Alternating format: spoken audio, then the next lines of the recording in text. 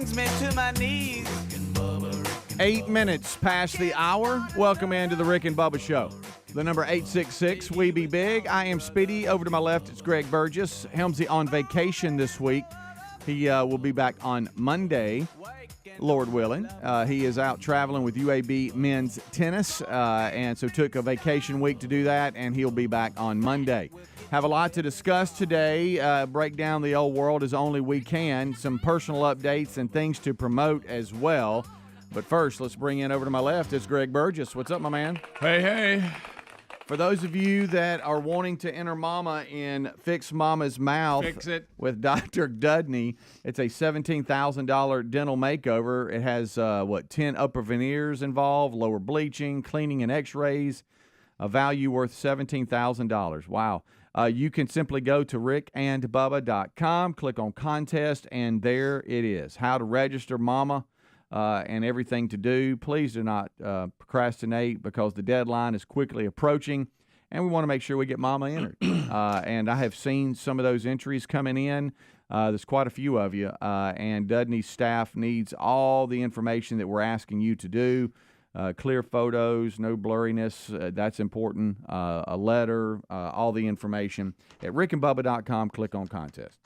All right, so a number of things to discuss. Got an email late last night. Some folks that are out of state but support Kevin Derberry Ministries, they're coming in today to the Birmingham market because his annual golf tournament is today. So those of you that have traveled in for that, welcome on in.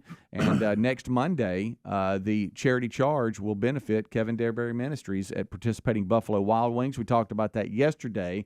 And he broke some news. Tim Spencer did with Buffalo Wild Wings. He said Kevin Derberry is actually going to perform live at the Alabaster location next Monday night. How about that? He's going to have a little acoustic set, maybe a band member or two, going to sit out on the porch. You going to sit in for a couple songs? You know, I've always, we always want to do something we can't do. Isn't it funny? But I've always been in just sitting there watching somebody play an instrument, and that's on you because you had access to it. I did. Well, they just your family owned a music store, right? I could have learned to play the piano. I get that. I mean, people came to my door, knocked on our door for piano lessons from my mom. Yeah, and you didn't. No.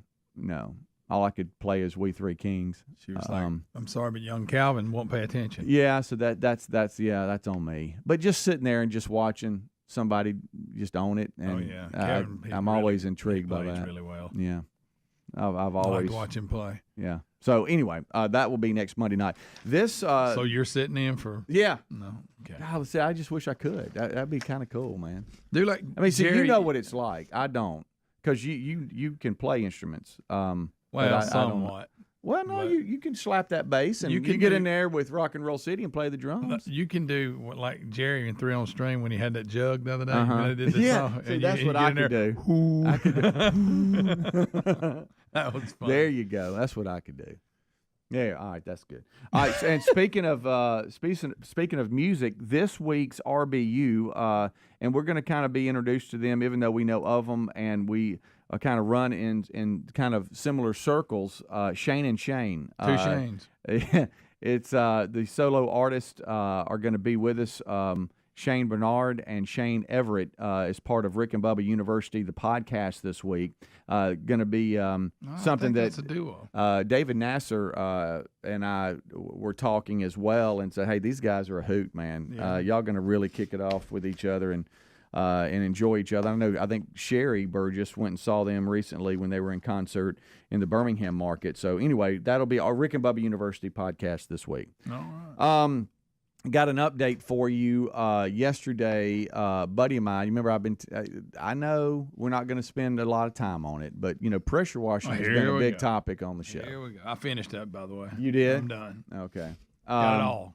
Well, he sent me, he does a lot on the side of pressure washing, and he sent me a little video that he wanted me to play you. Okay. And it's got, audio and all that in it. But he sent me a pre and post liquid to put in a mix it up. It's like a gallon of it, and how do you get it all uniformly? Just a sprayer. Yeah, but I'm saying just spray it on. I mean, you got to get every inch, right? Yeah. It's the sprayer. You just spray down on it, Greg. Yeah, but I mean. Anyway, I guess he was out in it again yesterday. He had a little something he wanted me to play for you right here. Just if you take a listen. I was going to get you to ask Greg how his driveway cleaning was coming. I heard you tried to give him a little secret of our sauce. We put ours on a little bit like this. I don't know. That's a sprayer. Yeah. You like that? Is that the stuff he's spraying? Yeah. Because we want that. Look at that right there. Huh? There you go. Hey, Greg, you can't even have nothing. Not even a clean driveway, evidently. Don't sleep on the sauce. Don't sleep on the sauce.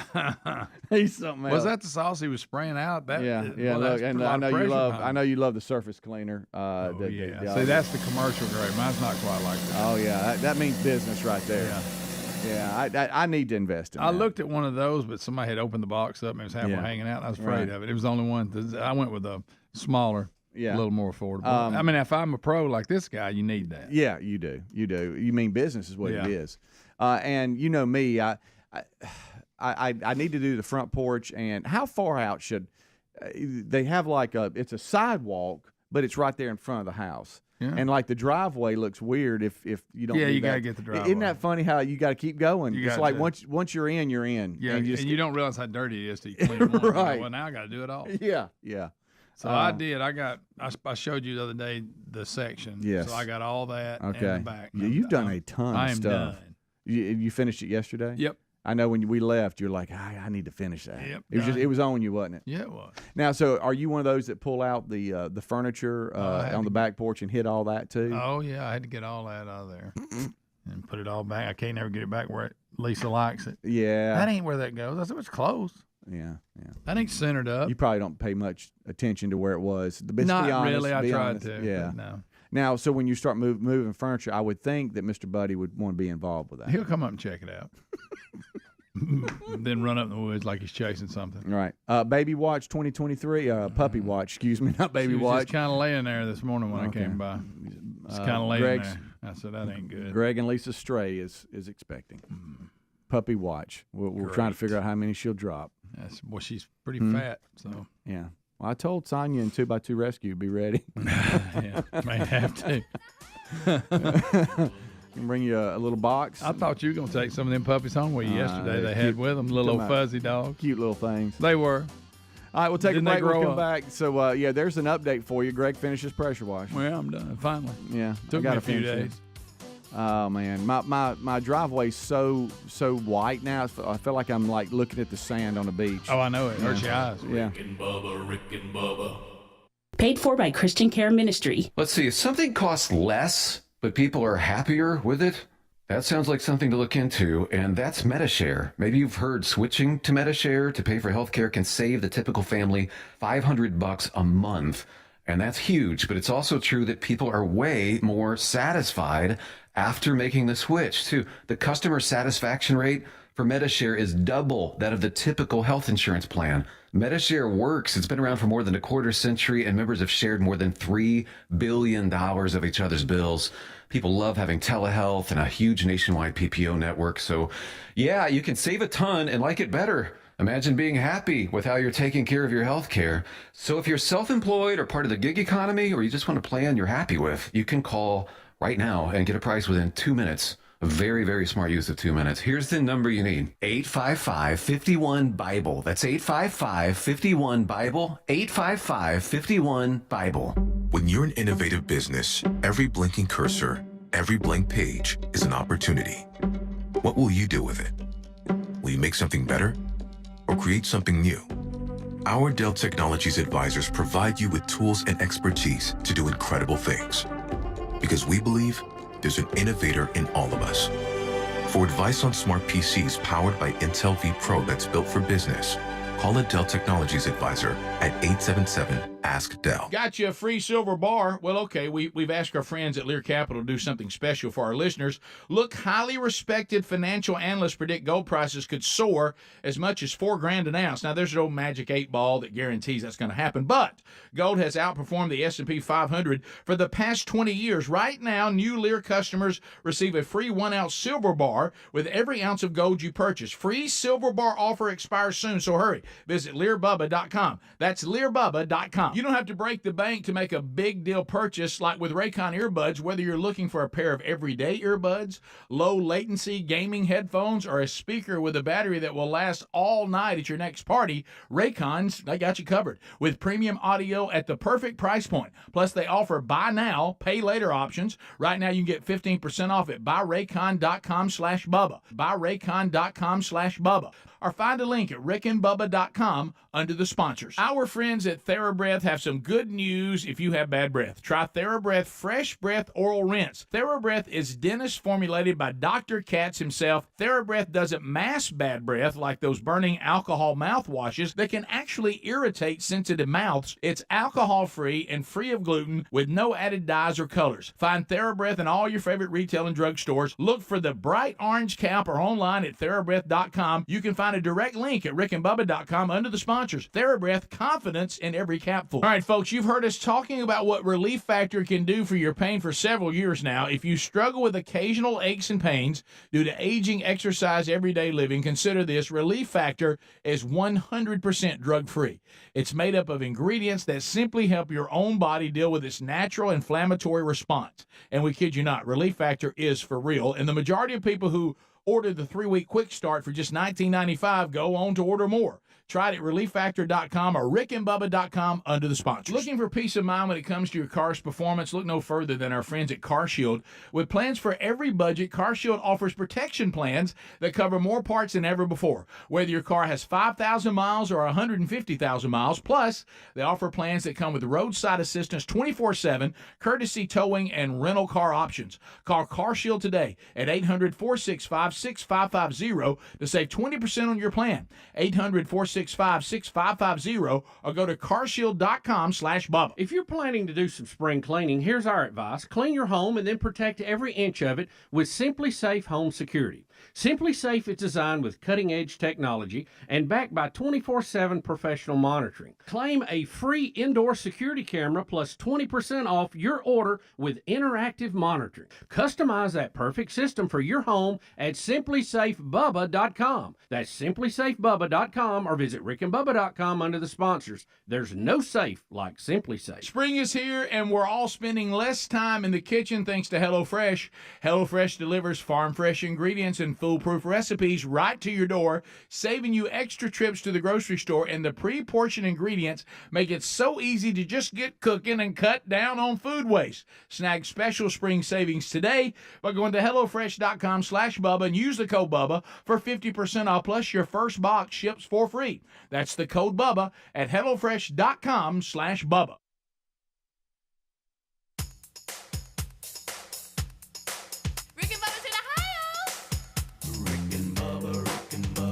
Pass the gravy, please. Rick and Bubba. Ooh, it brings me to my knees. 21 minutes past the hour. It's the kickoff hour.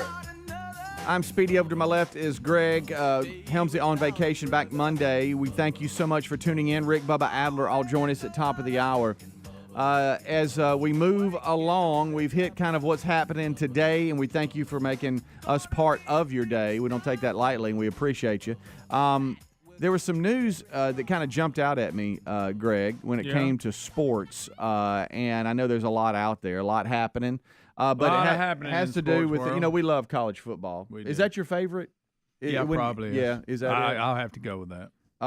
And in the offseason here, one of the big moves was Deion Sanders. Oh, yeah. From Jackson State to Colorado. The Buffs. And a lot of people forget about that. I wonder what that's going to look like.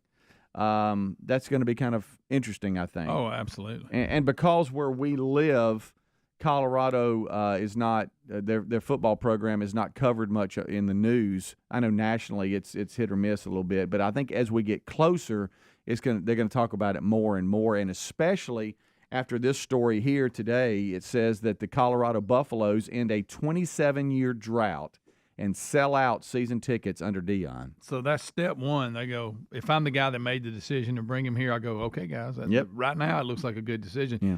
And I think it is. And the way he's portrayed, the way he's running the program with discipline and accountability and all that, because you don't get a lot of that nowadays. No. And we'll see how the X's and O's come out. Yeah. But he's saying the right things, doing the right things, and people are reacting. Yeah.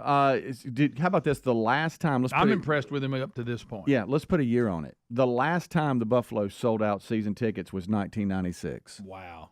1996. And earlier this week, Monday afternoon, they announced was the 9th time Colorado accomplished this feat, and they have sold out the 2023 college football season tickets, ending that 27-year drought. And think about this.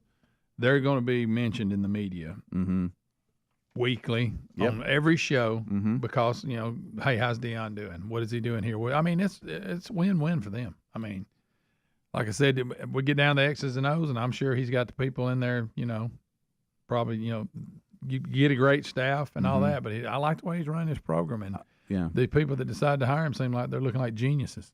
So far. So let's just call it like it is. Colorado had a dormant program. I mean, they were 1-11 last year, Greg. Well, so please don't think he's taken over. No, he's got a big task ahead of him. They were 1-11. Me and you both. Yeah. I promise you, last year or the last 10, 20 years, whatever, we have not looked at the scores on Saturday and wondered what happened at Colorado. But I bet we will this year. I bet we will this year, don't you think? Oh, yeah. I wonder if Dion never won. I think so. I'm telling you. It says here in the first few months of his head coaching debut here at Colorado, I know he was at Jackson State, but they're saying here he has really helped this program and brought in a lot of talent, pulling in the first. It says pulling in the 21st ranked class and top 5 transfer portal of this year. So they went from dormant 1-11 to making noise, getting at least a top 25 ranking as far as classes go in the upcoming season, and the folks that signed with them in the transfer portal, and now they have sold out season tickets. So a lot happening there. Yeah. Now you got to get on the field, and again, people, be realistic. Yeah. Like you said, they won one game last year. Right. One. So we're looking for improvement. Right. I'm not looking for them to be in the playoffs, but you know how people are. No, I know. People aren't very patient. That one kind of jumped out at me, though. Wow, how about that? Yeah, all right, so like I say, if you're the guy that made that call, you look at everybody and go, okay. Yeah. How about this? Sold out season tickets. So y'all can eat. Let's be honest. When he agreed to be head coach there, I was surprised. Yeah, it wasn't that I didn't think he was going to get to the Power 5 level, because I felt like he was, but I didn't. I didn't think it was Colorado. No, I didn't either. Yeah, you thought it would be Florida State or somebody. I did. I thought he would SEC, stay in the ACC, southeast area. like that. Yeah, but maybe an SEC, ACC kind of team or whatever. But I didn't know he'd go. They're Pac-12. Yeah. I got news from him though. If he does really good, people gonna come calling. Yeah, I know. I know. So the check's gonna get bigger.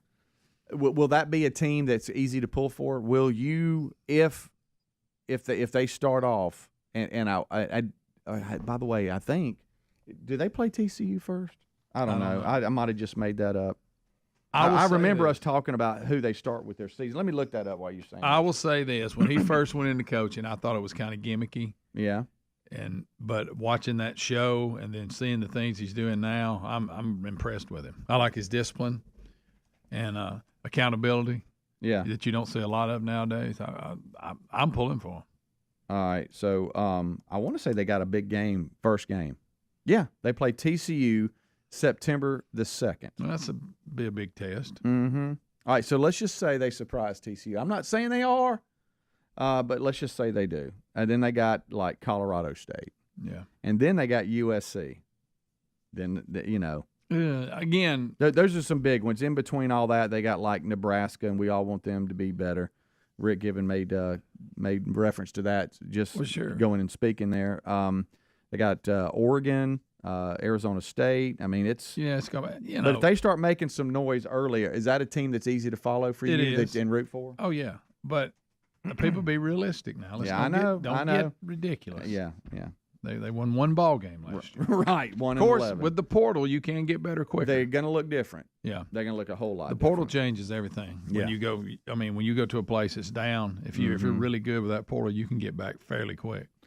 I know Bubba has been trying to find Tiger Woods because of his plantar fasciitis. Yeah, we talked about that in the Masters, him limping all over the place. They say he just underwent surgery yesterday. Was it topaz? No, it wasn't. It was to address post-traumatic arthritis in his right ankle that was caused by injuries suffered in the February 2021 car wreck. Yeah. So if he don't have that car wreck, yeah, who knows? I know. Took place in New York, and he is going to be returning home near Jupiter, Florida. He's going to be heading on back, and his agent says there's really no timetable on this at all. But he loves to play, but his main goal is to just recover and get better.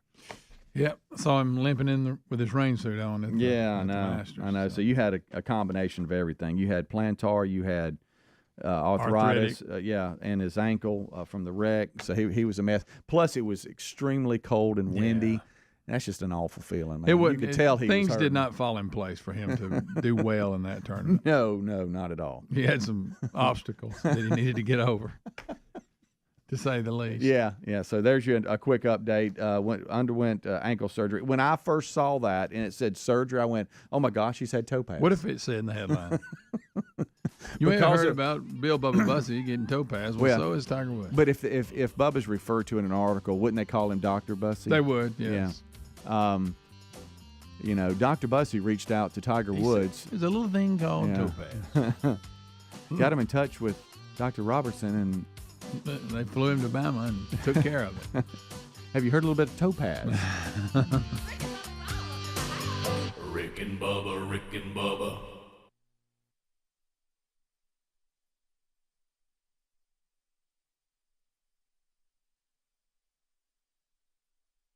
When inflation is high, we're all pros at finding creative ways to save, whether it's driving that extra mile for lower gas prices or grocery shopping on sale days. Saving money has never been so important.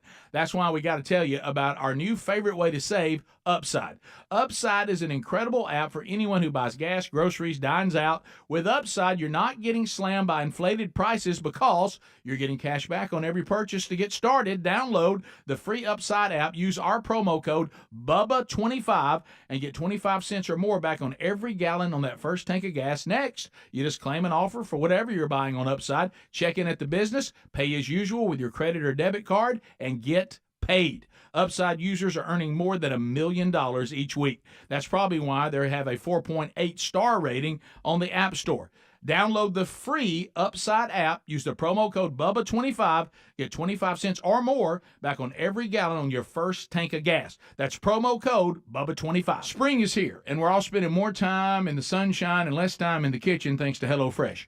HelloFresh delivers farm-fresh, pre-portioned ingredients and foolproof recipes right to your door, saving you extra trips to the grocery store. Plus, our family is getting dinner on the table faster than ever with their quick and easy recipes, especially the fast and fresh options ready in just 15 minutes or less. Now, if you're tired of making the same old dinners week after week, HelloFresh will take care of that. There's always something new to try. Their weekly menu of over 40 mouth-watering recipes keeps your taste buds on their toes, and it's easy to round out your order with snacks, sides, desserts, and more from HelloFresh.com.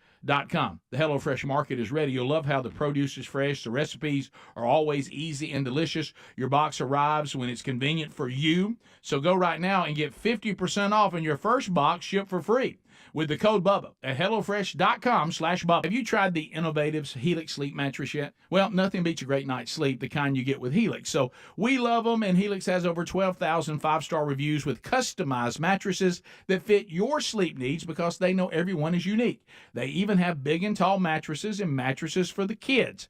But how do you know which mattress is right for you? Well, Helix has you covered. Just take the Helix Sleep Quiz and find the perfect mattress in under 2 minutes. Place your order and your mattress will be delivered right to the door free of charge. And the best part, Helix knows there's no better way to try a mattress than by sleeping on it in your own home. That's why they offer a 100-night trial for you and a 10 to 15-year warranty. Right now, Helix is offering 20% off all mattress orders at helixsleep.com/Bubba. Best offer yet, by the way, and it won't last long.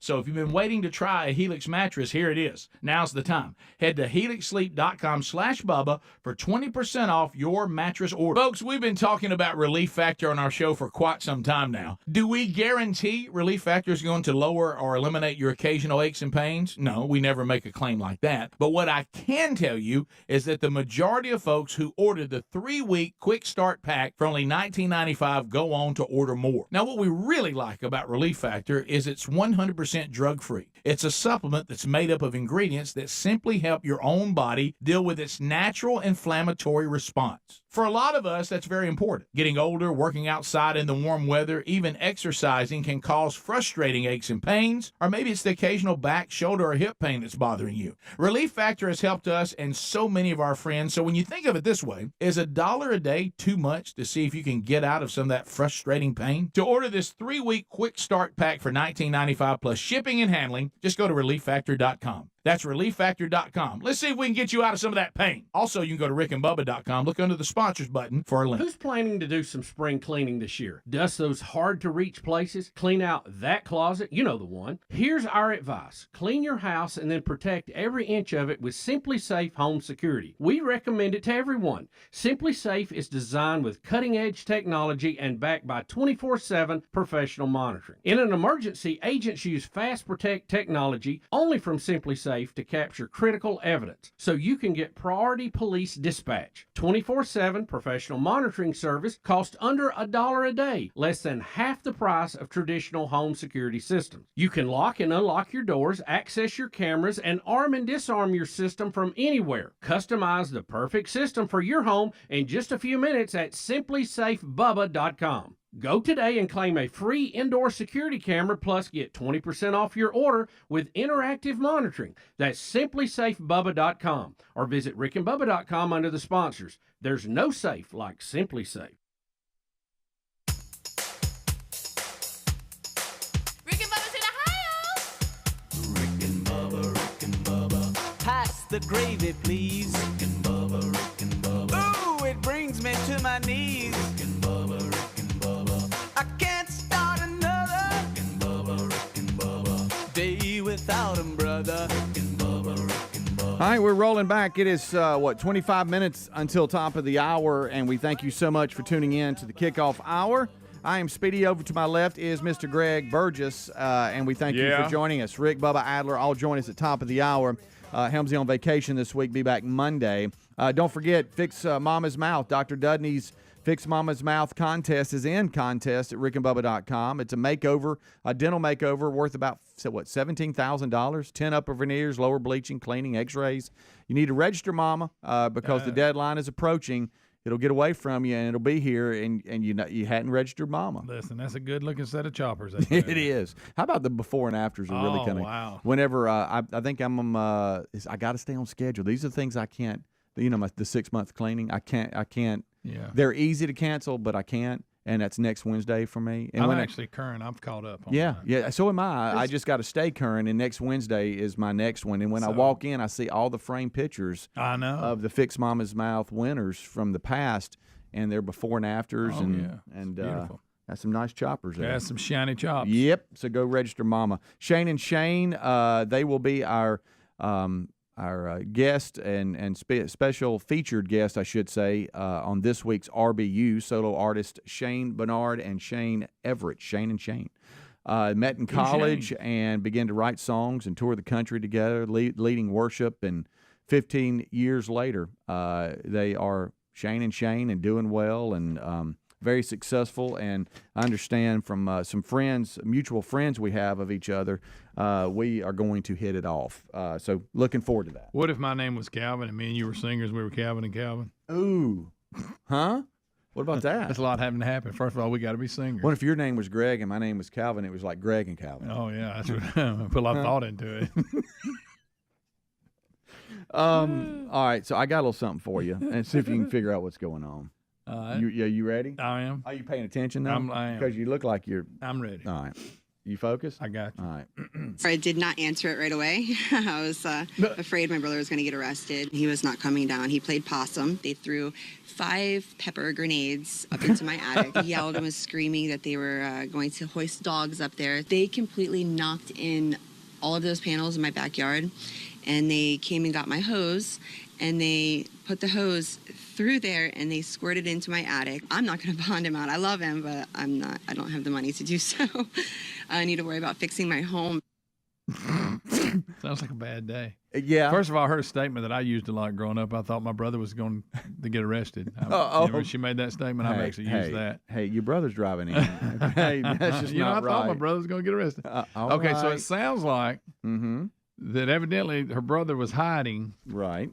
And that's good so far. And was trying to hide so we wouldn't be arrested. Now, boy, I tell you what. Sounds like hey, nothing she pretty much nothing just gets said past you, buddy. She pretty much just said it. Yeah. Police had to take in the attic. She said that. Again, the article could start with a Florida man. Oh yeah, you know that. Yeah. Police had to take drastic measures to arrest a Florida man hiding in his sister's attic for 4 hours to avoid getting arrested. And did I hear that they threw pepper canisters? Oh yeah, they were determined to so get he him wasn't down. coming out though. That was the sister, Jamie Floor, talking about the damage that was done to her house until her brother fell out of the ceiling into a bedroom. So fell so through. he went through sheetrock like I did. Yeah. So he's up right. there. He's but up there hiding. he wasn't getting a Christmas or putting a Christmas tree. He up. was actually hiding from the law. Right. So let me get this straight. He came to her house, ran up in the attic, and was hiding. Yeah. The police know he's there. Mm-hmm. So they're throwing pepper canisters to try to smoke him out, and he won't come out. Mm-hmm. Then they're going to take a hose and blow it up there, right? Yeah. And all this, he ends up falling through the sheetrock and landing in the bed. Right. Boy, that's quite a day. Hey, thanks, brother. Appreciate you coming by. Yeah, thanks for destroying my house. Yeah. That's really nice of Next you. time you break the law and the police are after you, maybe go somewhere else. Yeah. So this is crazy how all this happened. Investigators contacted the sister who we just heard from, looking for who him. stated Flora was not home and that she had not seen him in days. All right, they're trying to find him. He's got warrants out for his arrest Was he and up in everything. the attic the whole time? Well, after further investigation, the sister stated that she saw Dylan enter the attic while detectives were knocking on the door. Law enforcement entered the garage. Picture it, okay? I'm figuring this one out here. Tried to speak with him through an open hatch in the attic. Oh, okay. Yeah, one of them pull-down ladders. They informed him that they had an active warrant for his arrest, and they were going to get him. You in trouble, pal. The report states that an hour and a half passed with no response from Flora. I guess he was just being real quiet. I'm not going to move. It's like I'm not here when they know I'm here. Oh, yeah. And he was still rummaging around in the attic. Suddenly, a canine unit responded to the scene. Oh, they're going to send the dogs You don't in. want that. And he was then spotted in the corner of the attic. I guess for some reason going to hide in the corner. And even after his discovery, he still refused to comply. Not coming Did he think they were just going to go, okay, we give up, we're leaving? Yeah. Moments later, he crashed through the ceiling, falling onto the bedroom floor. And there's pictures of it here. Destroyed the house. I've seen them. Yeah, I know what it does. He was placed in handcuffs and taken outside to be. Don't forget, there's pepper fog or whatever floating around your house. Yeah, where they tried to get him out. They're going to hose him down, and then he falls through your ceiling. Kid, night alive. Now you visit him in jail. You can't even you be a gotta do sister. that. Yeah. Goodness. He gracious. was. Look at him sitting there. He's got his shorts on, and he's just all dejected. I think me down. and my brother would probably maybe end our relationship at that point. Yeah. It says here he was hit with pepper spray too. Have you ever been hit with pepper spray? I have not. Now I did one time. How much for you to get hit with pepper spray? Oh, stand there and let them spray me. I was going. A lot of people do it when these officers are in training. They make them do it. Yeah, I know. They got to know what it's like. So I feel bad to go with a real big price. I'd do it probably for a couple $1,000. That's where you went? Yeah. Couple of $1,000. Yeah, I mean, I wouldn't like it. So you're at $2,000? Yeah, I'll do it for a couple $1,000 for a remote. I love that. You scratched your nose after you said a couple I $1,000. mean, I could ask for more, but now I did one time. We had this stuff that when I worked for the power company, and you go in people's yards, their dogs would chase you, and it was called Halt, and it was like a spray. Mm-hmm. And one time I sprayed it, and the wind blew it back on me. It got me a little bit. It didn't get me bad, but it burned. Did you start doing all this? So I quit using that stuff. So is that the worst thing that you've ever allowed somebody, like, I know Rick tased me. That's the best of. Yeah. He tased me. And you did that for free. I did, unfortunately. Well, you paid. Well, it was a challenge. I mean, really. And you know what that's like. Oh, yeah. You remember, I keep saying I want us to put them shot collars on, the ones that go off when you bark and see who can stand it the most. That's what you want to do? Yeah, we need to put them on and let's bark with them on. Uh-huh. Okay. And see who can take it. He's sitting here talking about you, big brother. How much to put a dog collar on you? A bark dog collar that will tase you kind of when you bark real loud. How much for that? If we do it on air. Yeah. So y'all just gonna hit me with that? Yeah, we're gonna put it on you. You're gonna bark and then tell us what it's I would like. almost do that for free. Really? I'd really love that. Yeah, but so I'd easily do it for probably $2,000. So y'all both landed on $2,000. I mean, a dog collar doesn't. I'm not bothered by a dog collar at all. Nah. Okay. I had worse things happen to me when I worked out Tuesday. I think it would be funny though to bark and then it hit you. Yeah. I'd almost do that for the bit. I do. So he says he would get pepper sprayed for $2,000. No, I would do that. Yeah. You know, no pepper spray. No. And really, a buddy of mine said, "You're lying. You'd do it for $500." I would. That's true. He's right. He's heard the show enough. I'll come out the gate like I'm all big. I'll do it for $5. Yeah, just give me $5. Yeah, just give me $5 and let's move on. I mean, I get that for a remote.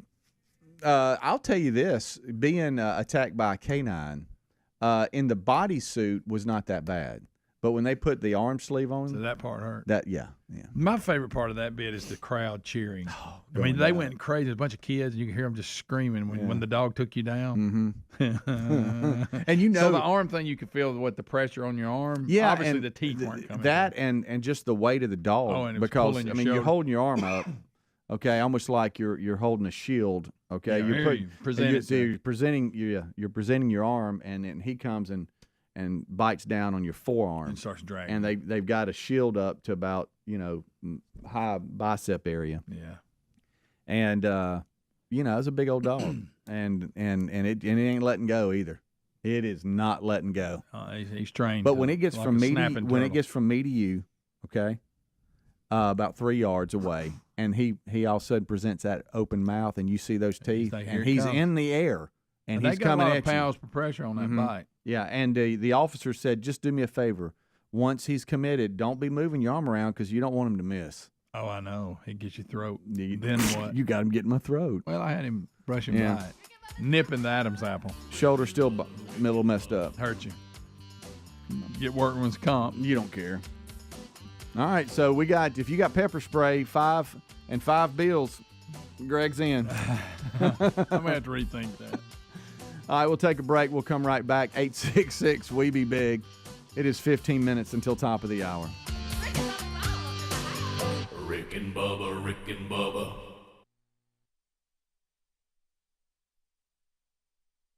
Paid for by Christian Care Ministry. Let's see, if something costs less, but people are happier with it, that sounds like something to look into, and that's MediShare. Maybe you've heard switching to MediShare to pay for healthcare can save the typical family $500 a month. And that's huge, but it's also true that people are way more satisfied after making the switch, too. The customer satisfaction rate for MediShare is double that of the typical health insurance plan. MediShare works. It's been around for more than a quarter century, and members have shared more than $3 billion of each other's bills. People love having telehealth and a huge nationwide PPO network. So, yeah, you can save a ton and like it better. Imagine being happy with how you're taking care of your health care. So if you're self-employed or part of the gig economy, or you just want a plan you're happy with, you can call right now and get a price within 2 minutes. A very, very smart use of 2 minutes. Here's the number you need. 855-51-BIBLE. That's 855-51-BIBLE. 855-51-BIBLE. When you're an innovative business, every blinking cursor, every blank page is an opportunity. What will you do with it? Will you make something better or create something new? Our Dell Technologies advisors provide you with tools and expertise to do incredible things. Because we believe there's an innovator in all of us. For advice on smart PCs powered by Intel V Pro that's built for business, Call a Dell Technologies advisor at 877-ASK-DELL. With your choice of select sandwich, nugs, fries, and a drink, Wendy's $5 Biggie Bag is your go-to. Your nugget wingman. Your hot and crispy fry co-pilot. Just like us. We're like the bag boys. What? Bag boys, bag boys. What you gonna do? What you gonna do when we bring your food? For a deal you can count on, bet on Biggie and choose wisely. Choose Wendy's. Bag boys, bag boys. U.S. price and participation may vary. Includes choice of double-stacked JVC or crispy chicken sandwich with 4-piece nugs, junior fry, and small soft drink. Third-party delivery pricing may be higher. My friend and I are taking a trip to Mexico this year, but neither of us speak Spanish. So we downloaded Babbel and started learning Spanish fast. Want to start getting conversational in another language in as little as 3 weeks? Babbel's quick 10-minute lessons were designed by language experts to be the most efficient and effective way to learn a new language. ¿Cómo te llamas? ¿Cómo te llamas? ¿De dónde eres? ¿De dónde eres? Babbel's interactive lessons are created by real language teachers and voiced by real native speakers using a modern conversation-based method. So in no time, you can start speaking confidently about real-life topics in another language. Nosotras vamos a México en 2 días y ahora hablamos español. Gracias, Babbel. Sí, muchas gracias. Babbel, language for life. Celebrating 10 million subscriptions sold. Now try Babbel for free at Babbel.com. Just go to Babbel.com and start learning a new language today. That's Babbel.com. Babbel.com. Folks, we got you a free silver bar. Well, technically, we asked the folks at Lear Capital to do something special for our listeners, and they came through with a free silver bar. Look, highly respected financial analysts predict gold prices could soar as high as $4,000 an ounce. $4,000. Granted, no magic 8-ball or anyone else can guarantee that, but if you bought gold today at Lear Capital's favorable prices, the cost of gold jumps anywhere near these predictions. That could be some life-changing profits. Listen, gold has outperformed the S&P 500 for the past 20 years, and gold is a brilliant strategy for protecting your savings and retirement with a risk-free purchase guarantee, 25 years of experience, and thousands of 5-star reviews. Check out Lear Capital right now. New Lear customers receive a free 1-ounce silver bar for every ounce of gold that you purchase. Your free silver bar offer expires soon, so you need to hurry. Go to LearBubba.com. That's LearBubba.com. When inflation is high, we're all pros at finding creative ways to save, whether it's driving that extra mile for lower gas prices or grocery shopping on sale days. Saving money has never been so important. That's why we got to tell you about our new favorite way to save, Upside. Upside is an incredible app for anyone who buys gas, groceries, dines out. With Upside, you're not getting slammed by inflated prices because you're getting cash back on every purchase. To get started, download the free Upside app, use our promo code BUBBA25 and get 25 cents or more back on every gallon on that first tank of gas. Next, you just claim an offer for whatever you're buying on Upside, check in at the business, pay as usual with your credit or debit card, and get paid. Upside users are earning more than $1 million each week. That's probably why they have a 4.8 star rating on the App Store. Download the free Upside app, use the promo code BUBBA25, get 25 cents or more back on every gallon on your first tank of gas. That's promo code BUBBA25.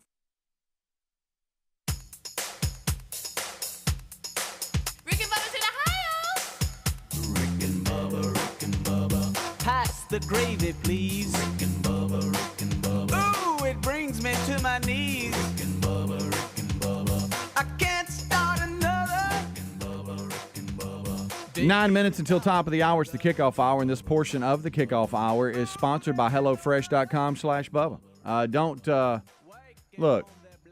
Don't worry about dinner time, lunch, all that stuff, because I know it happens at our house. Hey, what's for dinner? And then you panic. If everybody's out working, nobody's home, it can be a handle. HelloFresh.com/Bubba, though, has got you covered. This service delivers fresh, farm-fresh, pre-portioned ingredients and foolproof recipes right to your door, saving on extra trips to the grocery store. Plus, you'll be getting dinner on the table faster than ever before with their quick and easy recipes, especially the fast and fresh options, ready in just 25 minutes or less. If you're like us and tired of making the same dinners week after week, HelloFresh will make sure there's always something new to try.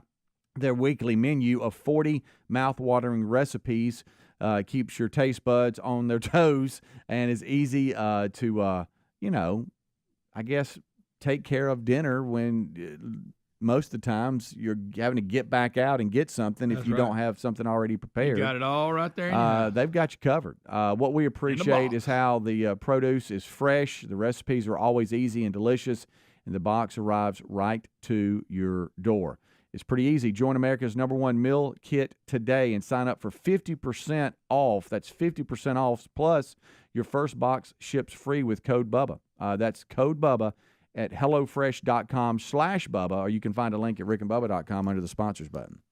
All right, as we are rolling back, this one here is going to affect a lot of people, especially if, let's say, you've got kids in college or you share an account with someone in the family or friends. You've given passwords to somebody for Netflix.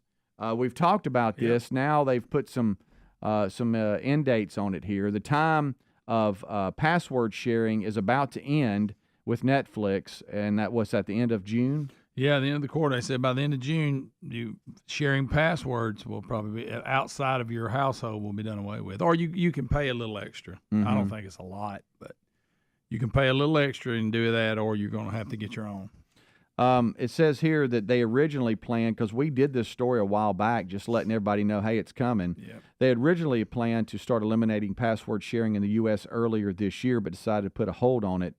And now it looks like the end of June is when they'll do this. And I was reading, I think originally on this, and it had something to do with if the device that is using the password is in the main account premises, I guess, where the account originated from, then it can be used, but it's like it has to do that once every 30 days or something like that.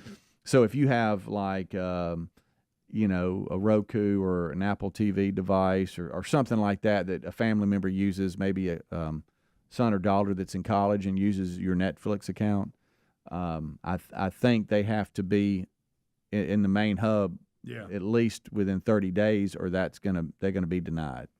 They said this account. You have to create a special. They're gonna have to have their own account. And this is why they're doing it. They said that it affects over 100 million households. So So that's add a that lot up. of revenue you're missing out on. Add that up. Yeah, that's a lot. But But anyway, so we've been talking about it. They say by the end of June, it may be in place. So there you go. Yeah. I think I got a few on mine. Yeah. Well, I mean, I know. I know there's a few for sure that are going to be like, what? Yeah, wait a minute. Hold on good now. deal here. I mean, I've got other streaming that I got family members on too. When are they all going to? I guess they'll all fall in suit here after this. Yeah, and this is where they're going to get us, Greg, because we're going to be asked to do this. You ready?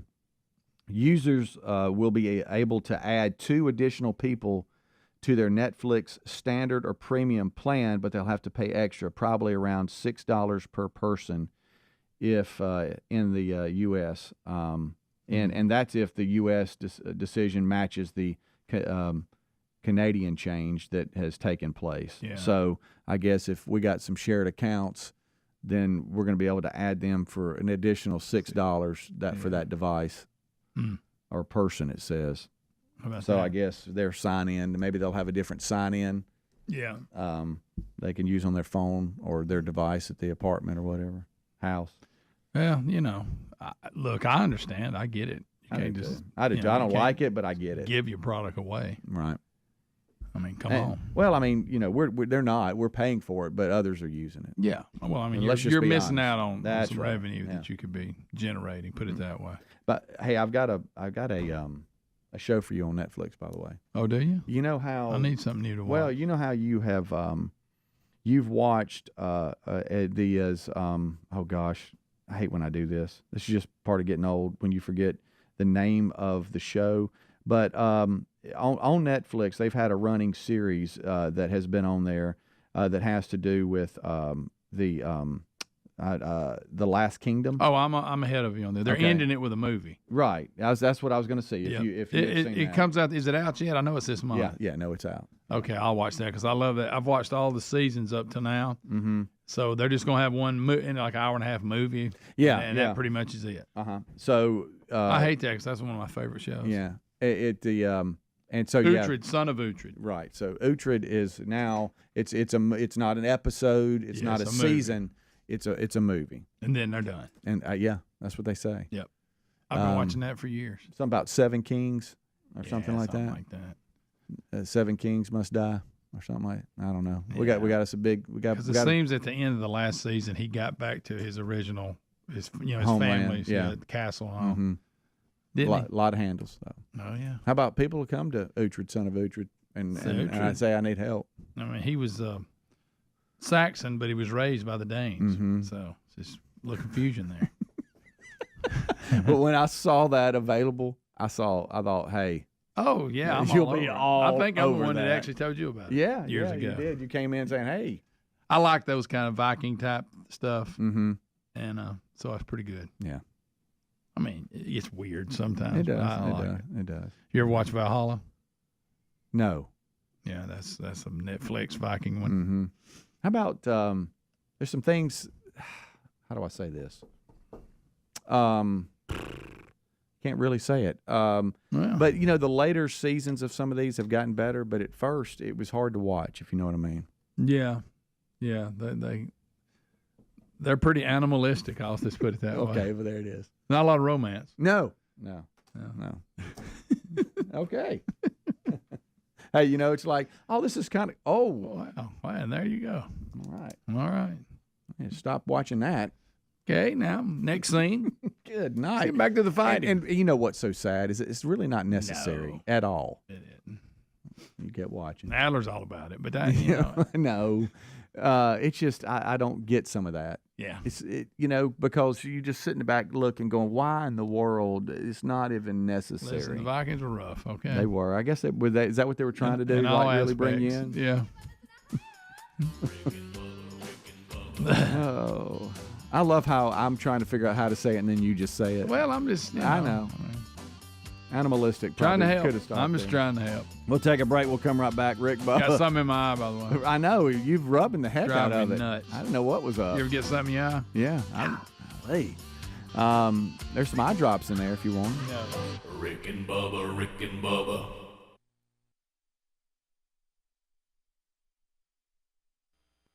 Well, I think immediately you kill that case because you say these two women, if they had been known about while people were voting, you have to assume that those same people that didn't care at all about what Trump was saying with Billy Bush on the tape that came out right before the election, when he doesn't come across as a man who treats women very well and sees them in what light he sees them in when he's 60 years old, not 20, but 60. And that didn't affect anything. I mean, it didn't. I really think in this particular part of our history and our society has moved so far, sometimes, I mean, I would say sadly, in these situations, the kind of things that used to destroy a candidate just don't anymore. And so for them to prove that if you'd known he paid off a Playboy bunny and he played off a porn actress because there was allegations he'd had affairs with them while he was married to his current wife, if you really thought that was going to swing the election, I'm not sure the way this train was rolling it really would have, and I think the Billy Bush example kind of makes that point. But again, let's be clear, Cohen's just saying that he was trying to help someone running for a federal office. Right. He still has not named Trump. He didn't say Donald Trump. But nobody, I think everybody thinks that's what he's alluding to, because we do know that it's come out that he paid off, at least one, and then we found out another. Right. And how that, but as far as you trying to, I think the only thing you got here is, do people who support Trump care that this went on? And then you have, was anything illegal that happened? And I told Bubba, my gosh, I mean, when you look at this particular topic, we got so far in the Bill Clinton years that he got some sort of official impeachment. Well, he got that never stuck. I mean, no one ever removed him from president. Yeah, and if you couldn't move him out, you're not going to move. Well, Trump. impeachment impeachment is when the House of Representatives vote to send you to a trial by the senators.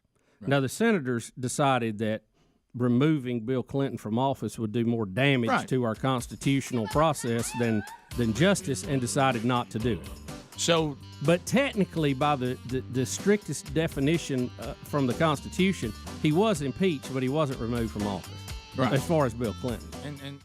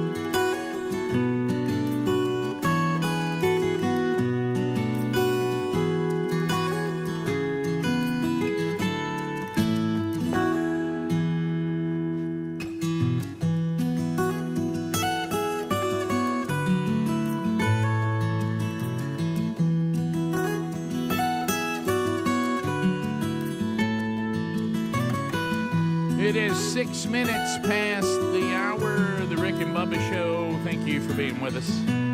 Brand new hour. Starts with our national anthem. Let's go.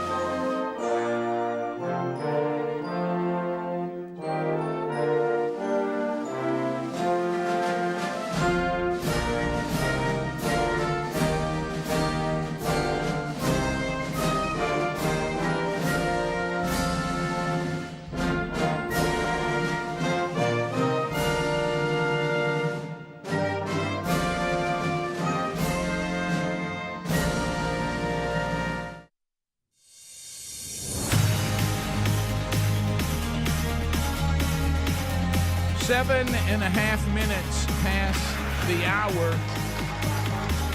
It's the Rick and Bubba Show. Sitting here in our 30th year, going forward on another hour, on another day of Rick and Bubba history. Today, it is the real Greg Burgess. It is Speedy. Eddie Van Adler settles in for the YouTube experience. New content is there from yesterday. The full archive of the show, the 1 hour best of, and now the Wednesday Bible study, Revelation chapter 8, is there as well. That's all the archive options. You also have the live option right here on the show and on the Bible study on Wednesdays. But we are moving forward for another one. Also, America's boldest radio stations carry the show live every day. And then you have the TuneIn app, which gives you the live show streaming. If all you have option to is streaming, that'll solve that. And also gives you a full archive shows that run 24/7. And then the podcast archives, that's an archive-only option, audio only, including a best of hour and the full show archive and the Bible study archive. All that's there every week and then every day. So there's all your options. You can find those at Rick and Bubba, spell out the word and.com. We're missing one, the silver-tongued one, the man with a golden voice, professional lunch eaters, man of the year, the inventor of pizza in a cup, Shakespeare's worst nightmare, and the master at a King's English. Ladies and gentlemen, put your hands together for Bill Bubba Bussey!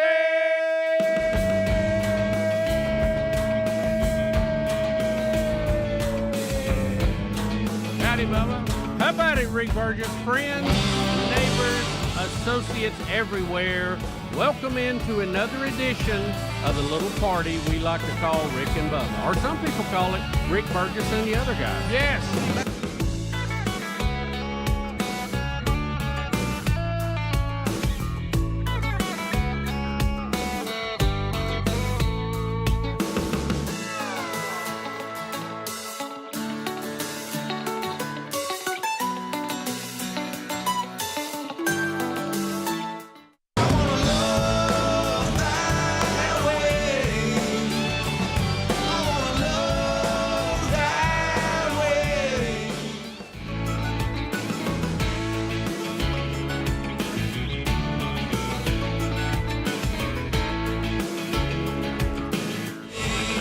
Bubba, how are you? I'm good, sir. How are you? Well, we have much to work through again today. Any of it good? I mean, is there one thing good? Well, you know, there's some good things. There's some bad things out there. Our thoughts and prayers with the folks in Oklahoma that got hammered with some tornadoes last night. And it is that season, and that's really bad. I know we have some deaths in that. Oh, yeah. We'll get to more of that here in a minute. Rick, we do have another attempt of the Starship launch today coming from space. What do they call it? Starbase, Texas. Yep. And we'll be watching that. That should, if it happens. Yes. And there's a good chance it won't. It'll be about 8:30 our time, so we'll keep an eye on that. We'll try to gyp that when that goes down. We had did Skinwalker Ranch start last night? The 18th. It was supposed to start the 18th, so it actually probably started Tuesday. I had a caller yesterday who was asking y'all's opinion on it. Okay, well, good. Well, we have not seen it yet, so we'll need to be educated on that and find out what's going on with that. We'll try to catch up with it this weekend a little bit. We do have 3 arrested in the Dadeville mass shooting that happened over the weekend. So more information coming available on that. And Rick, there's several sports stories out there, but there's just a lot going on. Yeah, you know, I've been trying to follow a little bit of the XFL, USFL deal. Just, you know, I love to go back and see this. You know, the XFL is doing an ESPN documentary, like it keeps you up. And I thought that's a good idea. Something the USFL, you know, anytime you can get some kind of, you know, like I haven't watched one XFL game and probably likely won't. I mean, I may or may not, but you know, I'm interested in the USFL because I have a team that's, you know, in my own town. That definitely I've caught both of them. That definitely gives you more to look at. But what I'm saying is, this is a way to take some people out there and get them kind of going, oh, okay, so this is the team that's good, and here's who's coaching that. Here's what's going on in the drama of that team. And, any of that, the world is hungry for content now, but any of these documentary-type series that I've said before, I'll watch a documentary on a band that I don't even like their music. You know what I mean? If the documentary is done well. If it's done behind well. the music, I've watched it on behind the scenes stuff where you get to see how coaches operate and you remember all pop-up that. It's really kind of videos? cool. How much we used to be addicted to that. Yes, I mean that was good stuff. Yeah. So anyway, I don't know. I don't know if these new plans, the way that it's almost like finally, and also both of these leagues have big time, well-known personalities that are either running them or promoting them, so that helps. But they're also, it seems like this time, both of them, and I know the other one had the same attitude, they just didn't have a good financial plan. But they're almost telling the world that we have shut our hole and we know our role, and we want to be really good in our role and give you a lot of good entertainment in the role that we play.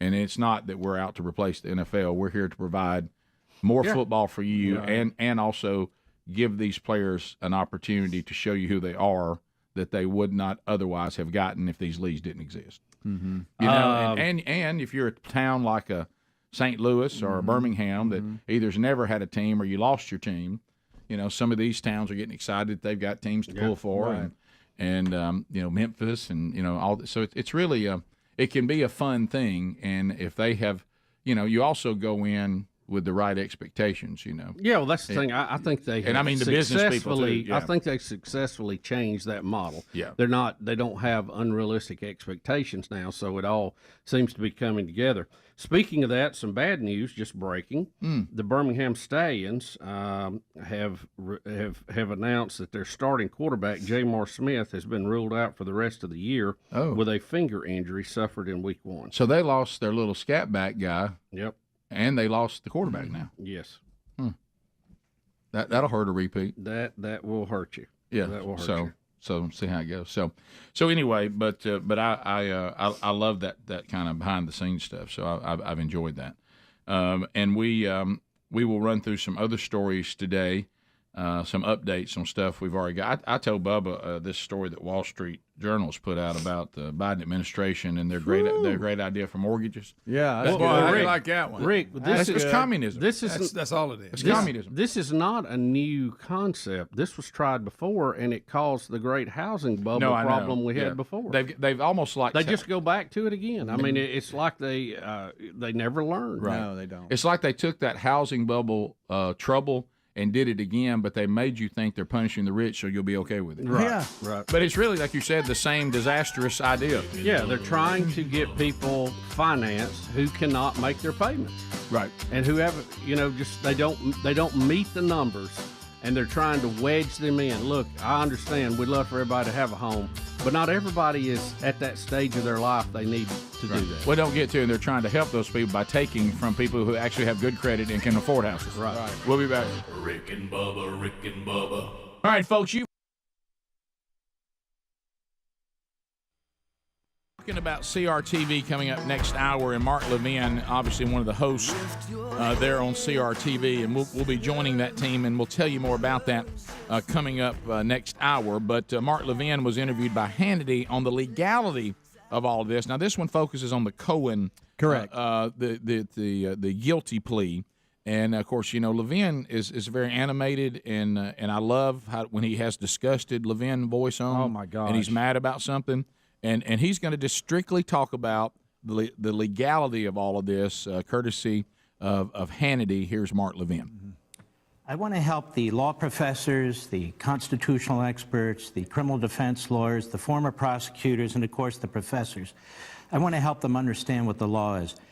The general counsel for the Clinton mob family, Lanny Davis, he had his client plead to 2 counts of criminality that don't exist. These campaign finance violations that all over TV, they're saying implicates the President of the United States directly. First, let's back up. It is a guilty plea. It is a plea bargain between a prosecutor and a criminal who doesn't want to spend the rest of his life in prison. That is not precedent. That applies only to that specific case. Nobody cites plea bargains for precedent. That's number one. Number two, just because a prosecutor says that somebody violated a campaign law doesn't make it so. He's not the judge. He's not the jury. We didn't adjudicate anything. It never went to court. That's number two. A campaign expenditure under our federal campaign laws is an expenditure solely for campaign activity. A candidate who spends his own money or even corporate money for an event that occurred not as a result of the campaign, it is not a campaign expenditure. Let me give a few examples to help people understand this, especially the American people. Let's say, I wrote these down. Let's say a candidate had said, we owe vendors a whole lot of money. We've had disputes with them, but I want you to go ahead and pay them. I'm a candidate. I don't want all this negative publicity. So he says to his private lawyer, you pay them, I'll reimburse you, get it done. Is that illegal? It's perfectly legal. Yet according to the prosecution of the Southern District of New York, it's paid at the direction of the candidate to influence an election. Yes, Mr. Prosecutor, how stupid is your point? It's not a crime. More. Let's say this candidate settles a lawsuit that was initiated before he becomes a candidate, and he says to his personal lawyer, I want you to settle that lawsuit. You can use my corporate funds, my private funds, whatever it is. That is perfectly legal, too. The prosecutor would say, but that influenced the election. So what? There's certain things you do that influence an election that are legal, certain things you do that influence an election that are illegal. Let's say a candidate gets a non-disclosure agreement from a disgruntled employee. He wants to quiet that disgruntled employee as he goes into the election. He pays the funds out of his pocket or through his corporation. Perfectly legal. Nothing here was spent out of the campaign. Nothing was done with the campaign or to the campaign. This is exactly what the federal law is, and Mr. Lanny Davis had his client plead guilty to 2 offenses that aren't offenses that the prosecutor insisted were offenses. That's why he's no good. That is Michael Cohen against Donald Trump. Donald Trump's in the clear. Let's say Donald Trump even directed Michael Cohen to make payments in non-disclosure agreements. So what? He's allowed to do that. Now, here's my question. Has the Southern District of New York ever paid money in a non-disclosure agreement with any of its employees? How about any U.S. Attorney's Office in the United States? How about the Department of Justice? How about any business? How about any union? How about the DNC? How about members of Congress? It's done all the time. But call it hush money. And all of us, hush money. Oh, they can't pay hush money. Well, it is hush money. It's legal. It's a contract. It's done all the time. So there you are. He's just saying, look, you may not like it, and you may not be thrilled with some of the things that went on and why people are being paid, why they're not. But at the end of the day, there's nothing illegal about this. And he's saying that this, which I don't, with you guys, I don't know why Cohen would go get the Clinton lawyer. That seems an odd choice, unless he thought somehow, like you said, that he was going to get Lanny Davis would draw some compassion from the other Clintonites that are all prosecuting this. Yeah, so what he's saying is, in this district of New York, the famous Clinton lawyer has had Cohen plead guilty to 2.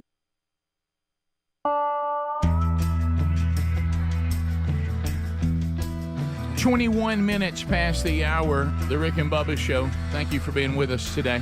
Bell Shoals Church in Brandon, Florida, down around Tampa, Clearwater.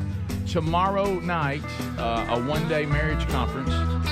Sherry and I are excited to be there tomorrow night, and they've let me know to pass along to all of you around the country. If you're in that area, you think you might want to get to that area, thought I could go to the conference, didn't think I could go, now think I can, that there's still room for you.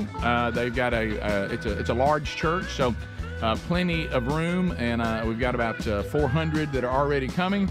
But there is room for you if you'd like to join us. And they've got some fun planned for you as couples and great food to feed you. And Sherry and I will be doing some teaching and then answering some questions that you may have as a husband and a wife.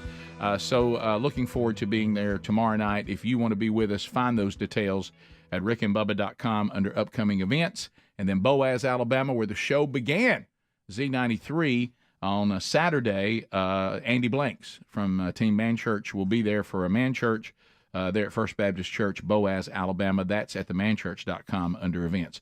So, Bubba, yesterday, this ongoing thing with Greg, of course, you're benefiting from it too. Yep. Issue there. Greg, we've talked about Don Day, not radio legend out of Montgomery, but Don Day, just a man that I just go to church with. Nice guy. And he is most every Wednesday. The Peanut King. In the Wednesday Bible study, and he has a hobby of roasting peanuts.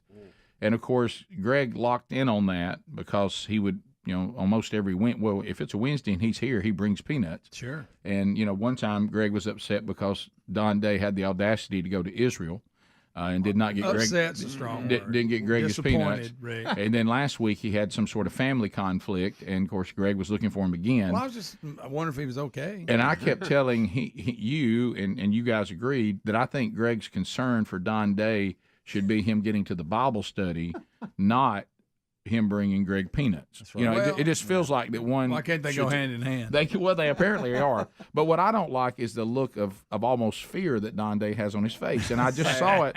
I just saw it yesterday. He sits. Don doesn't have to. I'm pointing to my right. If you're watching, be your left. He just wants. He's a good guy. Right.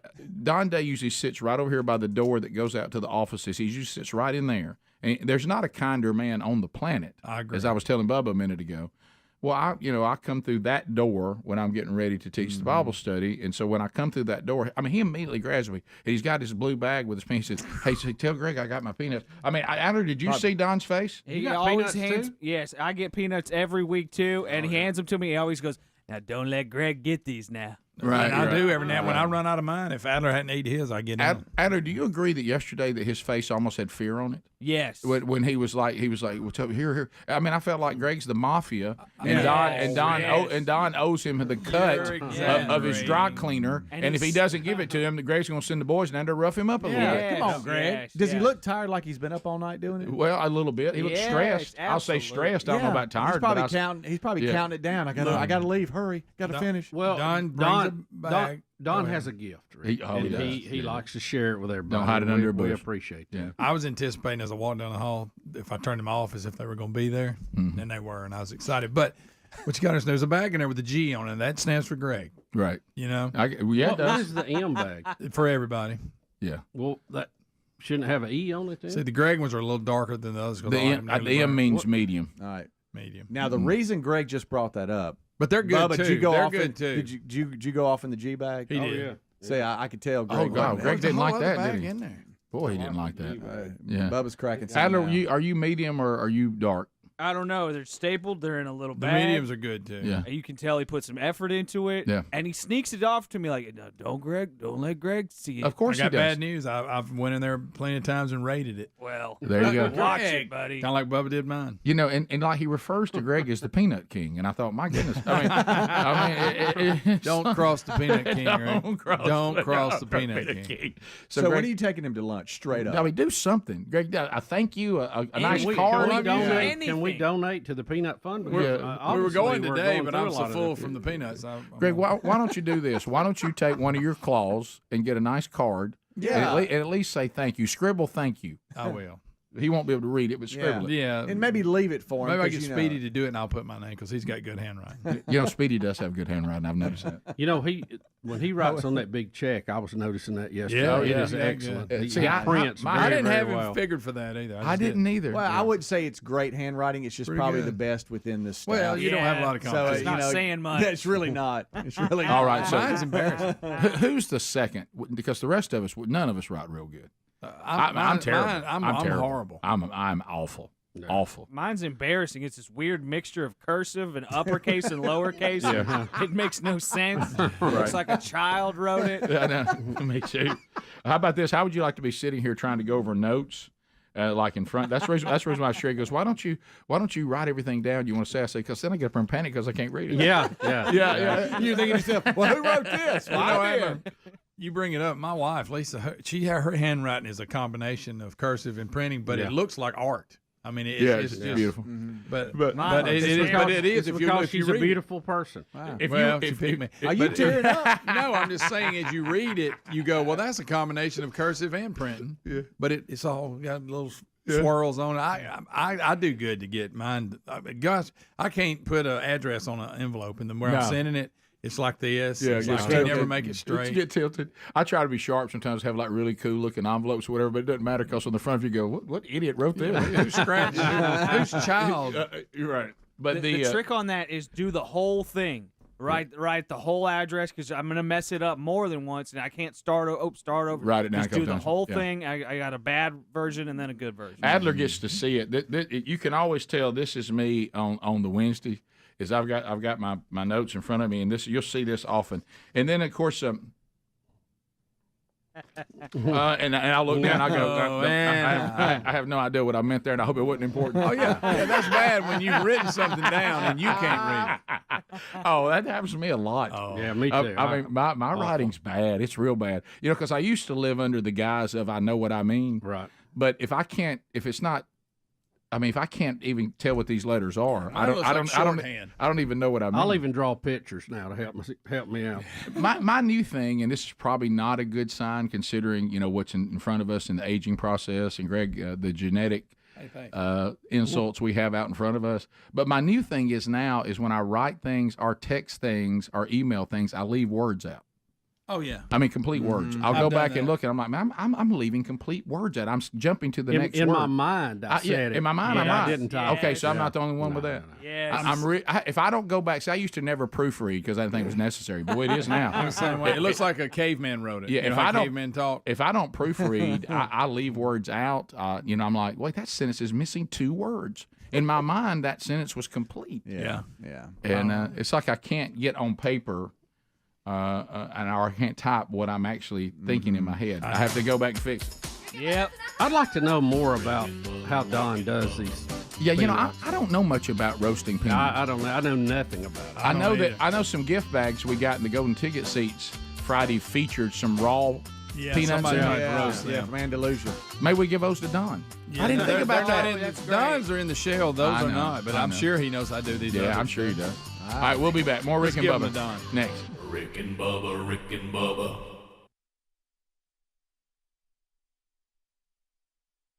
Illegal. So anyway, we'll see how all that pans out. But Levin put that. The one point that he may have on that is we know that Cohen went and got some type of home equity loan to make this payment. That's not campaign funds. Right. And then when he billed Trump allegedly to get this back.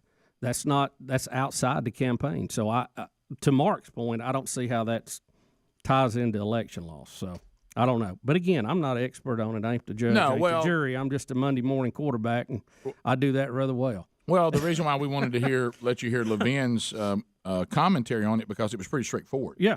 I mean, even I was able to follow that. And that means he communicated it very well on a level anyone can understand. Right. So, but that's his point. The great one. He said this goes on all the time. It's just kind of a procedure that's done. And again, you go back to this.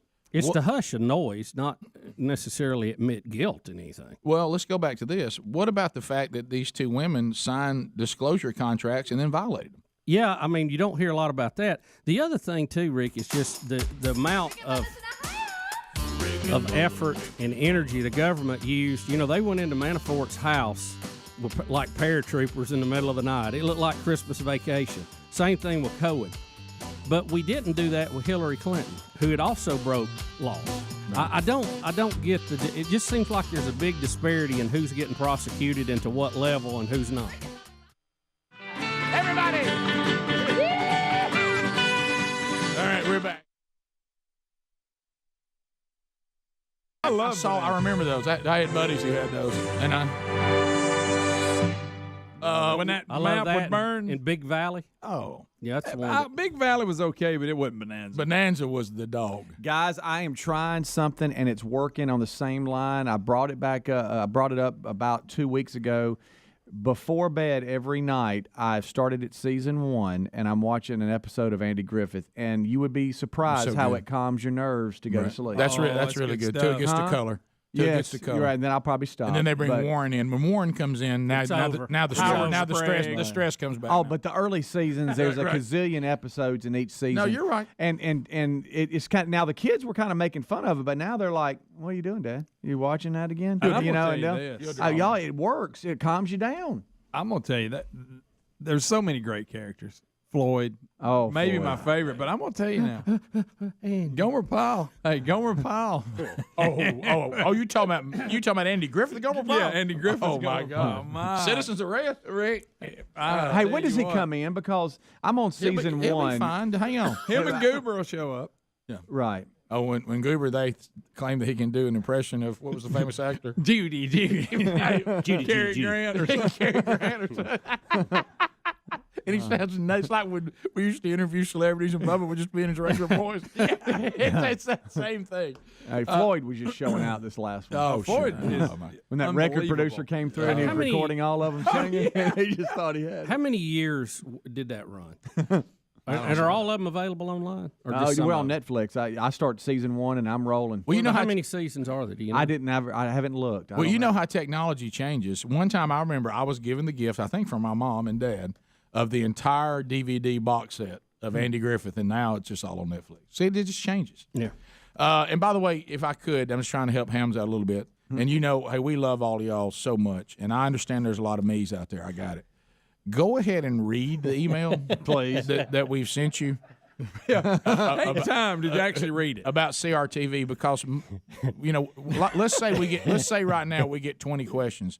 17 of them are covered in the email. Yes. There's only 3. And look, I'm gonna respond to you anyway, Yeah, and I'm sure. gonna kill you with kindness because I love you to death. Right. But y'all would make life so much easier if you just actually read the email we sent you. I suggest you read it twice. Right. Yes. Then. Because Yeah. 3 of you have come up with a question that's not in the email. And that's some fine. of you think we've already gone live on it, Right, which yeah. amazes me. Well, but that and that's that's kind of, I understand that even That more don't than look like Rick. I understand that more than I just asked a question. It was in the there are a lot of people, Rick, that are saying, "By the way, I'm Rick. I'm a Rick. I'm a Rick." A lot of Ricks out there. I'm sorry about me. the No, people it's like me. fine. I love them. If I I love can 'em. if Send I 'em on. if I can learn how to watch streaming TV, you can too. Yes, I really think. Rick, that's an understatement. I am missing an opportunity. I really do think a huge opportunity where I could be a consultant on helping people stream. You know, if you're in the Birmingham area, right, 20 minutes from my house, right, it's the right fee. I'll come out and help. Right. Nothing wrong with September, little learning, little education. Yeah. 35 minutes past the hour of the Rick and Bubba Show. 866 We Be Big is the number. You know, if you, the only conclusion you can come to when you look at the economic decisions that the current administration continue to make, and we just told you another one we're going to talk about today, the mortgages. The only thing that would make any sense is if somebody said, hey, let me lay out a plan for you that will absolutely destroy the U.S. economy. Then you would go, they're working the right plan. I mean, then you go, yeah, this ought to do it. But what are you going to do? Because there's only so much you can do. And one thing you can do is to build some sort of hedge against your money. And one of the great ways to do that is go to learbubba.com and talk about precious metals. They're a great option. You know, right now they're only a few dollars off an all-time high as far as gold is concerned. And some think it may, the experts in the field, they think it has potential to get to $4,000 an ounce. There's no way to guarantee that. But at the price of gold right now, if it gets anywhere near there, you're going to be sitting pretty. And we're going to help the Rick and Bubba audience by giving a free 1-ounce silver bar for every ounce of gold that you buy. Remember that learbubba.com, they've been at this for 25 years. They've got thousands of 5-star reviews, and they can help you make wise decisions concerning precious metals.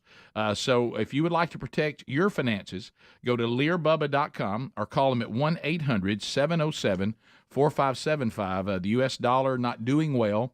We have countries saying they're not even going to use it anymore. So as that devalues, precious metals may make more sense now than they ever have. So learbubba.com or call them at 1-800-707-4575.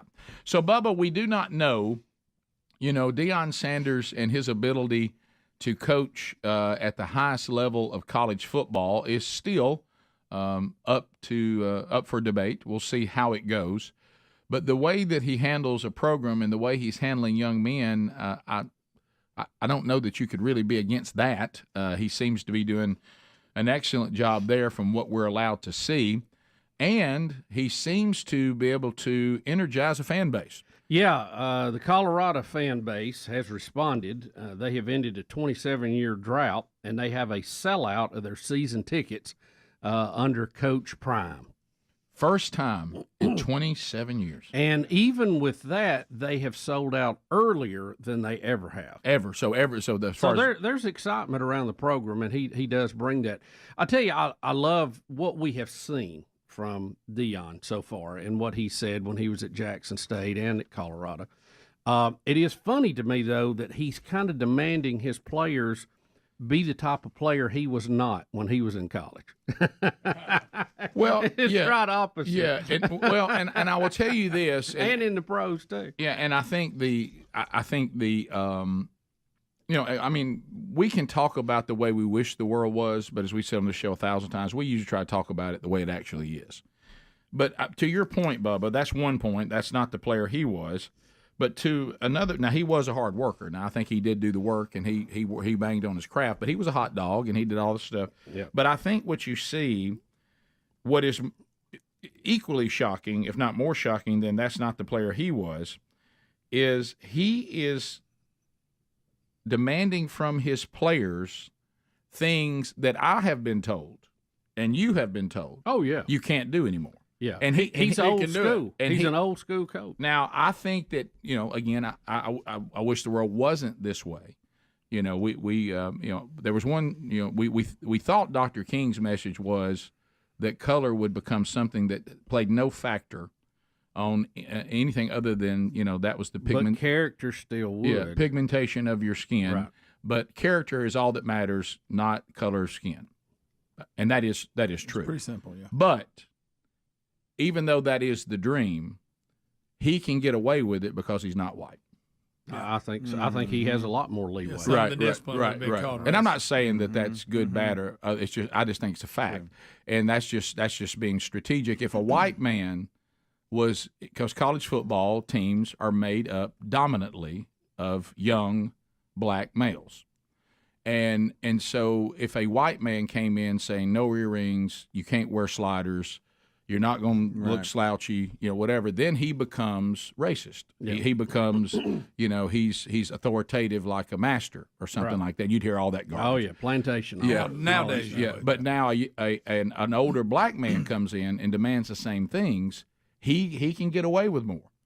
And that's just a fact. I mean, I wish things weren't that way, because I think these disciplines are right for young men of any pigmentation, and I think the person in authority can be any pigmentation and implement these things, and it's still right. However, that society's over. That day's gone. So in the environment we're living in, and I think colleges need to think about that. And I'm not saying you put somebody in there just because they're a black man, but I think you need to take a long look at really qualified, very good coaches who just happen to be black. Yeah. You get away with a lot more when it comes to discipline than you will, unfortunately, if it was coming from another source. I think you're absolutely right, but I think what also helps Deion is the fact that he was as good as he was. He was as big a name as he was. He was as successful as he was. Absolutely. So no one is going to tell Deion he doesn't know what he's doing. Exactly. Because he's done it with how many teams? Yeah, and some of these players, if not them, maybe even their dad, was a fan of Deion the player. Right. Yeah. And so they've seen his picture. They've seen him in the Cowboys uniform. They've seen him in the 49ers uniform. Seen him, Falcons, Florida State. And he was not a player that somebody has to tell you he was good. He was a player that was such a big celebrity and was so good everybody knew he was good. Yeah. And so I think that plays into it too. Yeah. Unfortunately, there's not, and he may be the perfect package. I don't know. We'll see. How about this? Deion Sanders has proven he can win at the level he's already coached. Mm-hmm. Yeah. That we got that. And that he can get good players to a university. He's proven that. And he can create interest stir motivation and sell tickets. Yeah, because you could bring Proven that. Because you can also bring in a very big celebrity that was really good in football, who also is black, but and be a terrible coach. So it's got to be the perfect package. And I think Deion seems to have the potential to have it all. You know, I don't. The bar is very high for Deion. Yeah, and we'll that's see. working against him. Yeah, and we'll see. You're right. Never met him, but the stuff I've seen about him and what former players say about him is, sometimes these phenoms that are just God-gifted and just unbelievable have a little bit of Cadillac in them to where they don't practice that hard because they just have that ability, which doesn't really translate. They don't into, do everything right because they don't have to. Right, and that really doesn't translate into very good coaches because they don't know how to get it out of the player. That's a good point. He practiced hard, and everybody that played with him said when he showed up at practice, he got after it every single day. So that's built in him. So he knows how to coach that out of his athletes. Whereas some of these folks, they might be great players, but they're not really good coaches because they were just so good. Everything came easy to them. They can't relate. They didn't know how to get why it. everybody else can't do it. Right. Yeah, there's no doubt that you can come in and say, I didn't do it the way I want you to do it, and I regret it. You can try that. But there's nothing quite like a leader that's asking of you the same thing they ask of themselves. Right. Those have a lot more credibility. Yeah, for sure. And like we said earlier, next season, these past ever how many seasons, I've never checked to see the score what Colorado did, but I probably will this year. Of course we will. Yeah. We'll be. Everybody will. I'll watch So the that's- Colorado program. Yeah. More than I ever have. Well, like I say, let's look at what he has accomplished. He has sold out the tickets at the earliest point in the season they've ever done. He has landed the 21st ranked recruiting class and a top 5 transfer portal class this year. And that's the key if you want to get good quick. Oh, yeah. I will say this, too. He and all they got to do is win 2 games to better life. The double win. Also, and this is the uncomfortable, and he's been as kind as he can be about it, and I think that was wise, but he also hasn't skirted around it. He and Reed, was that the other defensive back that went and coached? Yeah. What's his first name? Reed. Ed Reed. Yeah.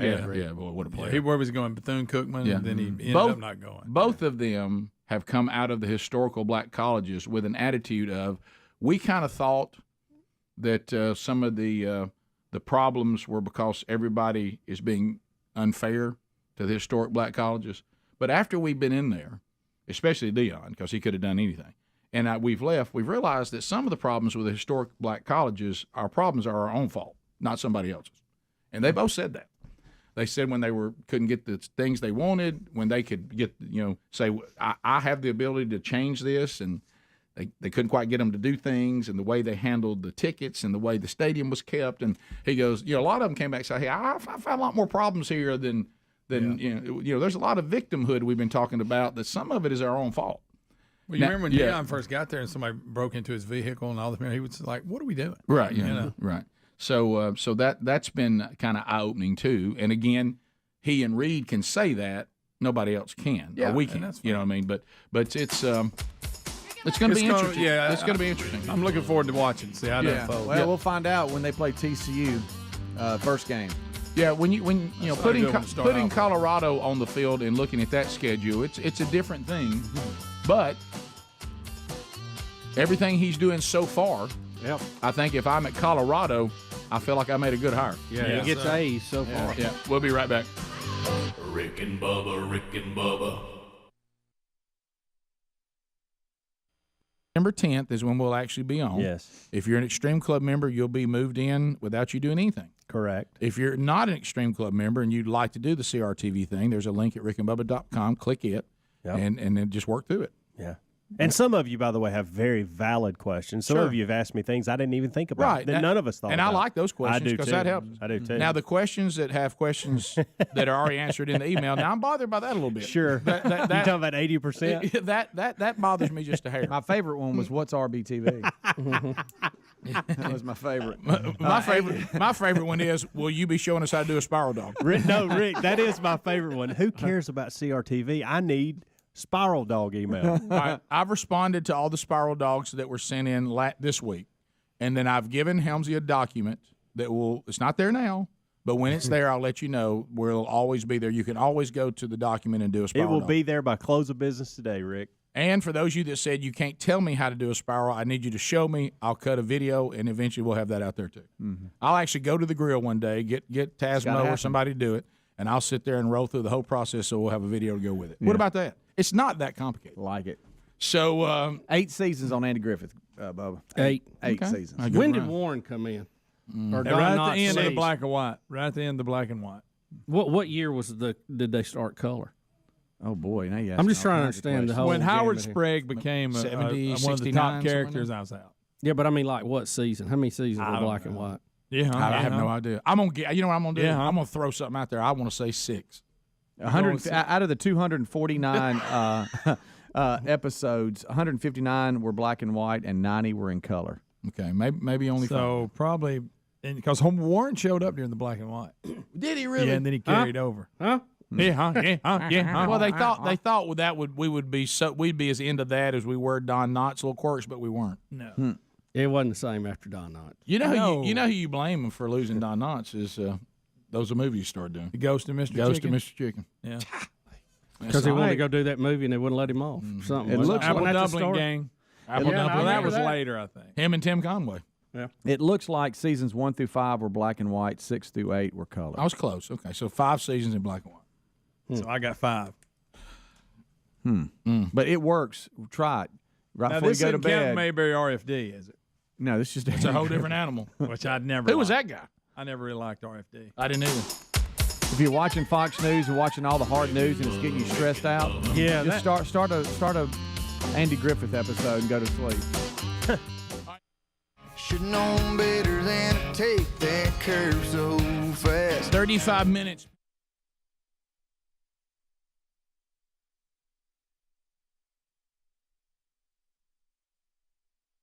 Has a little Rick and Bubba history. He is from our part of the world. And as a matter of fact, Riley joins us now. Riley, hello. What's going on, fellas? Look, Riley. You got it just like you like it? Yeah, man, it's great. That sounded like a song y'all played right there. Yeah, pretty good. Pretty good. He's a pretty good guy. You ain't never heard of that guy, have you? Now, look, Greg wanted me to tell you before we get started that he's got another birthday party set up, and he's got $200 that'll go. He's ready to give to somebody right now. Hey, man, I knew y'all been talking about that on the air because I've gotten 5,000 emails about playing graduation parties and summer camp commencement ceremonies and everything else. Everybody's wanting me now. Yeah, well, Riley, you're welcome. You're welcome, buddy. Yeah, you're welcome. You think big machine? How about the big fat machine? Yeah, I'm trying to make an honest living being a country singer. You're going to have me being a wedding singer. Yeah. So, do you remember that when Greg had you come to his house and play for his daughter's birthday? Yeah, I remember that. We I don't really remember what the negotiational terms were, but I feel like he was just like, "Hey, man, come over and help me out. One day, You did. One day I'll be able to repay the favor, so I'm gonna get him to sing in my house with my housewarming party." Back then, it was you was gonna play my porch and then the Mexican restaurant. You know what I'm saying? Things have That's changed. right. Hey, man, Loco Next, man, that was my spot down there. So Riley, and of course, a lot of people don't realize, and this is one of those things. You don't want to brag, but you actually won Redneck Island on CMT as well. That's right. Now, what are you talking about? I want to brag about that. Hey, that and I was the Grand Marshal in the Jacksonville City Christmas Parade one year. Those are my two crowning achievements. Well, you're right there with Bill Bubba Bussy. Well, it's good to share that title with you, Riley. That's there a lot. we go, bro. I'm gonna get t-shirts made. Hey, Bubba casts a long shadow, doesn't he? All right, so let's talk a little bit about how this has taken place. Obviously, you do come from our neck of the woods.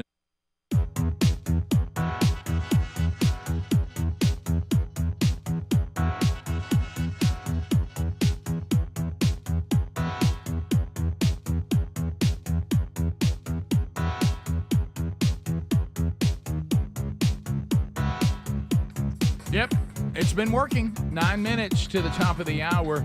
Rick and Bubba's show. Looking forward to chatting with you today.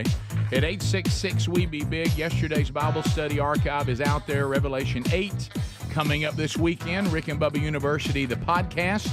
We'll have a conversation with Shane and Shane. Great guys. Man, they've put out some incredible praise and worship music. We'll chat with them.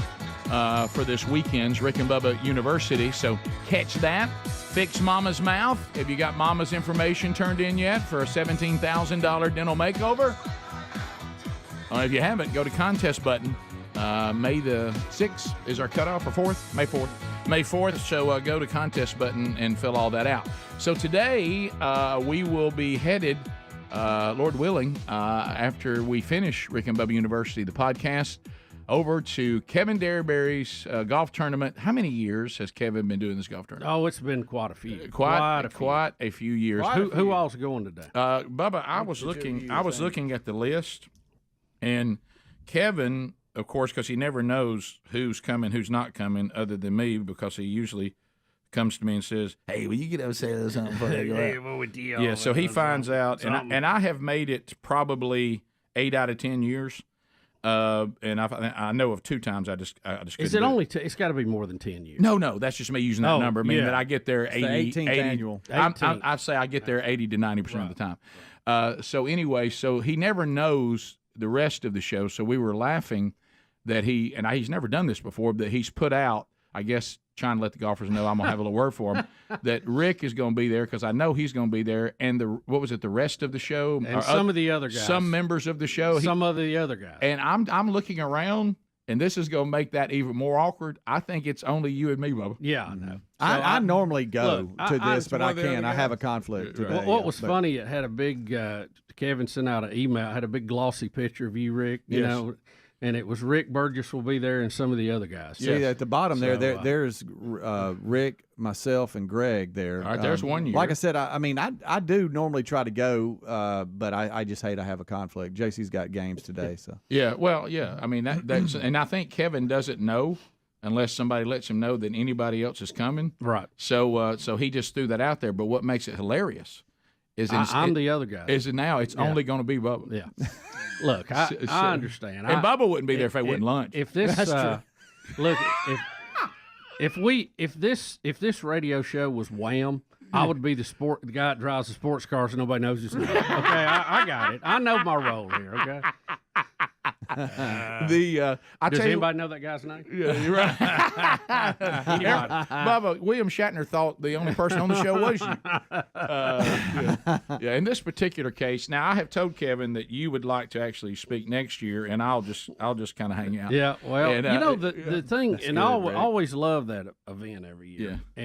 And like you, there's a couple of years I haven't been able to make it, but we do our podcast now on Thursday, and it seems like that tournament always falls on Thursday. So it does. It was difficult getting there because of where it's located. Yep. And now that we are an hour later getting a start, it's really difficult. And usually the parking is just, the tournament's huge, and so there's parking everywhere. People just, we end up parking halfway to the interstate. Yeah. I feel like we need to take a bus in from there. Here's 2 awkward things that'll happen today, Bubba, and it happens every year when I'm there. Seriously, I think I parked a mile away last year. Well, because now of the podcast on Thursdays, as you said, when we get there is no parking. No. And so I'll park out on the curb.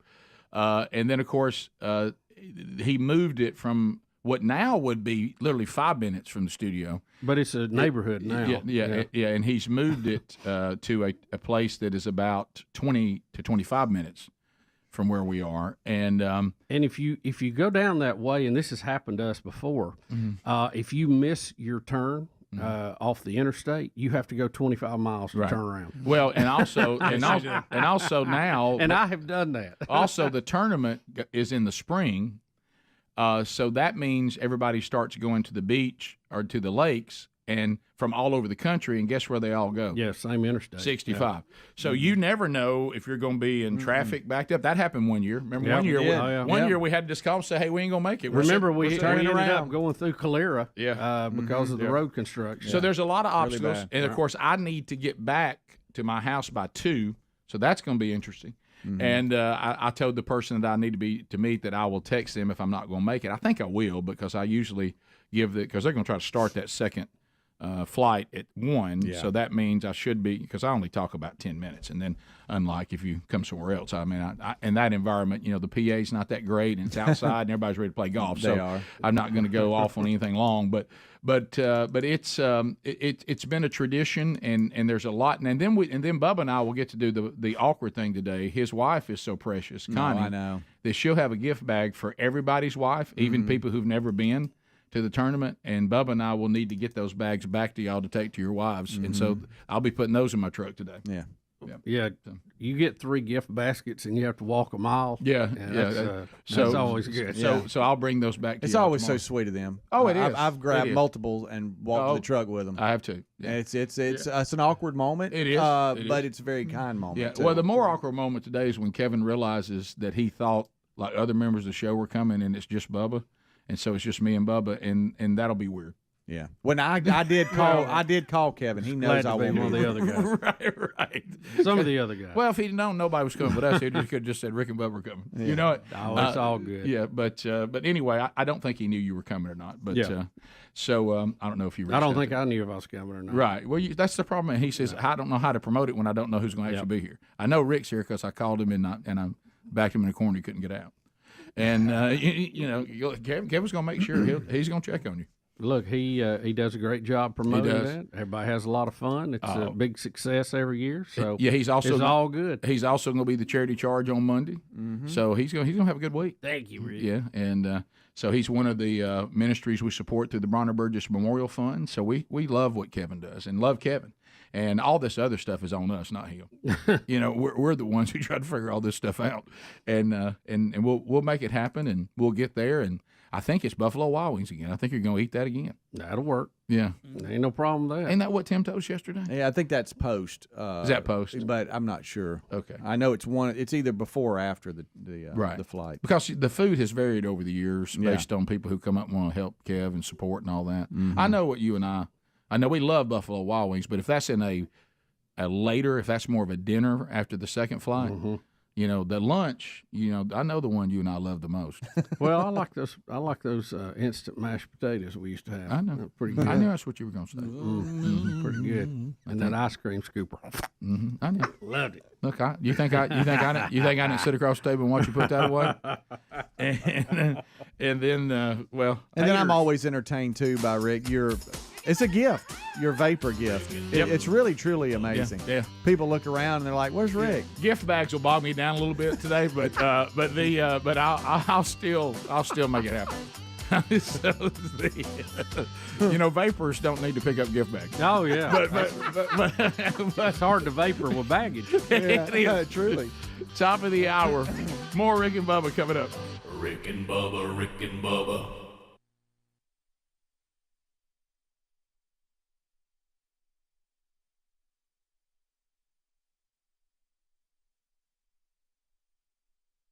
All right, so the emails are coming in now because the movie Nefarious is now out. About 1,000 theaters showing this, and we sure are enjoying the feedback that we're getting from all of you all over the country that have gone out and seen the movie. And you may be thinking, Rick, I don't know what you're talking about. What is Nefarious? I'm glad you asked. Our Blaze TV brethren have some incredible folks that do incredible shows on Blaze, and if you're not a subscriber, you need to be. We also are part of the Blaze TV family, and Steve Dace is one of the popular shows on Blaze, and he wrote a book that this movie is based on. And when you see the trailer, you may be thinking, I'm not into horror movies, and I'm not either. I don't go do horror movies, but it's not really that. You need to think of it more in light of the Screw Tape Letters, C.S. Lewis, that book, where we're talking about spiritual warfare.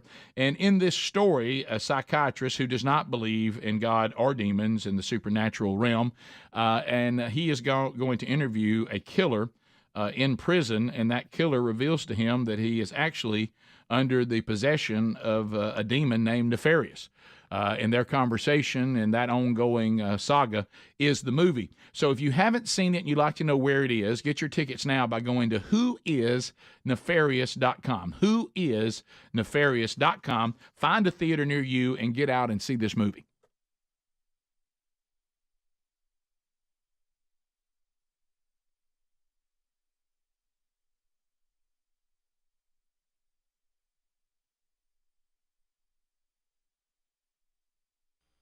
say Greg was watching you out there trying to become a singer. And tell us, where did the break happen for you? What was the big step?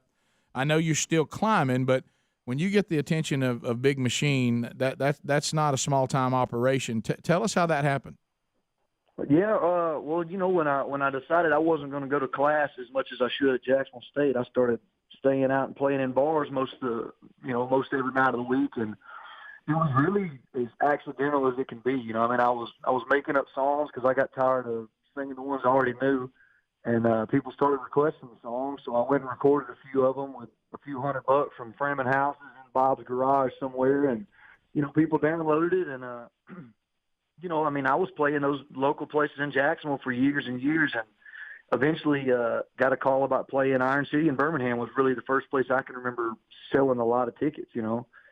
And like I said, it just, that following just grew and grew. I think it was more from, I think people couldn't avoid seeing me. I was playing every hole in the wall ball there was in Alabama for about 8 years, so people just had to listen to me. Well, you made a point, and we've really been following this because, you know, technology has changed so many things. You know, there was way back in the day, you played a club, somebody tried to get somebody from a record company to come see if they could watch you do a set, or you might get called in, you know, to do you know, something for them. But the technology now, if you've got the songs and you think people will like them, you can go straight to the people and you start garnering success, you know, on the internet, on YouTube. I mean, this is the way it rolls now, right?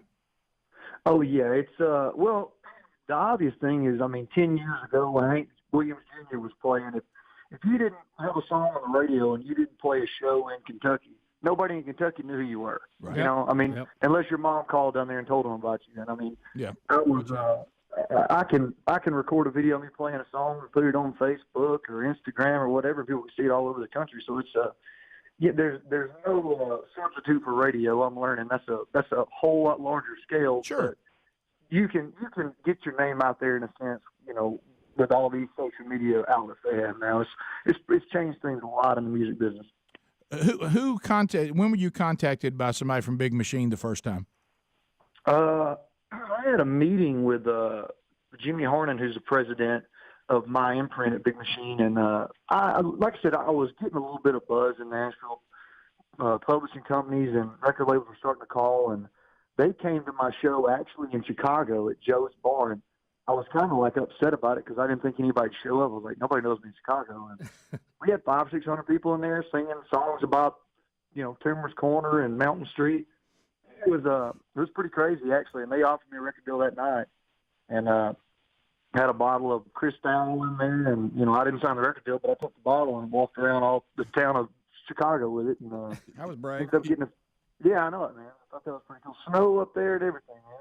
So I want to hit on that because that's really, you're right. It's kind of, that shows you again back to the technology. So somebody from Calhoun County, Alabama, where we were, went to Jacksonville State in Alabama playing the local stuff. Then you branched out, got into Birmingham a little bit, but you could go to Chicago and, first of all, be considered for a gig in Chicago. Yeah. Get the gig, and then go there and actually draw a crowd, and people are singing your songs all because you're able to they can access it through the technology anywhere in the world.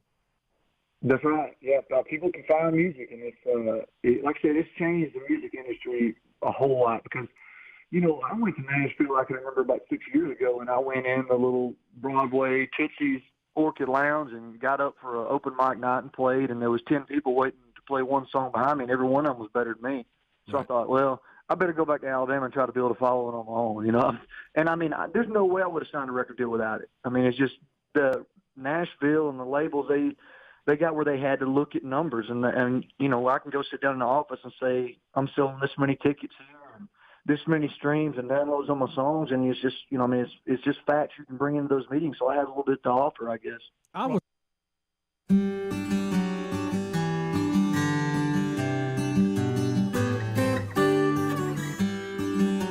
Well, the gang's all here except for Helmsy. He should be back with us on Monday as we move forward.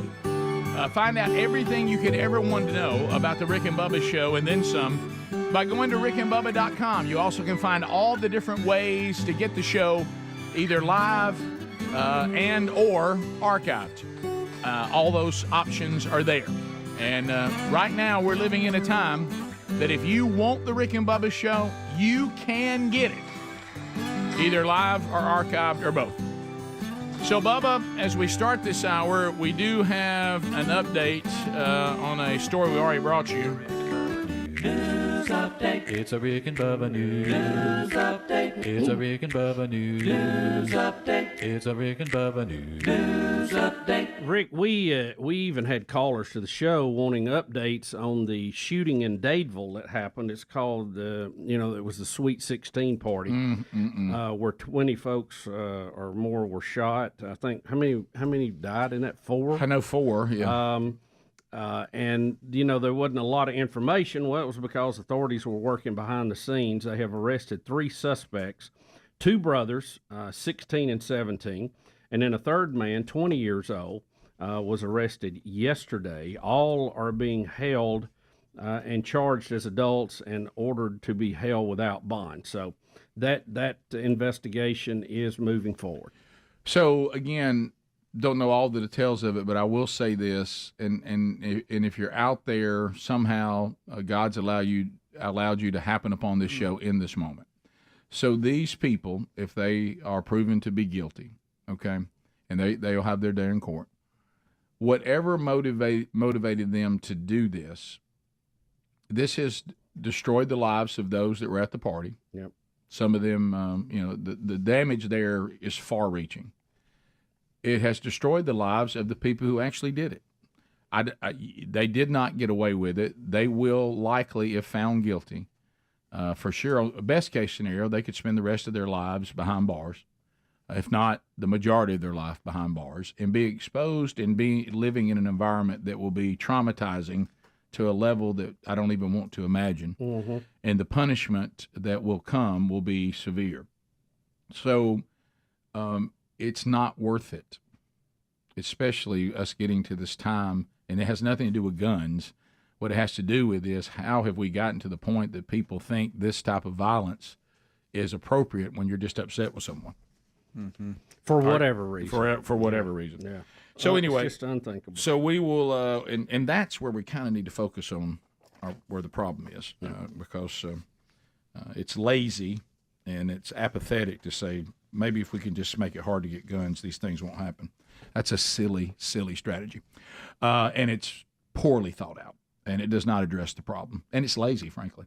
All right, so, Bubba, we also have Elon Musk update. Here comes the money. Here we go.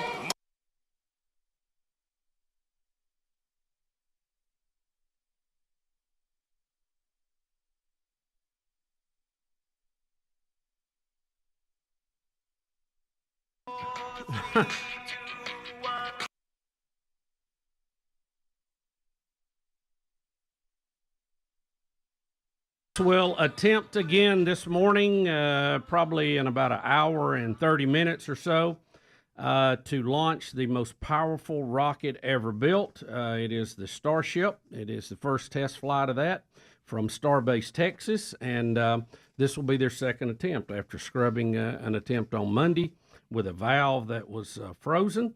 That has been replaced, and they will try it again today. So, what time did you say? About 8:30 our time, so it'll be about an hour and a half. Oh, is this you getting excited about jipping again? Yeah, well, I am excited about it. I'd like to. But do you? I'd I like to- don't want you to get set up and get disappointed. That or the peanuts got to. Right. Well, that's Bubba, how many? Let's look back over great radio shows. How many of them eat peanuts during it? Well, not a lot. You're right. And there's a reason for that. Right. The host could easily get choked On the skin.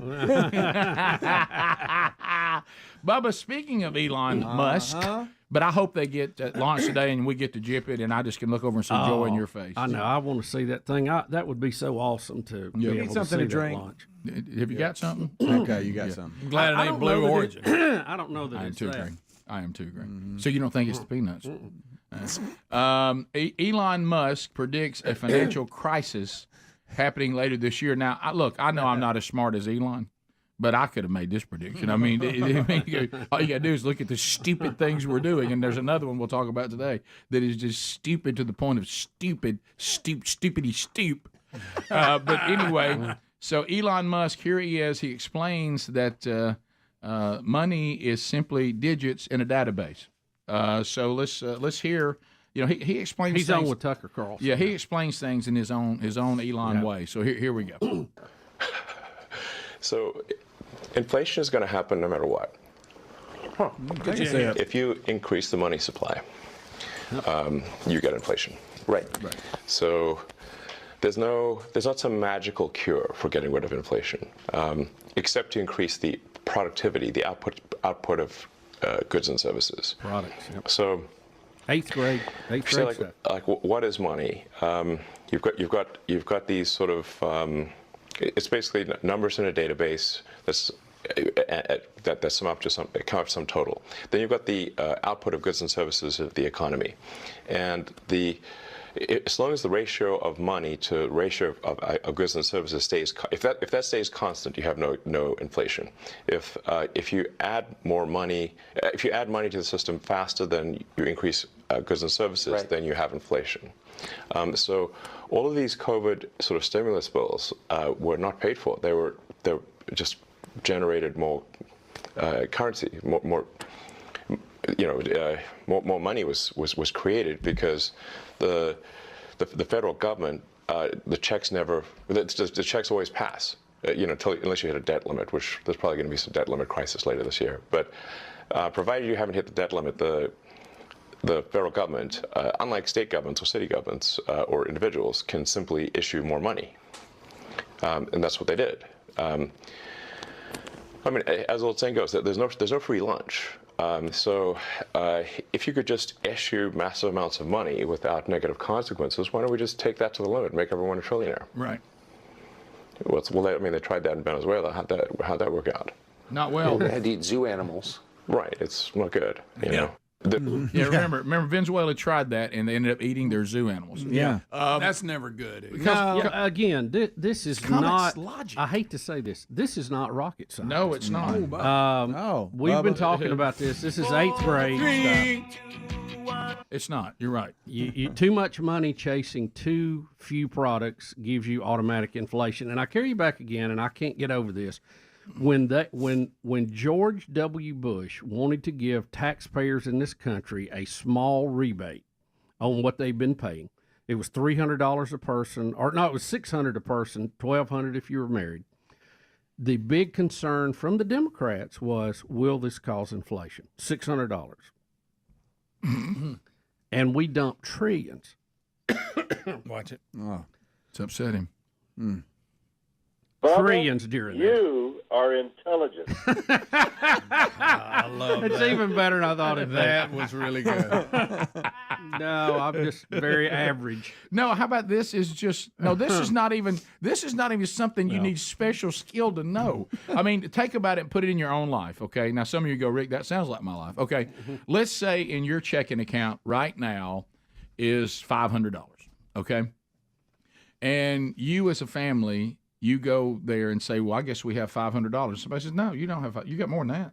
No, it says $500. Well, if you go over that, then we'll just put 500 more in there. Where'd that come from? We'll just print it for you and throw it in there. Do you think that if every time you run out of $500, they'll just throw another $500 in there, that's going to help you control spending?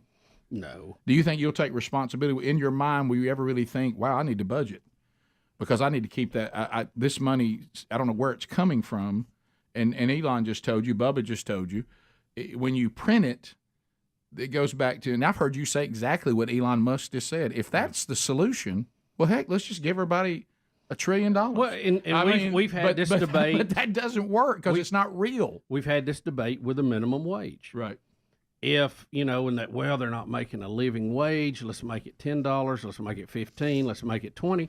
Look, if 20 is better than 8, then why not just make it 100? Why not make it $1,000 an hour?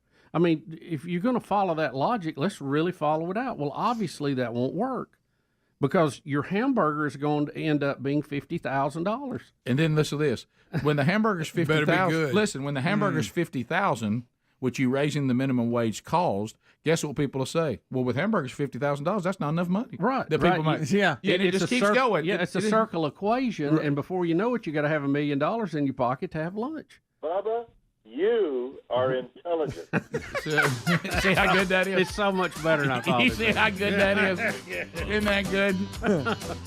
And that's William Shatner telling you that. That's a Shatner.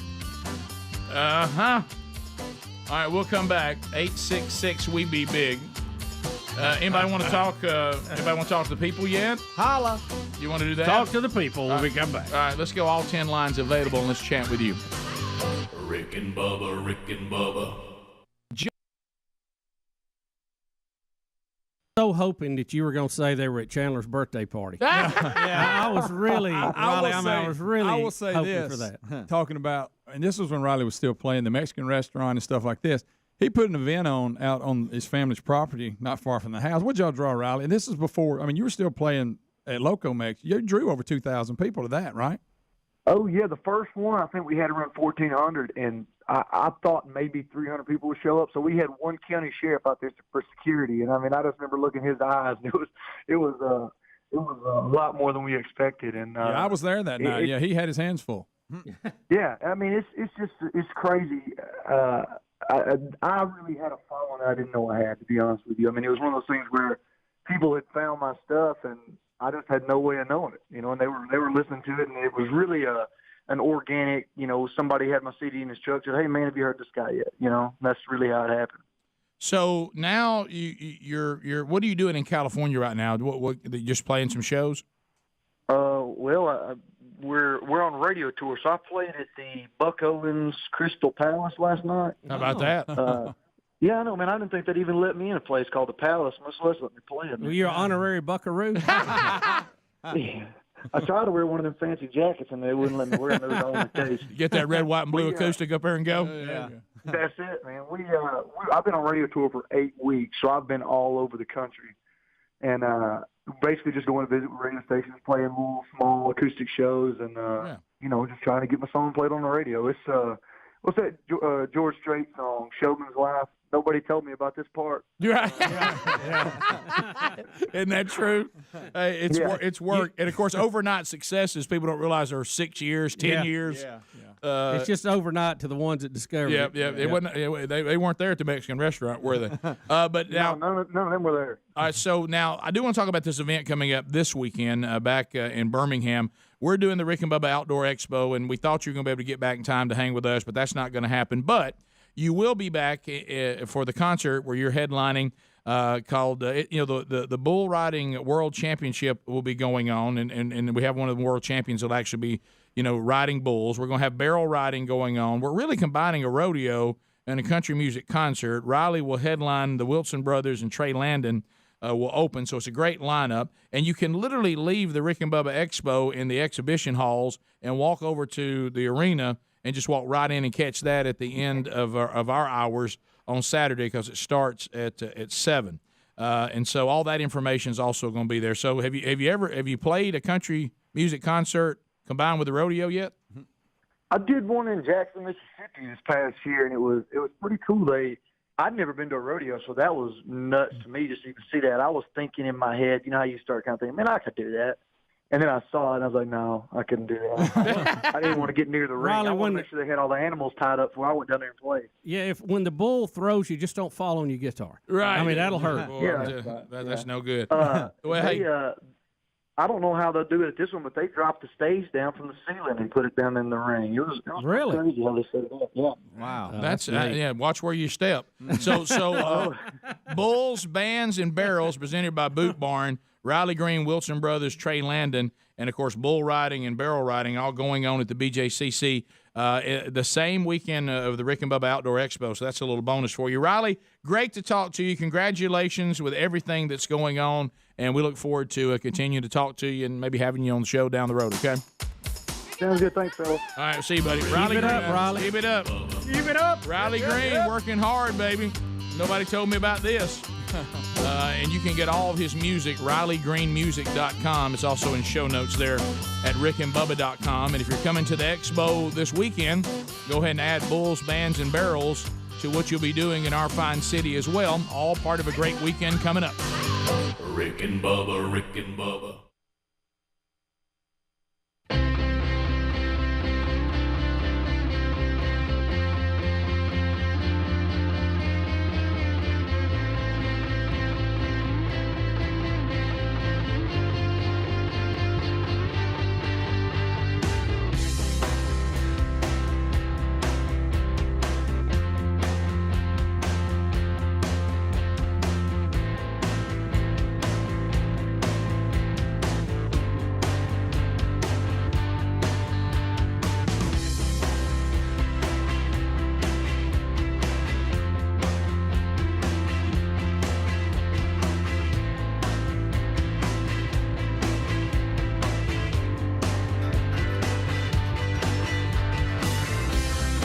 let's go. 866 We Be Big. Phone troll music. The real Greg Burgess taking phone calls. Your time to be on the show. Dial us up at 866 We Be Big. We'd love to hear from you, your comment, maybe a question, bringing something to the table for us to discuss, whatever. You're now programming the Rick and Bubba Show. We just hand you the keys. So dial us up right now at 866 We Be Big. When was the last time you went to rickandbubba.com and looked under the store? Time to do that, man. We've got some really, really cool items there. Mother's Day and Father's Day coming up. Some cool stuff for mom or for dad. So check that. Also, maybe you're just someone that says there's new swag there. You know, there's weddings that'll be coming up this time of year. All kinds of cool wedding gifts there for the Rick and Bubba fan on your list. You know, I mean, can you imagine a new couple getting the Rick and Bubba cast iron skillet? I mean, honestly. So all that can be found at Rick and Bubba, spell out the word and.com.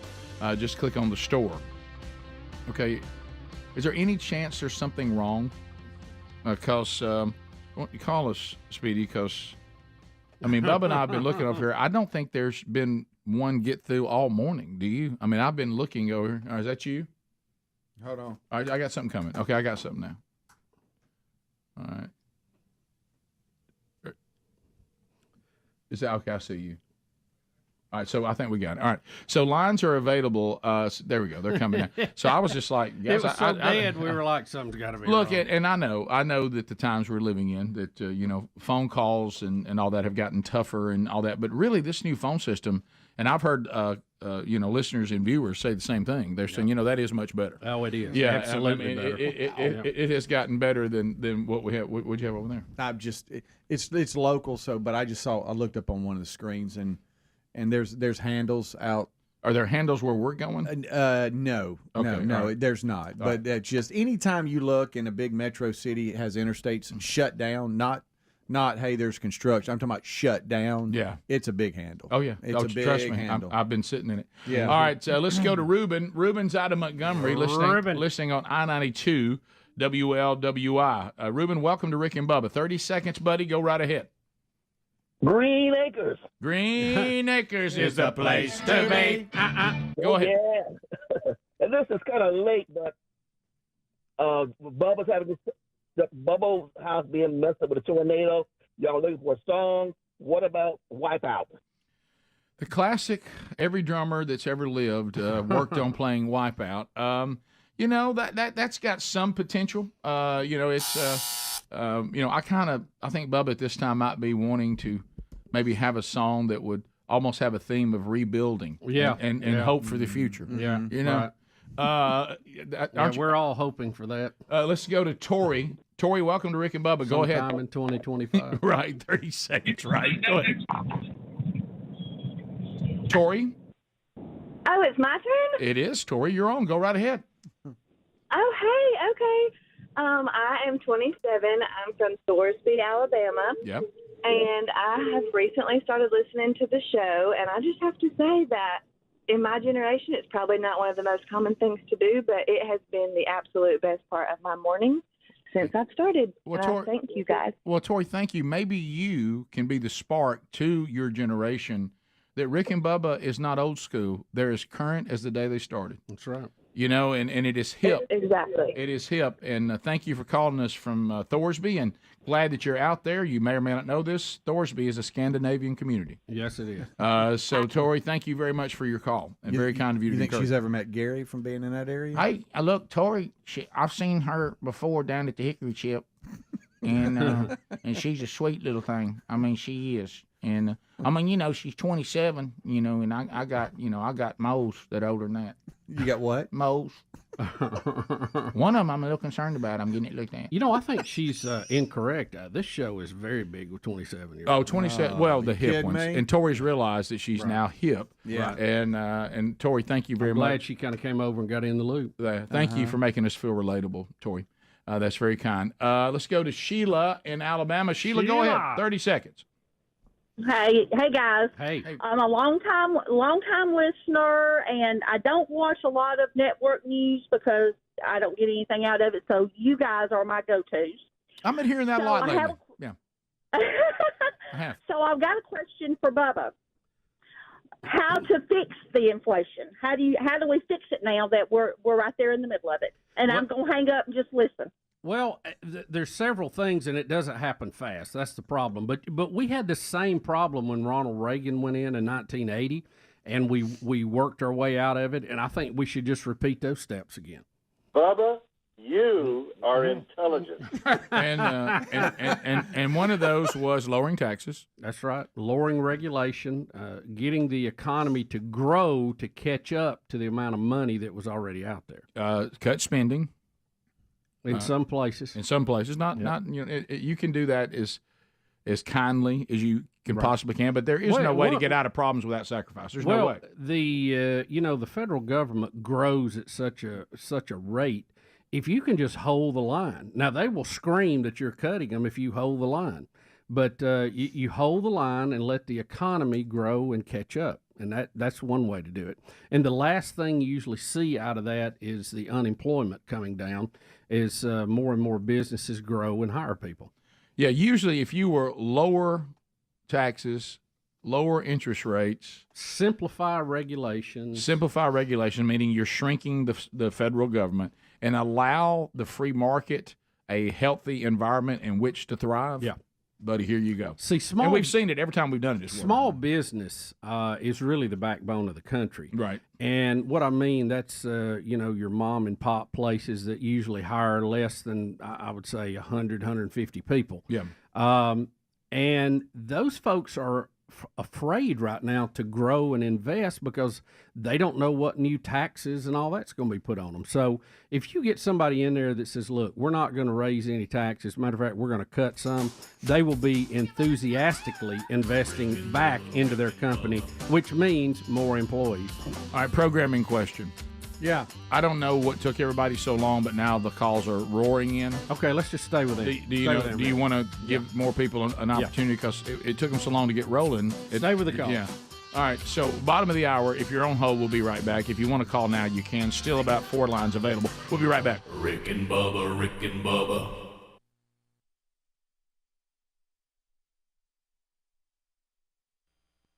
What? I just played Aretha Franklin coming out of the break. Now, we know that Aretha has just passed. What is this trend? Aretha Franklin has no will. Rick, I saw that. They estimate her estate at $80 million. $80 million. And she has no will. Yeah.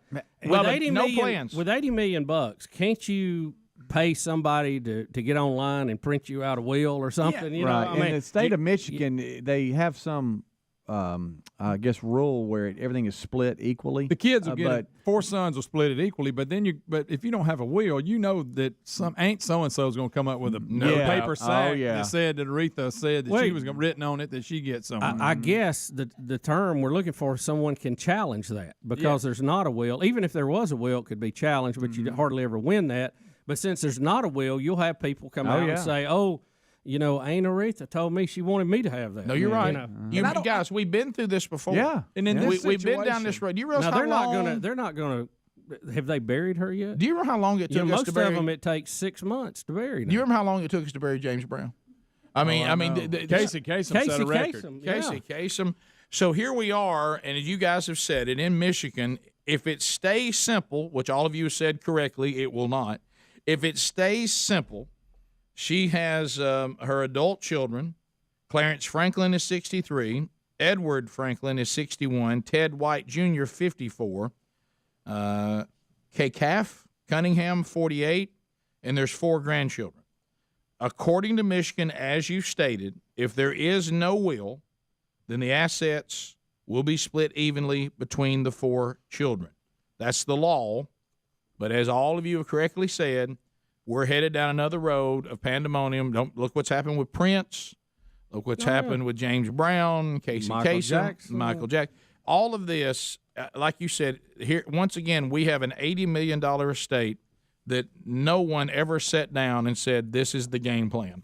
Well, you know she has to have people that are handlers, that are managers, that help out with those kind of things. It seems like somebody would pull you aside and go, look, let's draw up something here right quick. Just say I'm leaving it to my kids. Just make it official.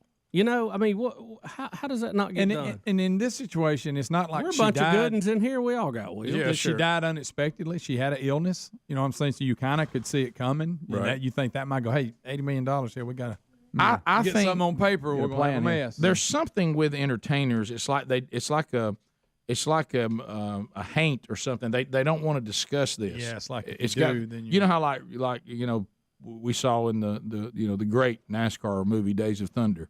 They didn't like to go to hospitals because they thought that was bad luck. Right. You know what I mean? Right. I mean, is there because there just seems to be a lot of this. When was the last time we had a big time, well-known celebrity die and everybody said, "But I'll tell you one thing. You talk about crossing every T and dotting every I. This thing is quite clear." Do you think?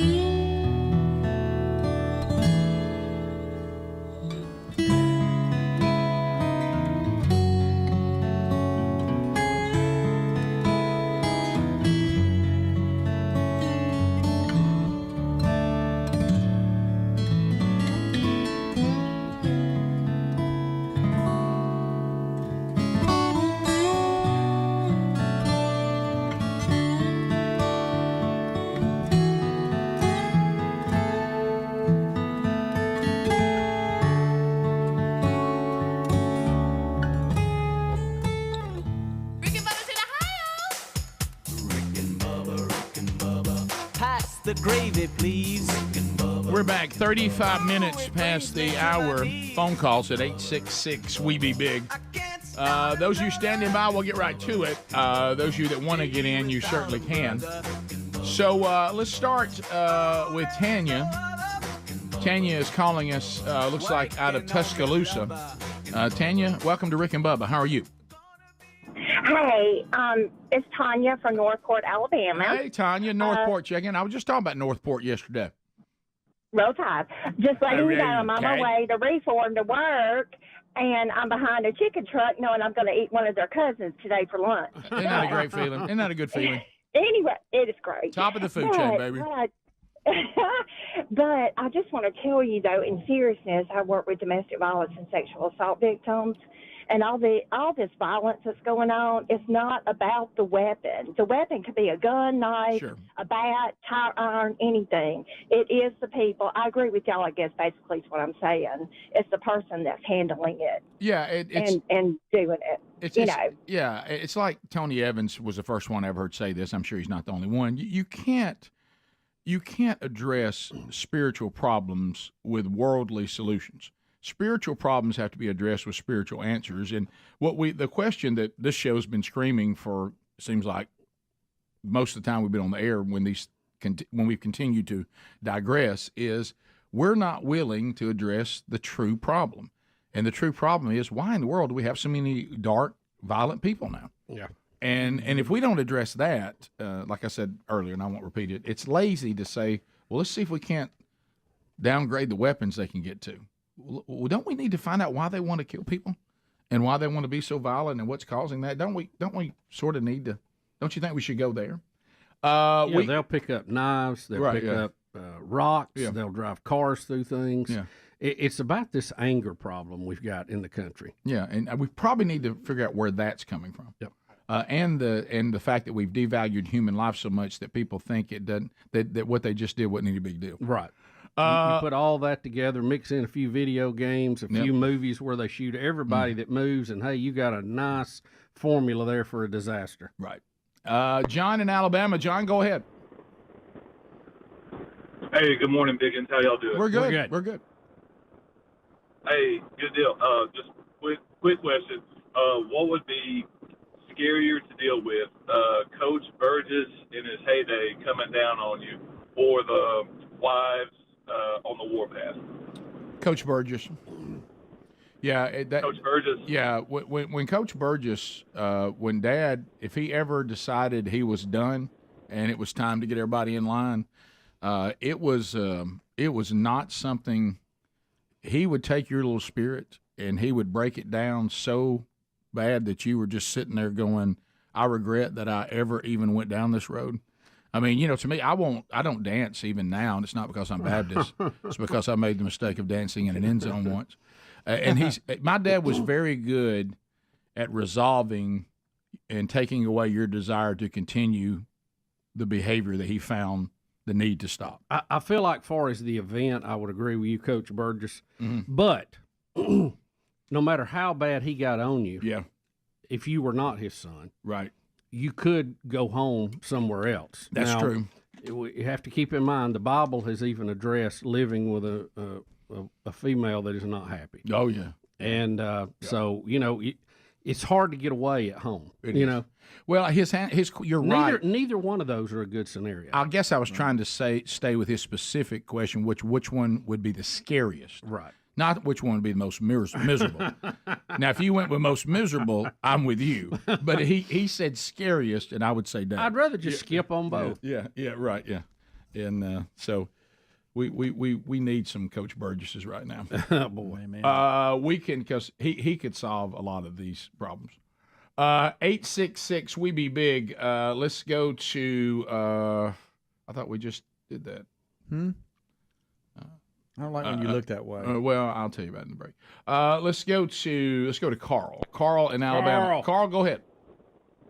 Yeah, good greetings from Bear Creek up here on the corner of Mississippi, Alabama, and Tennessee. First of all, I'd say pass the gravy, please. Oh, well, good. Anybody says that's a friend here.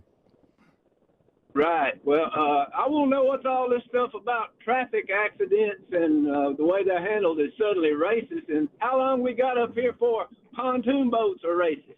So I don't know what he's talking about. What's happening? Is it Buttigieg? What's his name? Yeah. He came out, what was it, last week, days ago, in an interview and said the way the roads are and the way they're laid out and the fatalities on the road, whatever, it's bad, and then alluded to the fact that they're racist. Yeah, he made the roads are racist. The statement that roads are racist, and it was really kind of hard to follow. It was kind of bizarre. It's weird. If you want to unpack it down to the very bottom, at one point he was saying in some communities they don't have crosswalks and don't have lights and all that kind of stuff, and usually that's in underserved communities, so that's why there's more pedestrians hit. Which there could be some evidence to back that up, but his general saying that roads are racist was very hard to follow. Is this it right here? Okay, all right. We've got a crisis when it comes to roadway fatalities in America. We lose about 40,000 people every year. It's a level that's comparable to gun violence. And we see a lot of racial disparities. Black and brown Americans, tribal citizens, and rural residents much more likely to lose their lives, whether it's in a car or as a pedestrian being hit by a car. There are a lot of reasons related to discrimination, related to even the ways that roads are designed and built. Who has access to a safe street design that's got crosswalks and good lighting? Who doesn't have that access? That can drive disparities, and we have a responsibility to act on that. It was really so bizarre what he was trying to say. He was trying to somehow get roads are racist out. That even Al Sharpton looked puzzled. Thank you. I was just about to say it. First of all, when I saw Did you see that? Al Sharpton was he didn't give an amen to any of that. He couldn't even follow it. It was like, what? Well, I think Al Sharpton, and I think you're right, Bubba, and I can't believe I just saw it. even though he goes out to try to stir up, racist discourse everywhere he can go, or racial discourse, because he thrives in that and makes good money off that. Even he, I think, reached a point where he didn't want to sound as stupid as Buttigieg did. Mm-hmm. Like he thought, I don't even think I can sell this. You're giving me something that I don't even think I can sell. But see, Buttigieg is just sitting there catering to the interviewer, and even the interviewer's like, this is just too bizarre even for me. I mean, have you ever noticed that a lot of times what Democrats try to show to us is unfair and awful, and the rich people are evil, and look at what's happened to this city, that most of them are run by Democrats? Yeah, and they don't talk about that for some reason. I mean, there's been a big change in that over the past 50 years, and I don't see that the people who are complaining about it are any better off now than they were when the other guys were in charge. Well, Maybe worse. Look, you can make choices that you've been told to make, from your grandparents or down. But you yourself can look at the result of that choice and go, should I make a different choice? Maybe try something different? Daniel in Columbus, Mississippi. Daniel, go ahead. Monkey Grass and Green Acres. Thank you, man. Long-time listener. Thank you for the call. First-time caller. And I'm sure y'all probably already discussed it, but I only get a short time in the mornings on my way to work that I get to hear the show. But what was y'all's impressions of the first episode this season of Skinwalker Ranch? And do you know which episode of this season y'all are going to be a part of? And I'm going to hang up and listen to y'all's response. Yeah, I didn't see the Tuesday night episode. No, we need somebody to tell us what happened, because we have not seen it yet. Yeah. And far as what episode we're going to be in this year, I can tell you absolutely none of them. None of them. No. Sadly. Our part of Skinwalker Ranch is laying over in the same pile of all the awards the industry's given us. Right. It's over in the same thing. Right. So, I didn't see it, Daniel. I'm sorry. Bubba didn't see it. Anybody see it? I did not see it. Yeah, no. so I guess, like you say, we'll have to depend on. Yeah, we need somebody to tell us what happened. Yeah, because we didn't see it. And you won't spoil it for me. I'll watch it anyway. No, we don't care. I'd like to know. Let's go to Drake. Drake, welcome to Rick and Bubba. Go ahead. Hey guys, big fan of the show. Thank you. I know y'all probably talked about this, but just wanted to ask about y'all's thoughts on the Brandon Miller situation and Alabama and March Madness this year. Are we looking back now? Yeah, anything in particular about that? Mostly, okay, so a lot of argument where I'm from about how Alabama should have handled the situation. So I just wanted to know if y'all thought he should have been suspended, not played, kept playing, just y'all's thoughts on that. Oh, so bringing up an oldie. I don't know in with all the things that were presented. I honestly don't know what other way Alabama could have handled it, based on what was out there. Brandon Miller's, statements were never refuted. You can't suspend people and punish people for doing something that they say they didn't do, and no one can prove that they did it, and they haven't had their day in court. I don't know what else you're supposed to do. I mean, there was a lot of calls that thought that the coach should have maybe handled that a little more aggressively, but But I'm kind of like you, Rick. I'm a due process guy, and if you don't have evidence to act on it, and maybe he could have, maybe he should have been suspended earlier on. Maybe they should have been more aggressive. I know some of the language that Nate Oates used. He backtracked later and said he wished he'd used different language. Right, and apparently so did Coach Saban. Right, and what are you going to do? You can't punish people when they have not been accused of something or charged with something, or it was a bad situation all the way around. Yeah, and we can't get to the point where if you're a fan of Alabama, you think they did it right, and if you're not, you think they did it wrong. We need to decide, and I don't have, I don't even really watch basketball at all, and I certainly couldn't care less what Alabama basketball is doing or anybody's basketball program. But I'm with Bubba. I'm getting sick and tired of people's lives being destroyed by mobs before they've had their due process and their day in court. And I've tried to watch myself on that, and I'd rather err to letting the person have their day in court, and then if they're found guilty, then you can decide to punish them. We'll be back. Rick and Bubba, Rick and Bubba.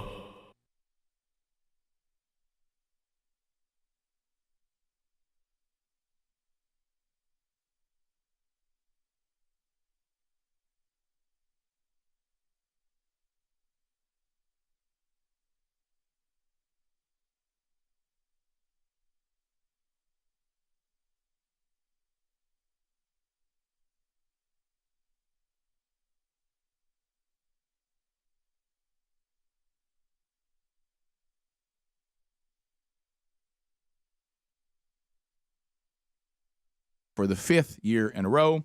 We're excited. We'll continue to let you hear from some of the exhibitors today. Deals to be had. The entire show will be there. We've got plenty of tickets available because it is a big, big place. So if you are sitting there saying, well, I hadn't decided to come or not, it's fine. I mean, you can get tickets at the door if you want to.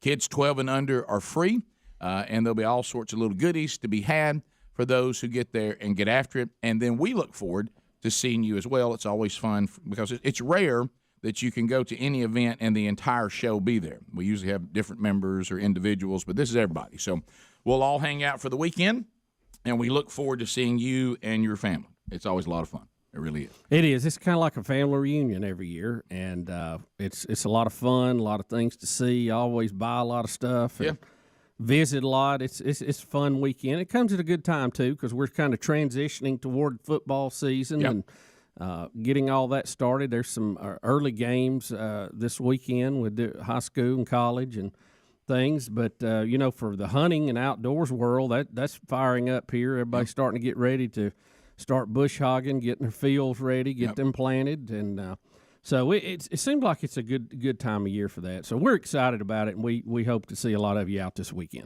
We do, and it was we were talking about we got other happenings going on, and we've talked about yesterday our new partnership starting September 10th with CRTV. We're working through all that, and and every time there's change, everybody on this show pretty much, we'd all pretty set in our ways. And I know change sometimes is a process, but we're looking forward to this opportunity. And so all that's going on, and they're announcing it, and they're getting it out. And right now we're solidifying details, but it looks like Bubba and I will have the honor of being invited to be on Fox and Friends Saturday morning when you get up and start your day. It looks like right now we'll be on in the 8 o'clock Eastern time hour, 7 o'clock Central.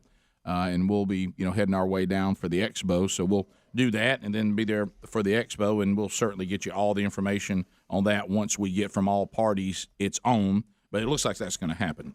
So we'll definitely update you on that. And then yesterday, CRTV was putting out all these different things. Well, Adler had put together a video of all kinds of highlights of the show.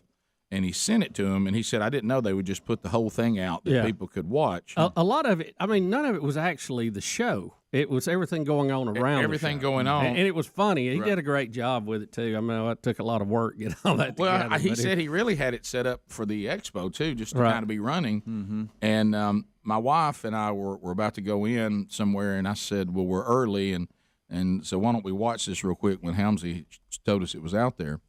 And we do a lot of things with food, don't we? Boy, do we. Yeah. Well, it's when you see it all just run through a reel like that, there's a lot of food activity. It's basically, how long was the video?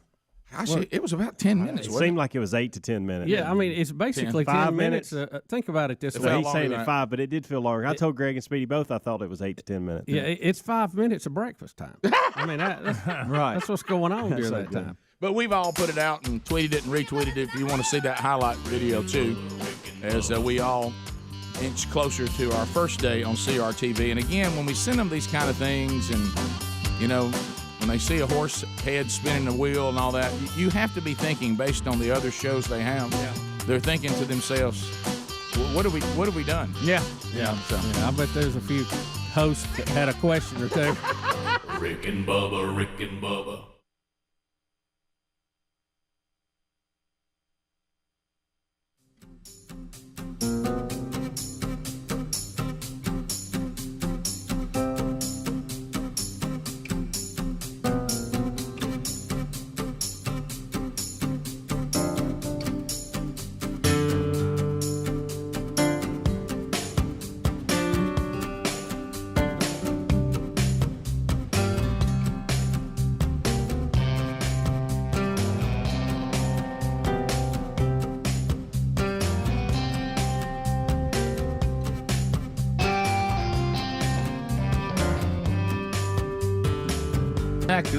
Clear. There's a man with a gun over there telling me I got to beware. Somebody say.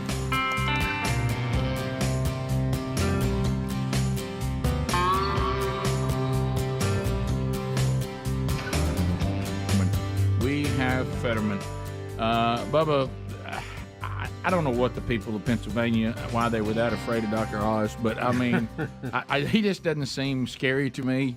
Unless, of course, I've been using his stand-up in my pharmacy and acting like he's endorsing a product that he isn't. Right. He got kind of mad about that. Right. But so does anybody think that Fetterman can do this job? Anybody? Yeah, Rick, beyond. beyond This has nothing to do with politics. Yeah, beyond politics. Oh, Look, yeah. put another Democrat in there. That's fine. He won the seat. Right. Keep it Democrat. That's fine. This guy needs to be home recovering. I mean, this is beginning to be. It's just very unnerving to see him try to get through this. And I know he's had health problems. Bless his heart. God love him. But shouldn't you be doing something else than this? Right. And he dresses like an aging rapper.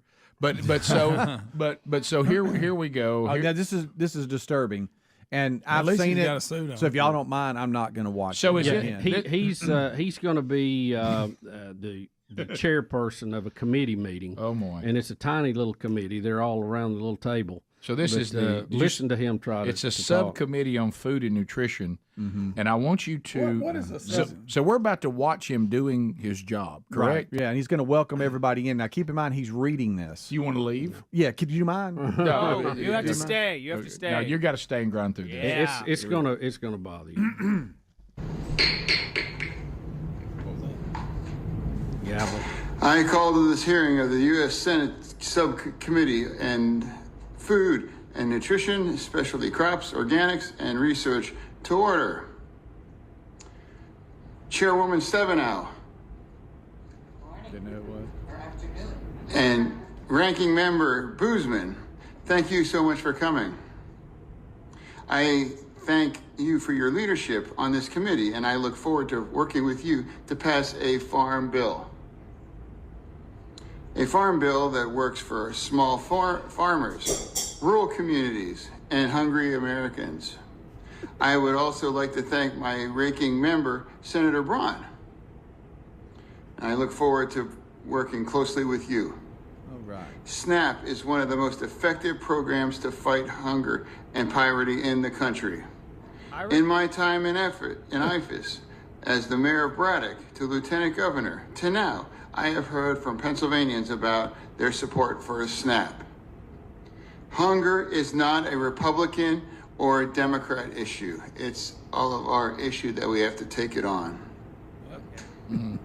He got passionate then. He did. Looked up. Oh, now Looks like me reading a spot I hadn't. We need to come together and stop playing political games with Americans' access to food.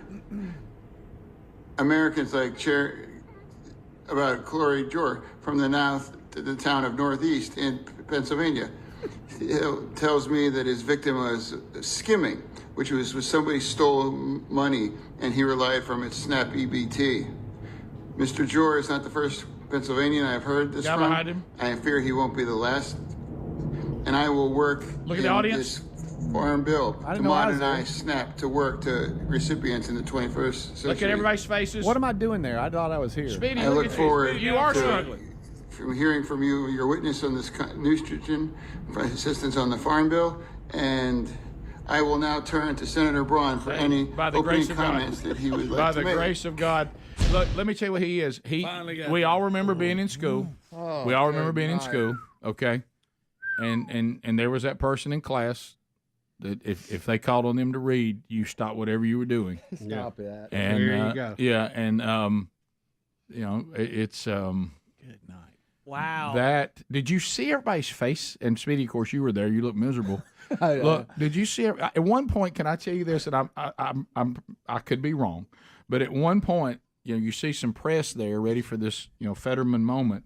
Some of them put their cameras down and they just stopped taking pictures and they stopped. Yeah. It's almost like you went, oh my god. And there's so many emotions, Rick, that go. Yeah. First of all, you first think, oh, hey, this is kind of funny, and then you start thinking, well, that's kind of sad. And then about halfway through, you kind of are starting to pull for him. Come on, man, you can do it. Do it. Let's You go. can do it. That's Let's exactly go. that's exactly the range of emotion I went through. I went through funny, terribly sad, to me almost wanting to come in and help. At one point, I said, "America, that's close enough." Right, you're right. Yeah. Yeah. Let me tell you what that is. I was telling myself, you know what he means. Right. Yes, Bubba. That's he good. said America, but he meant America. But he doesn't know what he means. Does it seem like he doesn't understand the words coming out of his own mouth as he's saying them? Do you guys I get think that that's the vibe? condition he has. When he having to read it off a computer. Well, at one time. again, Yes, he from, was. from a political standpoint, a Democrat won the seat. That's fine. Let Fine. a Democrat run Fine. it. I just feel sorry for this man. You just feel like he Why doesn't are need we to be doing this. Why are we doing this? And he's being pushed to do it. Yeah, we hate Republicans so bad that we got to just put. It's just there was no painful to one watch. else. Surely there was somebody else. And really, I think someone else may have beaten Dr. Oz in a not so close election. I mean, why Fetterman? I don't know. Surely there were others that are Democrats, like we said.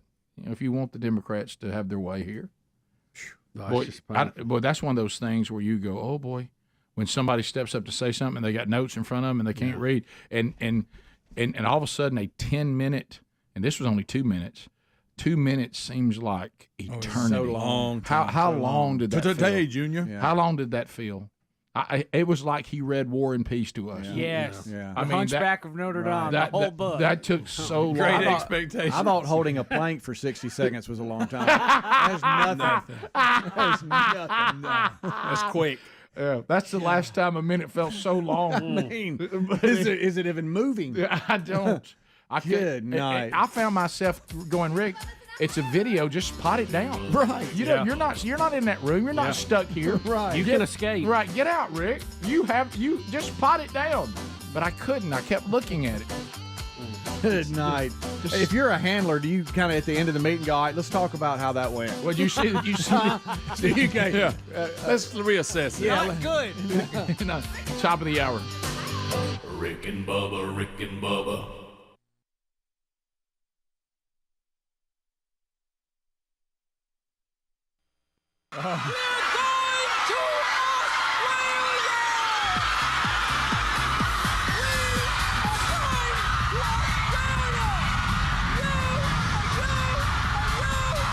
Okay, tone it down. Oprah Winfrey, of course, she's got all the different things, the magazines, the TV shows. She saved Weight Watchers, and shot their stock price through the roof. And then, of course, will soon be running for the nomination for the Democratic Party. So there's a lot going on in the world of Oprah Winfrey. And I've had some people even come to, now we're a long way from this, but we made a decision, and we're working at different levels, that we're trying to do better with our health and our diet and a little exercise and all of that, and that's fine. But I actually had one of the members of the fat community pull me aside one day, and this happened, and it was a very intense conversation. And he said, Rick, it is one thing to try to do better. It's another thing to betray the community. Right. You know what I mean? You can't be out here doing things with your platform that we consider in the overweight community to be betrayal. And he says, so just be careful with your Don't carry it too far. with your balance with all this. And I said, thank you. That was an important word. Sadly, I don't think you have to fear that from me too much. Yeah. Now, Oprah Winfrey has done something today that I will call betrayal. This is over the line. I never like, and I know that you guys agree, I never like when we try to take foods that may not be all that great for you, and then we come up with some weird version of it, as if you'll do. I would rather just say no, leave it like it is in its glorious form, and I will decide to do the right thing. Yeah. I've done the wrong thing, but to try to do the right thing, and that is to consume these things in moderation from time to time. Or I'll make a decision that if they're so bad, I just can't have them. But what I don't want is when we do something like what Oprah Winfrey has done, involving, of all things, frozen pizza. I like that. I agree. Some of the happiest days I've had revolved around me as a kid with a frozen pizza. I remember. Give me a tombstone. And so now Oprah Winfrey with her new little. And let's face it, O's like us, her weight's been up and down so much, she can't have a gallbladder, no way. You know what I mean? And so Oprah has now got a new line of frozen pizzas with, wait for it, a cauliflower crust. Come on. cauliflower crust. Can't you just have a few less slices of regular pizza? Well, I had a cauliflower run-in, Bubba, and you're right on that. My wife, and God love her, she meant well. She really did, and she came to me and said, we're all trying to do better, and my wife makes tremendous mashed potatoes. I mean, tremendous. Okay, and she said, "Well, you know what? I know we like mashed potatoes, but mashed potatoes they don't really do well. They're not a big mashed hit. Potatoes. They're not a big hit over on the let's do better list. You know what I mean?" And she said, "But I have good news." And God love her, she meant well. It's a root. I thought roots were good for you. And I blame Oprah Winfrey for this kind of mentality. And here he is. She's doing it to pizza. She said, "I've actually got something that I think you'll like. It's just like mashed potatoes, but it's good for us. I have now whipped up cauliflower." And I remember thinking, honey, how can you even say that? I mean, I just wish you wouldn't say it. I mean, it just, if you think we need to eat cauliflower tonight, I mean, we can talk about that, but to you to try to portray them as some alternate to mashed potatoes is just over the line. I mean, why don't we just have mashed potatoes every now and then, and let's just not even talk like this? Yeah, I feel like the whole state of Idaho's crying right now. Right. It's almost like I wanted to just say, I thought I knew you. It was one of those things. Who are you? And now Oprah has done this with, of all things, pizza. We must stand against this, guys. I mean, you can't let this go on. I have to admit, oh no, I have eaten the cauliflower rice instead of rice. You just crush up cauliflower, and if you put soy sauce, where does it say cauliflower in it? It is. I just struggled with it. Just if you put soy sauce on it with like chicken, it's not bad. Now, is it good as rice? No, but will it work? Yeah. Greg, I'm going to tell you this. Boy. You could probably tear up little pieces of cardboard. And I actually ate that. If you put enough on it this week. Can I tell you why I'm okay with that? Be careful now, because it's rice. Okay. I mean, yeah, I'm with you. Pizza crust, I wouldn't even consider. How about who celebrates rice? That's a good. I mean, hey, rice is just something to catch gravy. Yeah, and this actually still does. Yeah. So I don't have a problem with that. But see, a jump to cauliflower from rice to me is not the same jump as mashed potatoes and pizza. Yeah, I agree. It's just not the same jump. I agree. Have you had? And Betty's tried this a couple of times, like spaghetti with. God, what's the noodles are made out of squash? Veggie noodles. Yes. Veggie noodles. Yes, I have. Yes, I have. Seriously. And where they take that old plant and they pull the out of the eggplant. No, it's a different. No, but they make it looks like noodles. Yes, it looks like noodles. Yeah, what you're talking about, it is a squash. It's horrible. I know what you're talking about too, but there's this other deal that's the same thing, and they pull it out, and inside of all of its little strings look like spaghetti noodles, and they lay it out there and put marinara on it, and they try to convince you it's not a bad. It ain't noodles. How about this? It ain't it's an okay meal if you're trying to do better, but it ain't spaghetti. There you go, guys. I got to be honest. I'm not joking you. I'm.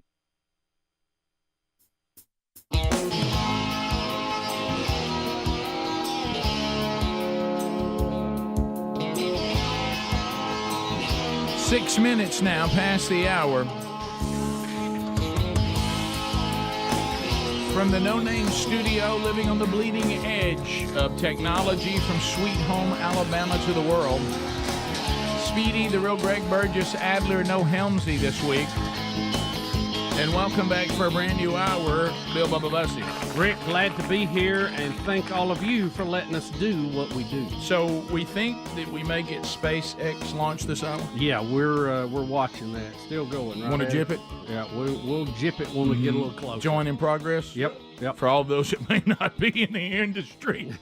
But anyway, so we have more fun from our wonderful world of Washington, D.C. I will admit this, the Fetterman, I actually just had a Democrat email me, and it's one of our few Democrats that love the show. And I think there's more that listen to us, but they just don't want their friends to know. But and he just said, sadly, as bad as Fetterman is, he probably speaks better than Biden. Yeah. Oh, I agree. And that's a Democrat that said that. There's no doubt. Could you imagine them two having a conversation? Oh, my goodness. Oh, my goodness. That'd be tough in the middle of that one. And we've got some of those today. Biden, really, we could do Biden every single day if we wanted to. We've also still got, another biological man, trans woman, who seems to be going down the road of that. I guess he wants their movement to be a violent movement. Who would have thought that if men started putting on women's clothing, that women would become more violent? But anyway, so did you see where Trump said he wants an investigation into those drugs that they're I did, using? yeah. I think we talked about that yesterday. Yeah. Only Trump would say that. What everybody else is thinking. You know what he thought. I'm gonna throw that little flag up and see if I can't. He knows how to play the Democrats' game about find groups of people that go, wait a minute. So if we voted for you, you do that. Wait a minute. So now let's go to Bubba, our favorite Eric Swalwell. Yep. Swalwell. Yep. It looks like it's Swalwell. Is that how you say it? The lover of fame. There's an L in there. Swalwell. Yeah, so he's the one, that decided to get him a Chinese spy girlfriend, and we know that story. And Marjorie Taylor Greene is going to say something in this. Is this some sort of hearing on what? What are they talking about when he's got his charts out and all that? He's out making a point, and then she has a comment after it. So here you it just is. have to hear it. The fun is watching the eruption after she makes her comment, and then what happens after. So here we go.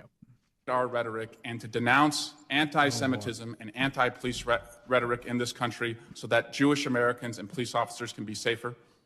Congressman, I do. Thank you, and I yield back. The gentleman yields, and now I recognize the gentlelady from Georgia, Miss Greene. That was quite entertaining from someone that had a sexual relationship with a Chinese spy, and everyone knows it. But I move to take her words down. Now everybody's scrambling. Completely inappropriate. Yeah, stand by just a second while we research the rule. Ready for that. Research just the rule. a second. Robert's Rules of Order. So now where's the parliamentarian at? Second. Make sure I have my full 5 minutes.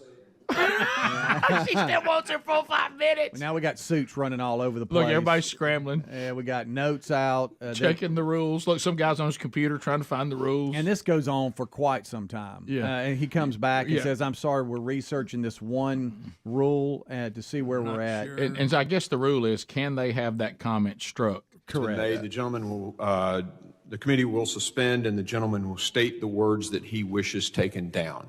Oh, good. Everything that the gentlelady from Georgia has said. No, you need to be more specific. Accusations of an affair with a Chinese spy. Those are engaging in personalities, and those words should be taken down, and the gentlelady should not be able to speak anymore in this hearing. Keep in mind, no one says he didn't do it. That is not the latter part of that is not an appropriate motion, but we will evaluate the striking of those words. All right, so here they go. Just a second. Yeah, so now they go back, and now we got another suit coming in, and they're both leaning over the chairman to see what we got. They're pointing out at rules. Did you notice how the people? The chair recognizes the gentlelady from Georgia and asks if she would like to retract those words. No, I will not. Wow. Okay, so now they're going back, and they're looking. All right, They're let's trying see to here, what find we're him gonna out. do. I think y'all going to have to make me do it. I'm going to hold what I got. Yeah. And then he comes back and says, all right, here's what we're kind of doing. We're going over this one rule and trying to break it down to see if we can get it struck here. But let's see. Right. I'm going to rule Clause 1 of Rule 17 and the rules of the House. That's what they're looking at. Adler's doing a really good job of skipping forward because he's having to. He's having this to went on find- quite a while. Yeah, exactly. Minutes. And hey, I love the hand covering up the mic so you can't hear him whispering beside the chair. Yeah. It is funny because they're talking about the record. It really doesn't matter if you take it off the record. We've all heard it. Well, it goes back to this too. The biggest dilemma they have right now is what she said isn't Okay, a the it's chair not a lie. rules that those words that were spoken are not going to be stricken from the record. Mr. Chair. The gentleman, Mr. Chairman. the gentleman from Mississippi is recognized. I don't think there's any question about what the gentlelady said. I've been on this committee from day one. We've never had an accusation made of any member like that. And I'm appalled at it. We all ought to be embarrassed at it. We are a better committee than what the gentlelady is trying to make of Can you stop it, Adler? Stop it right there. What we ought to be embarrassed of. Thank you. Is the fact that this happened. Thank you. He said accusation. It has It's not been an in the accusation. news. Yeah. And he lost some of his clearance because of it and was not able to be on the Intelligence Committee. Correct. Remember, we've been through that. Mm-hmm. Yeah. So let's be appalled at the right thing, not the wrong thing. Now, look, Marjorie Taylor Greene, is she obnoxious at times? Absolutely. Sure. But don't play the card that she's the bad guy here, okay? She didn't allow secrets to go out with a Chinese spy. Fang. Can I also add to what you everything? Can I tell you the most comical of this? And I told Rick, I don't know where they are now, but when I went to D.C. last year, Eric Swalwell's office is right next door to Gary Palmer. That's gold. Now, could they be two people further away in their morality than those two? Gold. Well, and the other thing, everything you say stands. Nothing needs to be added there. But I also would like to tell Mr. Thompson from Mississippi, you're in Washington, D.C., where the scum of the earth are together every single day. All of you, on your best day, the nicest thing you can say about the current state of politics in D.C. is repulsive, okay? And you want us to say that all of you are these wonderful, well-behaving, appropriate, well-mannered, cream of the crop people. You're not. And we see that by the garbage that we have to tolerate from y'all every single day. So you just don't like what she said because somebody in your party embarrassed everybody. And as Bubba just said, your embarrassment is in the wrong place. And save us the hypocrisy of suddenly seeming so sanctimonious and well-behaved in Washington, D.C. on a committee of a bunch of politicians. None of us are buying that crap. Fang Fang likes me because of my personality. She thinks I'm funny and good looking. She's also really promiscuous. This is crazy. Yeah. I'm so lucky. I'm Eric Swalwell. Yeah, Eric Swalwell is the same guy that thinks the stripper's really in love with him. Yeah. All right. Fang Fang loves me. 15 minutes past the hour. She's always wanting to check my emails for me. She's noticed me. She must really like me. We'll be back. More Rick and Bubba next. Rick and Bubba. Not joking you. Last night, Aaron and I split a cauliflower crust pizza for dinner. We eat them all the time. It's really not that bad. You mean Oprah didn't invent it? No, she didn't invent it. No. Where did you get one? Where do you get it? I think Trader Joe's. But they've got them everywhere. What a betrayal. They've got them everywhere, and it's mostly cheese, guys. Like, it's really not bad. It's probably not even that good for you. What's it look like? It looks like pizza. What have you accomplished? Would you know different, though? Like if I would be like, if I walked in and I didn't know what a cauliflower. There it is. It is again. Cauliflower. It is. Wow. Can I tell you, I'm having a stroke over here. Rick, I just can't believe. I say, hey, man, that looks like a good pizza. Yeah, careful over there, Dick Clark. You'd say this is kind of like a thin crust, kind of artsy, which fartsy, I'm all about. Thin artsy, crust. fartsy Is pizza. it crispy? It's crispy. Oh, it's great. It's bet I would it's like good. it. It's good. My hand's in the air. I'm gonna look at it. Here's what. See, this is I'll give it a view. This is how my mind works, and you need to listen to Sam because this is important. How big a jump forward health-wise is this?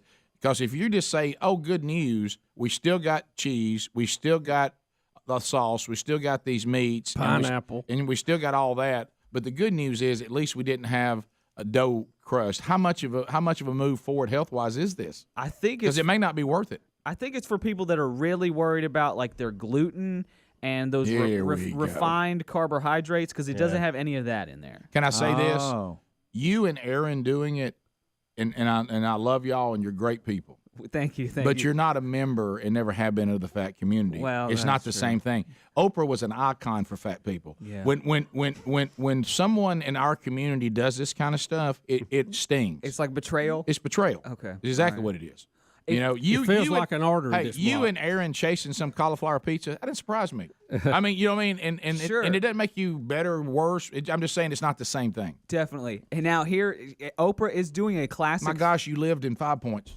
Yes, good point. He's a little beatnik. Of course. Great point. You're in the beatnik part of town. Of course you got a cauliflower pizza. Oprah is doing a classic fat person move, though, in that I read the pizza that she's doing is actually only 1/3 cauliflower, so the rest is normal. Okay. So she's doing a classic fat person move. Okay, got a little cauliflower in it. A little bit better here. Hey, I'm doing Now that hey look that is a classic fat person move. Yes, it is. Okay, she's still one of us. Rick, that's chasing a fast food, meal with a diet drink. Yeah. Trying to do a little better. I'll but not have. completely. Wait a minute, that's what I do. I'll have the number 3. Of course, I want to upgrade that to the large portions and a medium Diet Coke. Your phone calls are next at 866 We Be Big. Rick and Bubba, Rick and Bubba. Big phone.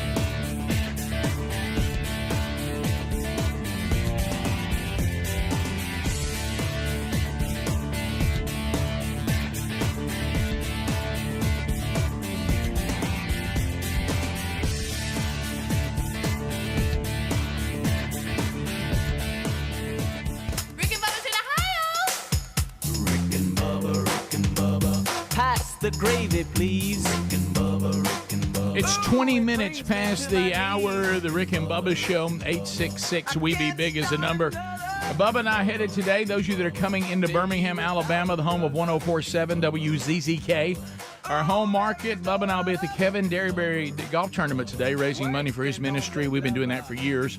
So looking forward to seeing all of you that are coming in for that. Sherry and I, my wife and I, headed to Brandon, Florida, Bell Shoals Church tomorrow night for their one-day marriage conference. If you would like to be part of that, or you're already coming, we'll see you there. But if you want to be part of that, you still can. Just go to upcoming events at rickandbubba.com, and you can find all the details there. And then at themanchurch.com, go to events. You'll see that Andy Blanks is going to Boaz, Alabama, First Baptist Church for their man church coming up on Saturday. Bubba, we have a Your America. Rick, hold on just a second. Give you a quick update. We're at 7 minutes till the attempt to launch the Starship. That's gonna let us right at the bottom of the hour. Just smash right in there. Right. I could pause it with like 1 minute out, and then we could come back and watch it. Okay, but cool. that means we have to not check social media. We have to just wait. No spoilers, No spoilers. Yeah, I'm fine with that. That didn't bother you. You remember when Ryan Greenwood didn't want to tell us what happened to the Dolphins? Yeah. That is so funny. And he would get furious if we made a comment about it. Yeah, so, okay. And, of course, that meant y'all commented a lot. Of course, yeah. Sure. There it goes. Goodness, with the biological males that identify as being women, they're an angry bunch. And we've got a trans woman, which means biological male, or if he hasn't had any surgery, drag queen. But anyway, he's a cutie too. Look at that. He's a cutie. He is wanting all of us to know that he wants the. Now this, I'm an ugly dude, but I'm a real ugly woman. Now I want y'all to think about this for just a minute. Okay, Greg. I want you to think about it for just a minute. If any other group that exists on the planet, okay, but we always give certain groups a pass. Imagine if there had been a school shot up by someone in a MAGA hat, okay, that is wearing the Fox News bumper sticker across their forehead, okay, and cannot wait for Trump to return, had shot up a place, and another Trump person did a video like this saying, I think we need to arm up. People, rightfully, yeah, rightfully so, would lose their ever-loving mind, and I would lose it with them. I would say that's ridiculous. No one should do what this guy did. I don't care what he supports. Exactly. But now think about how insensitive, after what happened at the school in Tennessee, think about how inappropriate this comment is in any environment, but especially now. Here we go. If you back a wild animal into a corner, they're going to become a dangerous animal. So if you want to die on that hill of yours of righteousness and moral majority, then you go right ahead. I dare you to try and stop me from going into a women's bathroom. It will be the last mistake you ever make. I dare you to try and stop a transgender woman in my presence from using the bathroom. It will be the last mistake you ever make. This is a call to action and a call to arms to everybody within the United States that are scared, worried, have children that are transgender, lesbian, bi, or gay. This is a call to action. You need to arm up. Plain and simple. Wow. Ooh. If you're going to give me a threat and you're a dude dressed like a woman, you know. Guys, I want y'all to think about, on a quick, serious note, how inappropriate, irresponsible, and dangerous that statement is. This comment. Yeah, absolutely. Now, he has the right to say it, but we also have the right to say. But I mean, if there's anything, just picture that being anybody else, but a biological male who's a transgender woman, anybody else in part of any group, and I would stand with you and say we cannot have that kind of rhetoric. Yeah, but When did Kevin from The Office start wearing earrings? That is right. They look just like him. I bet that person can make some good chili. I bet they can too. Yeah, I mean, real good. I don't know, looking at this person, where I would be in more danger, if I was blocking him from a women's restroom or standing in front of the donuts. Yeah, but he can be hurt either way, apparently. But how about this? Not in my presence. Now, just think about this for a minute, because there are some people that this is what they have chosen in their life to do, and that's their business, okay? But even they understand that if they're a biological male, that they probably should, in an appropriate society, go get dressed somewhere else, not with biological females, and also use a bathroom that is unisex or a family bathroom, because they do have options. Yep. And this guy wants to violently demand access to the biological women in their dressing rooms and bathrooms. And if you want to stop him, he's telling he will arm up in others that they should kill us. And he said it'd be the last thing we ever do. Mm-hmm. I'll stand in his way. I'll stand in his way. He must, bring it on, big face. Greg. Well, he couldn't hide, I'll tell you that. Well, right, you're gonna know he's standing there. there. They said he tried to jump somebody, but he tried to hide behind a tree, and they could see. They could see his face. Right. Yeah, They knew what was happening. Good night. That never gets old. Like I say, he's an ugly dude, but he's a real ugly woman. Right. Good night. So Bubba, let me ask you this: with your SpaceX countdown, I'm talking jump.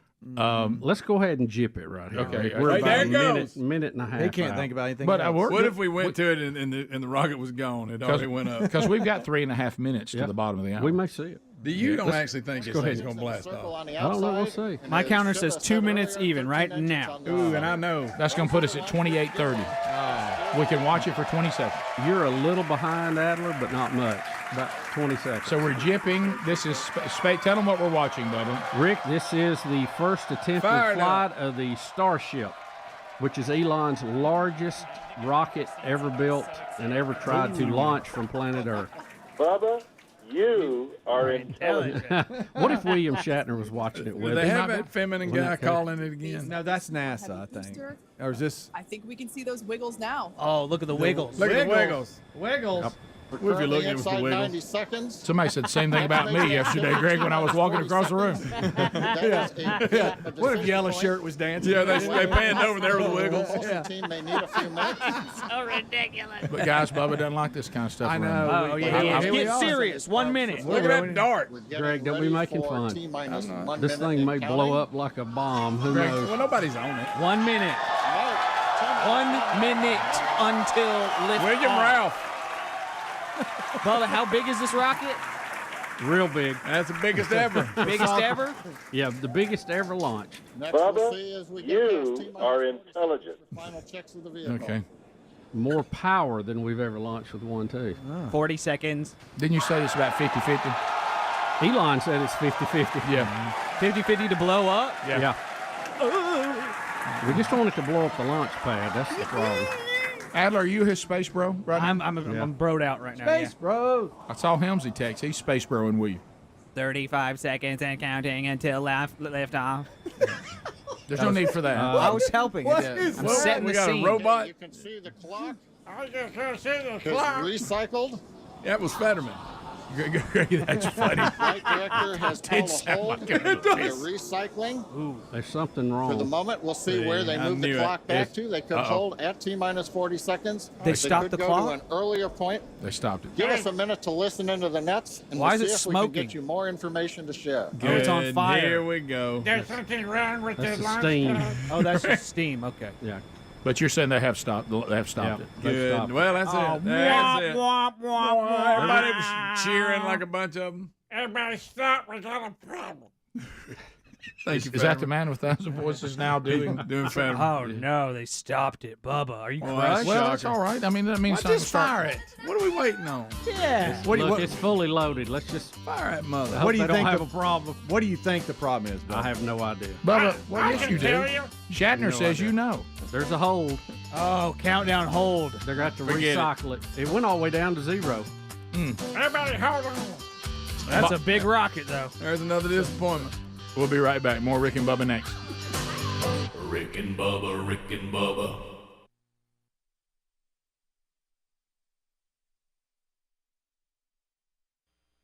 By the way, let's add this to the list of aging, injured sitting. Yeah. I just witnessed it. Bubba looked the wrong way and is injured. Yeah, pulled Jer- a muscle like it freaked out my neck. Jeremy and Dothan, go ahead. Hey, fellas, how y'all doing this morning? Good. Hey, listen, a few months back, we was at my wife's kinfolk over in Moultrie, Georgia, and we was going to sit down and eat one day, and now her cousin had cancer a few years back, and so she's changed the way she's eating and all. So my wife, I come in the kitchen, I said, "Oh, mashed taters." She said, "Try it." I tasted it. I said, "That's nasty. What'd you do?" "Oh, that's mashed cauliflower. Ain't it good?" Oh, my gosh. See, that's betrayal. Cauliflower doesn't even, it doesn't even have a color that's good. You know? Don in It's Huntsville. like nothing. Lines are available right now, by the way, if you want to get in, so we're moving through them. Don in Huntsville, 100.3, The River. Go ahead. Let me tell you, mashed potato cauliflower is the best. And I'm not a health food guy. I love it. I thought you Really? Where are you from? You must not be from Alabama.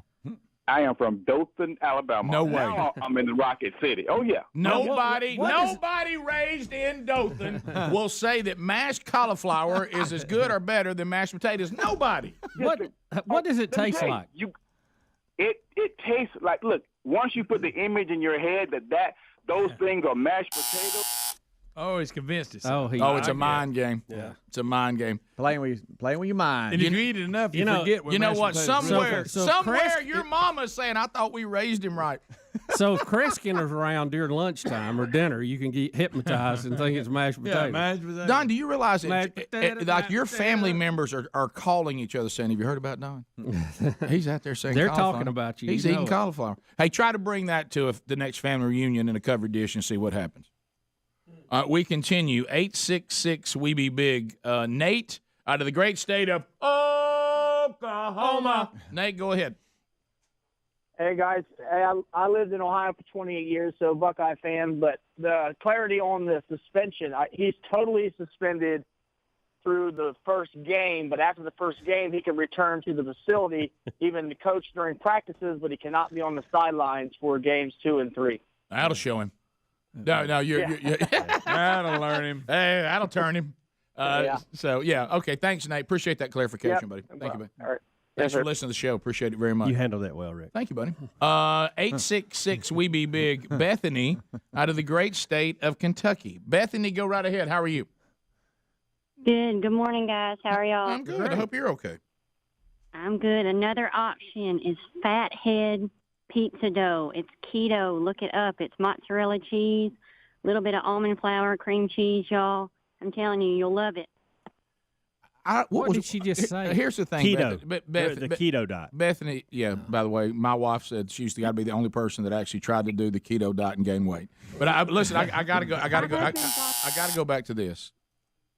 What's wrong with pizza the way it is? If you don't want to eat too much pizza, here's an idea: don't. I mean, you sit down, you have a slice or two every blue moon, but just leave pizza alone. What has pizza done to anybody? I mean, is it pizza's fault we don't know how to do moderation? Is it pizza's fault we don't have self-control? Leave pizza alone. I don't know this to be like 100% like for every reason why you would eat something like this, but maybe this will help you a little bit. A lot of people's medical situation, if it's they got to be on a gluten-free diet because of their situation, that's the only this is an alternative. Eat that because this is going to help you if you've got some type of issue. Look, this helps. Understood. We had a kid that had the whole gluten-free thing, and he had to go through a long time of this. Right. Matter of fact, we were doing gluten-free for one of our kids who had a food allergy long before it became popular. You couldn't. What my wife had to do was when all this stuff wasn't readily available, already packaged to you on every shelf, and restaurants with a gluten-free menu. Right. We were the early days when this was a struggle. Right. So certainly, from time to time, Sherry would bust her tail to try to give the kid Brooks. He went through this gluten-free thing, had to go through. Thankfully, he kind of outgrew it. Praise the Lord. It's still, we try to go moderation, but at least he can have it now. Yeah. He didn't have the severe problems with allergies that he once had with the food, but she would make these gluten-free pizza crust. Okay, she would. Right. But for the love of all, it's good and kind of wooden pizza. You know what I mean? No, I get that. It was whatever. But I certainly understand that there's medical reasons for it.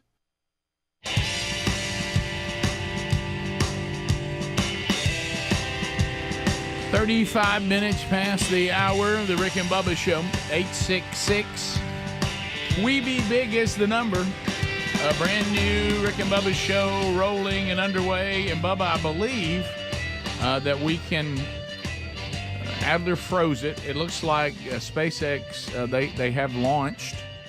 They didn't. The way they did it was almost like even the announcers were like, "Well, wait a minute, 10 seconds," and it starts going. But Adler has it paused, so we can go back as if we're living in real time if you want to. Yeah, let's take a look at it. All right, so all right, here we go. All right, so we're at 20 seconds. T-minus 15 seconds. T-minus 15. That's Adler. 10, 9, 8, 7. This looks like the first time. Oh, blast off. That was the room. Oh, wow. Blast off. Take a look-see. Oh, there it goes. There it goes, Bubba. There she goes. Bubba, there it goes. You are intelligent. Look at it. I want you to hear that as it was Look launching. at that thing go. Look at that. Let's go. Bubba, there it Oh, goes. wow. It's like a building just taking off. Bubba, what's happening right now? Do some play-by-play here for us. Listen, they're going to tell you. You listen to their guys. That was a saying a lot. 3 seconds into the test flight of the inaugural Starship vehicle. Tower cleared, we're into pitch over. Propulsion reports first stage engines nominal. What a sight from the ground cameras at Starbase. Why is SpongeBob involved in this? I thought it was Helium Boy. Nerds are just losing their minds right now. We're throttled down and throttled back up. What is that? Throttled down. That's not me. That is not me. A period of maximum aerodynamic pressure. Who gave him a mic? Oh, look, you can see the rockets. You can see the rockets, Bubba. I tell you what, it's As the velocity increases, the density of the atmosphere is decreasing. Where is it? Lessening stress on the vehicle. The call-out, max Q now. This salty dog is flying. This salty D is going through the air. Continuing to watch the first stage as we head downrange. Oh, look, Bubba, look. There's going to be some issues in this. Seconds into flight. This does not go perfect. What? Bubba, quit looking Our at next major activity Bubba, look while we're looking. of the first stage. Houston tracking station now acquiring the vehicle. Somebody tell With Dr. shutdown, Buzzy. we will get Pay attention. separation of Oh, no. Starship and Super Heavy and ignition of the Starship engines. When Starship separates, 1,600 miles an hour or kilometers per hour. Staggered sequence. Uh-oh. If all goes well, those 6 engines will burn for Bubba, what's almost going on? 6.5 minutes. Bubba, what's happening? Onboard view from Starship. There's views of the Raptor engines on the second stage as we prepare for stage separation. After stage separation, the first stage will flip and begin a boost back maneuver for landing in the Gulf. I can't wait to see that. What's happening, Bubba? The flip didn't work? No, it hasn't separated yet. And it should have. No, it will in just a minute. Continuing to fly. 2 minutes 40 seconds. Let's get ready Here for comes main the flip. engine I can see it cutoff. flipping. Oh, there it goes. I know Dave Post. I'm just saying I can see it trying to flip. Beginning to flip for stage separation. Oh no. Oh no. Oh no. Oh no. What's going on? Oh no. You can tell they're concerned. Bubba? Oh, it's nosediving. Oh, is it correcting itself? Oh no, it's spiraling. Yeah, it's turning. I think it's supposed to flip after it separates. Oh, it's trying to flip. It's breaking up, isn't it? Oh no. We seem to have a problem. Oh. It hasn't yet. It's still. As of right now, we are awaiting stage separation. Come on, But you're saying you think it should have already The separated? Starship should separate from the Super Heavy booster. Yeah, I think Oof. so. Doesn't look like it's separating. But Yeah, Leave Kate, it up, right leave it now up. it looks like we saw the start of the flip, but obviously we're seeing from the ground cameras the entire Starship stack continuing to rotate. We should have had separation by now. Yeah. Oh, no. Obviously, this is does not appear to be a nominal situation.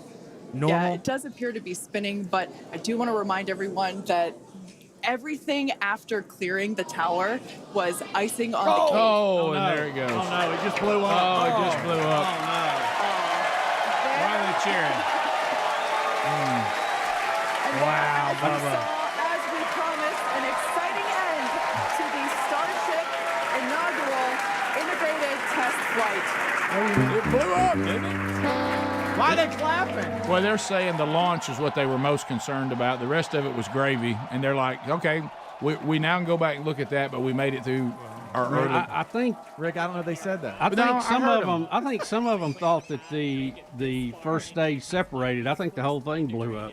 I think it did too. Yeah. Are they cheering because we're still happy that we got as far as we did, or are they Well, there's cheering Elon. because they're confused? There's Elon sitting in one of the chairs. How much money just blew up? A bunch of it. Well, he said it's about 50. He did. So, He did. Yeah. Here comes the money. They got it off the pad though. Here comes the money. Money, money, money, money, money, money. Oh, who's that talking? Assembly or a run. Oh, there's That's the him. guy. But now this was a development test. This is the first test flight of Starship, and the goal was to gather the data, and as we said, clear the pad and get ready to go again. So you never know exactly what's going to happen, but as we promised, excitement is guaranteed. He's trying to And polish Starship that gave turd. us a rather spectacular end, but was truly an That incredible rocket. test thus far. Yes, it blew up. Somebody But give we him a. mentioned at the start of today's program, any and all the data that we collected during the test is going to help us with further development of Starship, and it's going to improve the vehicle's reliability as SpaceX seeks like a to bird make life that's on his multiplanetary. forehead. It's really worth noting that the flight path was designed to be over water and all the air and sea space.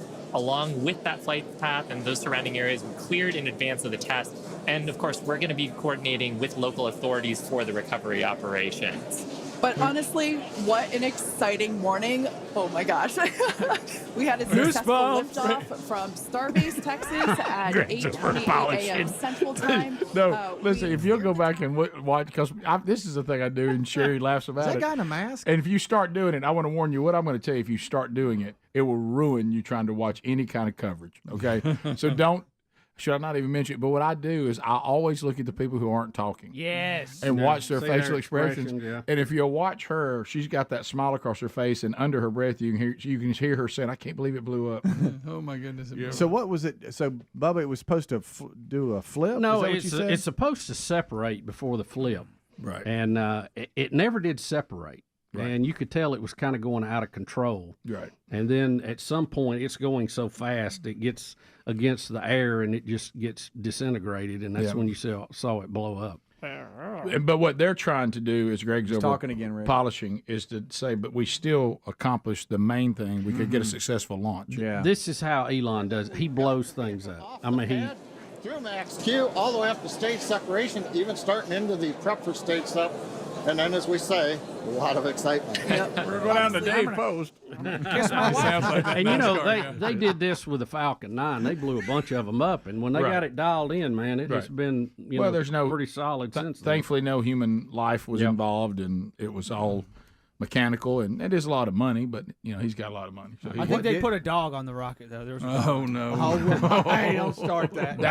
Hey, Adel, that's actually off the record. Oh, okay, secret dog. Yeah. But because of No, this, he didn't. But they all cheered when it blew up. the way they've designed this tower with these chopsticks on there, so they can stack another one on there pretty quick. Right. And they've got plenty of them. Right. How much does one cost? I don't know. How much just blew up? Like $100. Ooh, maybe. Yep. I know that's probably not a concern for them, but I would love to know. Well, I don't know. We'll have to ask. Before any of you panic about it being a dog on there, it was a pit bull. Oh, good. Yeah, that had bit someone. Right. One that we were having a little trouble with.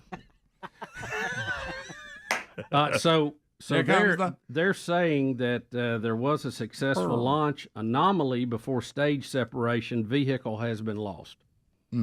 That's their official statement. That means the rocket blew up. I mean, it blew up. It blew up. Mm-hmm. Yeah. I saw As it they blow thought up. it might. Yeah.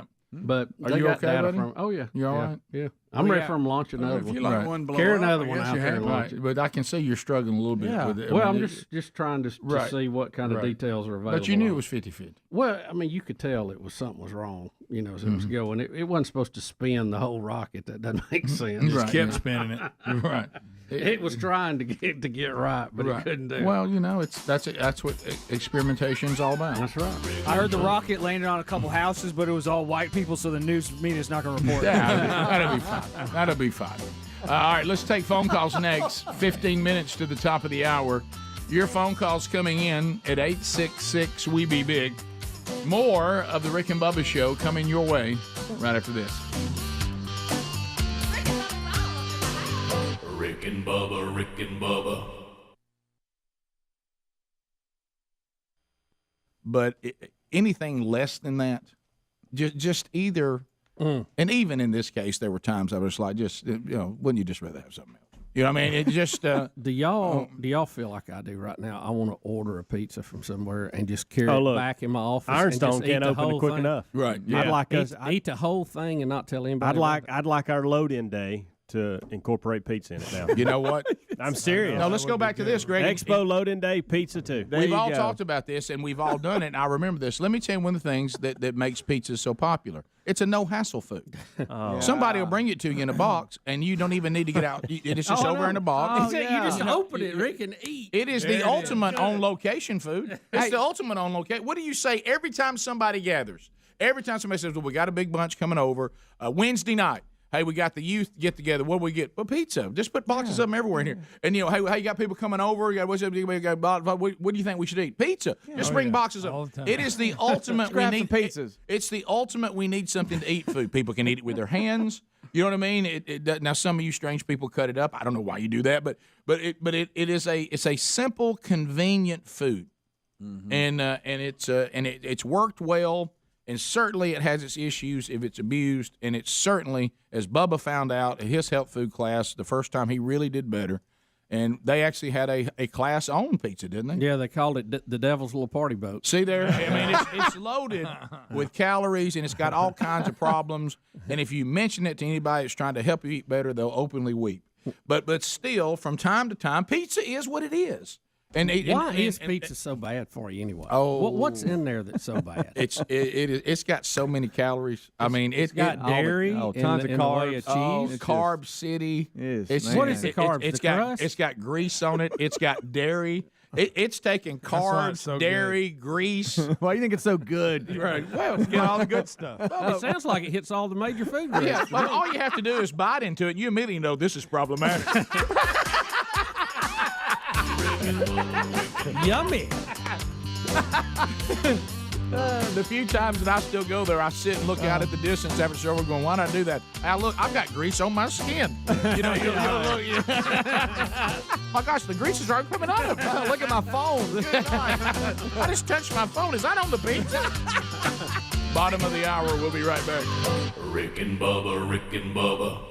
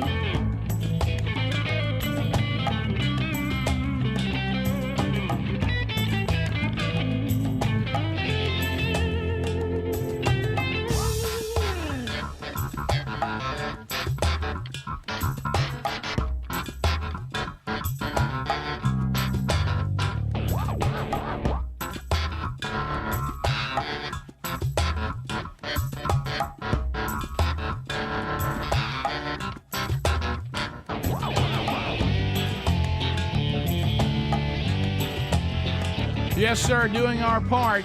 Phone calls right now. Calvin Speedy Wilburn takes your phone calls at 866-WE-BE-BIG. We would love to chat with you right now. If you want to move to a phone and take a dial, you'll get in because we're 10 lines strong here, and we have lines available right now at 866-WE-BE-BIG. So you make a move, Speedy will take your call, and we'll get ready to chat with you coming up here in just a moment. And Phil, Rick, if some of the information comes in about the flight, and we don't know all the details yet, but it did end in a vehicle failure. Yep. It looks like it may have been a flight termination system, FTS, where it's outside the window that it is allowed to fly, and thus they self-destructed. So we'll find out more about that, but it looks like it was it obviously was having issues, and it didn't separate like it was supposed to and all that. But they did get off the launch pad, so there'll be a lot of data that they'll gather from that. Fieldofgreens.com. I do want to point you there. A lot of you are coming in with emails, just like me. I love this product. I don't miss it. Started taking it twice a day a couple of months ago, and I can tell a difference, and I'm excited about what it's doing. But it's really quite simple. Our bodies are designed to run at peak performance if we give it certain fuel. There's a lot of things that we can consume out there, but they have no nutritional value because our body is craving fresh fruits and vegetables, and there's a certain amount of those we need to take in. I don't know about you, but I have a hard time figuring that out in just my normal diet. But with fieldofgreens.com, you take these, the powder, do a scoop in the morning, do another scoop later in the day. You can, if you have a blender, it'll mix up really good. Even in water, it's not bad. Or you can use orange juice with it, or milk, or whatever you want to try, whatever works for you. But it is delicious, and you can get yours and at fieldofgreens.com. Use the promo code Bubba, get 15% off. This is not the watered down or freeze dried supplement. No, it's backed by a better health promise. Each ingredient in Field of Greens scientifically chosen to support vital organ function with your heart, lungs, and kidneys. Also, your immune system now more than ever. That's crucial. Blood pressure, that's helpful. Like I said, my doctor just took me off of blood pressure medicine after a couple of months of doing Field of Greens, and I'm also working on other parts of my life too, but this has played a role. Fieldofgreens.com. You can find it also by going to rickandbubba.com under the sponsors button. Chris is in Leeds, Alabama. He's got us on 104.7 WZZK. Chris, go ahead. Hey, guys. Some life truths. People definitely don't change who they are, so I thought it was funny when Speedy kept asking how much the rocket cost. I mean, that's not going a long way to helping him with his cheapness. Yeah, if he was there, you think he'd keep asking everybody, could they reuse the pieces? Oh, yeah. Oh, you better believe he was. Can we get a deal? Would you? He get stuff donated. Let's go to Texas. Hank standing by. Hank, go ahead.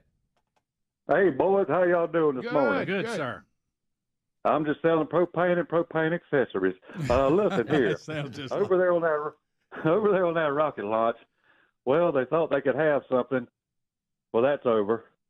Who was the person who thought they could have something? I don't know. Well, the whole flight was going to be I mean, the pieces were not coming back anyway. They were all going to fall in the ocean. So it's kind of I don't think they're out anything, but they obviously would like to have seen it go further. Did you hear Hank go back to negative, Jim? Of course. I was wanting to sit there and watch Elon's latest rocket, do a backflip and land in the Gulf of Mexico. Of course, that's over. So we continue to Craig, Gardendale, Alabama, listening to ZZK. Go ahead. Yeah, it's not a big deal, but Greene responded to Swalwell. He made accusations about her to start off his opening comment. That's why she responded back, but that didn't seem to be an issue with that committee that he made false allegations and started. See, I didn't know that. Did he do that? No, yeah, we didn't see that part of it. Yeah, so he said something about her? Yeah, he said that she was promoting to fund the FBI in merchandise in response to the Bureau's bias. Okay. So he started it all. Yeah. That's we learned that about people in glass houses, didn't we? You start throwing rocks around, you might break your own window. Let's go to Bobby Montgomery, I-92 WLWI. Bobby, go ahead. Hey, guys, how are y'all? Fantastic. Hey, man, I listen to your show every morning. I'm the guy that gave Speedy the ride around the parking lot on the motorcycle years ago. I was a motorcycle police officer in Montgomery for years. Yeah, Greg had a blast with that. Mm-hmm. Do you remember that? Speedy ride. Yeah. Greg. Well, it's good to hear from you again, Bobby. He wants another ride, Bobby. Hey, I was going. Yeah, absolutely. Yeah, I'm still riding a little bit. Hey, I was going to tell you, one of those guys that was doing the commentating a while ago on the rocket booster thing sounded like Foster Brooks that used to be on Dean Martin's show. Yeah, that is funny. He did. You're right. Yeah, it was. He always played a drunk Yes. pilot. Oh, yeah. Baker in Kentucky. Baker, go ahead. Hey, good morning, Green Acres fellas. Thank you for the call, Baker. Go ahead. Hey, a couple of things. I can't call Caitlyn Jenner a girl. I mean, that's a dude all day. As long as my bank account says what it says, I'm not a millionaire. Right. And the other thing is, when you live in your mom's basement, you can say a lot of tough and mean things. You talking about the other guy? Do you think he lives in mom's basement? Did it seem that way to you? That's what it felt like to me. Yeah, I know that. I don't know about y'all, but if you're going to be threatening and try to cast fear into people, he just didn't. It just didn't feel the same as the biker, who walks over, I wasn't that, and says, "Hey, if you try to keep me going to that bathroom, I'm gonna kill you." It just didn't feel the same. No, it really didn't. Let's go to John in Decatur. Listen to 100.3 The River. John, go ahead. Good morning, gentlemen. Hey, buddy. I am a Christian now, but I was a biker, and I could not imagine some man telling me that he's going to go in the bathroom with my wife. No. God would have to intervene in a way that would just be unreal. Yeah, he was talking serious. Well, I think, like you said, brother, and I'm redeemed as well, and I'm not the man that I once was, thank the Lord. But I would have to say there is a time of righteous anger and righteous defense of those you love. And I don't know, this guy may be tougher than me, but we would unfortunately have to find out. Because we can fight in that dress. Yeah, I hope we're going to find out. And you may Pull win. a slip up over his head. Right. You can't see. Yeah, if he's on heels, though, I got it. Let's go to Steve in Huntsville, 100.3 The River. Steve, go ahead. All right. I'm a big one, and I'm a good one. I fit in well with you all. I want to know, have you all ever thought about selling? Because we have so many colleges that are diploma factories. Have you all ever thought about bestowing honorary doctorates from Rick and Bubba University? Yeah. People? Great idea. We actually have, some we have some items that are Rick and Bubba University items that if you walk around with that on, that's declaring you have a degree in common sense. But the idea of an actual certificate you could frame, it's a good idea. And so something look into that. Something we may want to consider going forward in the Rick and Bubba store. So outstanding idea. And I love that he said, and the reason why I think I could get one is because I'm a big one and I'm a good one. if you have those two things, you think, well, I'm on my way. I'm headed in the right direction. I'm on my way. Top of the hour. If you're leaving us, we'll miss you. If you got more Rick and Bubba, Lord willing, stick around and we'll be back. We've got more commentary, more videos. We got more stories, and we got more of your phone calls when the Rick and Bubba show continues. Rick and Bubba, Rick and Bubba. All right, so we know that within the show, we have the way it's set up here at the Broadcast Plaza and Teleport. You have the studio where we sit now. You have the golden ticket seats. You have call screener room. You have the TV booth, which runs all the cameras and all that. Then you have throughout the building, you have various rooms. You have a production studio, a little area where you can go in and edit things and all of that. Then you have Speedy's office. You have my office. You have Bubba's office. You go around the corner. You have Greg's office, Helmsley's office. You have a closet that has merchandise and other items that we keep in there that need to be stored. Storage room in general. Then you go out to an office front where to your right is our conference room where we have meetings. And then you have a room that's been ever changing that it was called Adler's office, but it really became another glorified storage room. It was not a functioning office that I could see. Well, can I take everybody back 10 years ago, 9 years ago? Right. That was actually when I came here. That was my first office. Was it really? Yes. I don't remember that. And Bubba asked me to move up an office. I actually liked it back there. Mm-hmm. I really did. But he was like, "Hey, I want you to move closer to us and all that." And that was fine, no big deal. What was my reason for that? Do you remember? I think you just wanted. To be honest, I think this is how we work. You know how we'll shout, "Hey, Helms! Hey, Rick!" Right. It's too I far think away. you wanted me closer so we could talk without getting up. I really, honestly believe that's all it was. You know what I think? Let me tell you what I remember. Okay, you'll laugh at this. I thought, in our planning at the time, we thought we were going to need a bigger TV control room, almost a network control room, and that was going to be that room. That was the thought. It was. I do remember you talking about some type of production room that we were going to try to create. I thought we were that putting into. treadmills and stuff in there. No, that's by the bathroom. Oh, okay. But to Bubba's point, the office was basically empty other than a desk chair, a desk, and some shelves that come with a desk. That's it, and a computer. Right. That's all that was in there until Eddie Van Adler arrived. Then he took that over as, I don't know, a storage room, not an office. Yeah. And It looked like Storage Wars. Yeah. And so you guys started talking to him, and I wasn't aware of this, and gave him some sort of challenge that he turn that into a functioning office and clean it up. Well, it's called intervention. We basically were saying, okay, it's getting so bad now during the tours and when people come by, that door stays closed. You can't really even open it. And then he would say, like any hoarder does, well, I know where everything is, and he would never really embrace it. And he would say, hey, I know I need to do it, but I just haven't had the time. I mean, he was a step away from eating soap. Yeah, he really was. He really is. Yeah. But then yesterday, I'm here, and he says, hey, Speedy, you got a second? Could you come here? And I said, yeah. And so we go towards his office, and I don't know what's about to happen. And I opened that door, and I couldn't believe what I saw compared to what it was like. Compared to what it was. Yeah. Yeah, I showed Speedy and Greg at different times, and I was like, hey, guys, come check this out. And both of them acted like I was going to, have a bucket of water fall down or something. I thought you were. Greg wouldn't even come. He's like, what? What? Greg was staying 7 feet, like, what? What? Hey, I figured he Well, the set last me time up. I opened that door, stuff fell on me, so I would be scared to go in there. Animals ran out. Yeah, we had that fake snake that one time, scared me. That's right. That's right. Well, but what I did was I tried to get everything actually up on the shelves, and then I used to be a hot rock and wedding DJ, and I'm not. Yes, doing, you did. I'm not doing that anymore. But I do have some cool lights that I used to do uplighting around people's rehearsals wall. I think this makes a receptions, huge whatever. difference, by the way. And I did uplighting around the room and hung up, all my cool art that I've got, Yes. like Scary art. my Predator painting, which rocks. Them weird skeletons. Did you put your Slayer albums up? or- No, Bubba. Bubba, it's close. It's not. No, guys. No, guys. Let's not It is go close. there, everybody.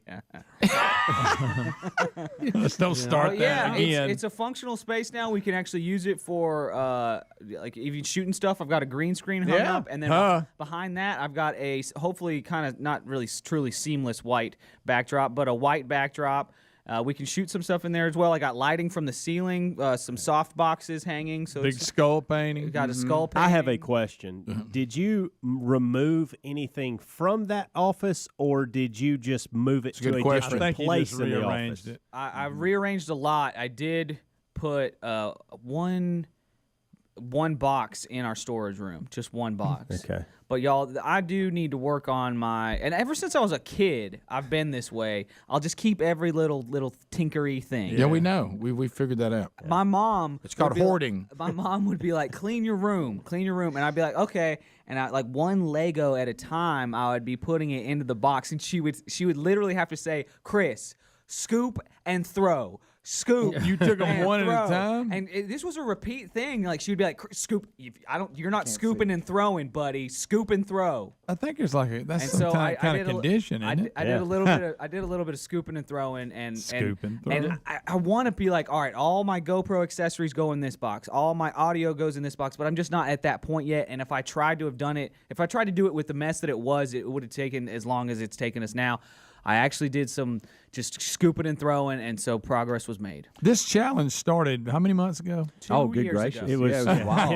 It was a I long don't think time. it was quite that 2 long years? ago. I think it's about a year and a half. Yeah, you It's definitely been a minute. lost. I know that. I did lose, and Yeah. I forget even what the challenge was. Well, I got to tell you, I don't remember. look, I think there is some it was- room to even grow more in there. There is, for but sure. I do think the progress The that biggest was step made so far. yesterday was outstanding. Oh yeah. Yeah. The lighting itself, just to me, Oh, yeah. it's a whole different mood. I know. I want to go in there and just sit. I would have been done even earlier if I hadn't dropped the skateboard on my toe. That's what Yes. I was doing. I was cleaning my office. The skateboard is on a shelf. 6 minutes past the hour.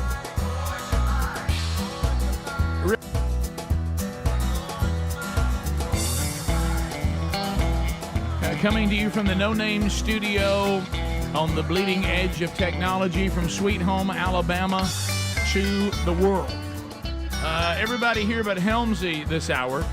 Greg, Speedy, Adler, welcome back. Bill Bubba Bussey.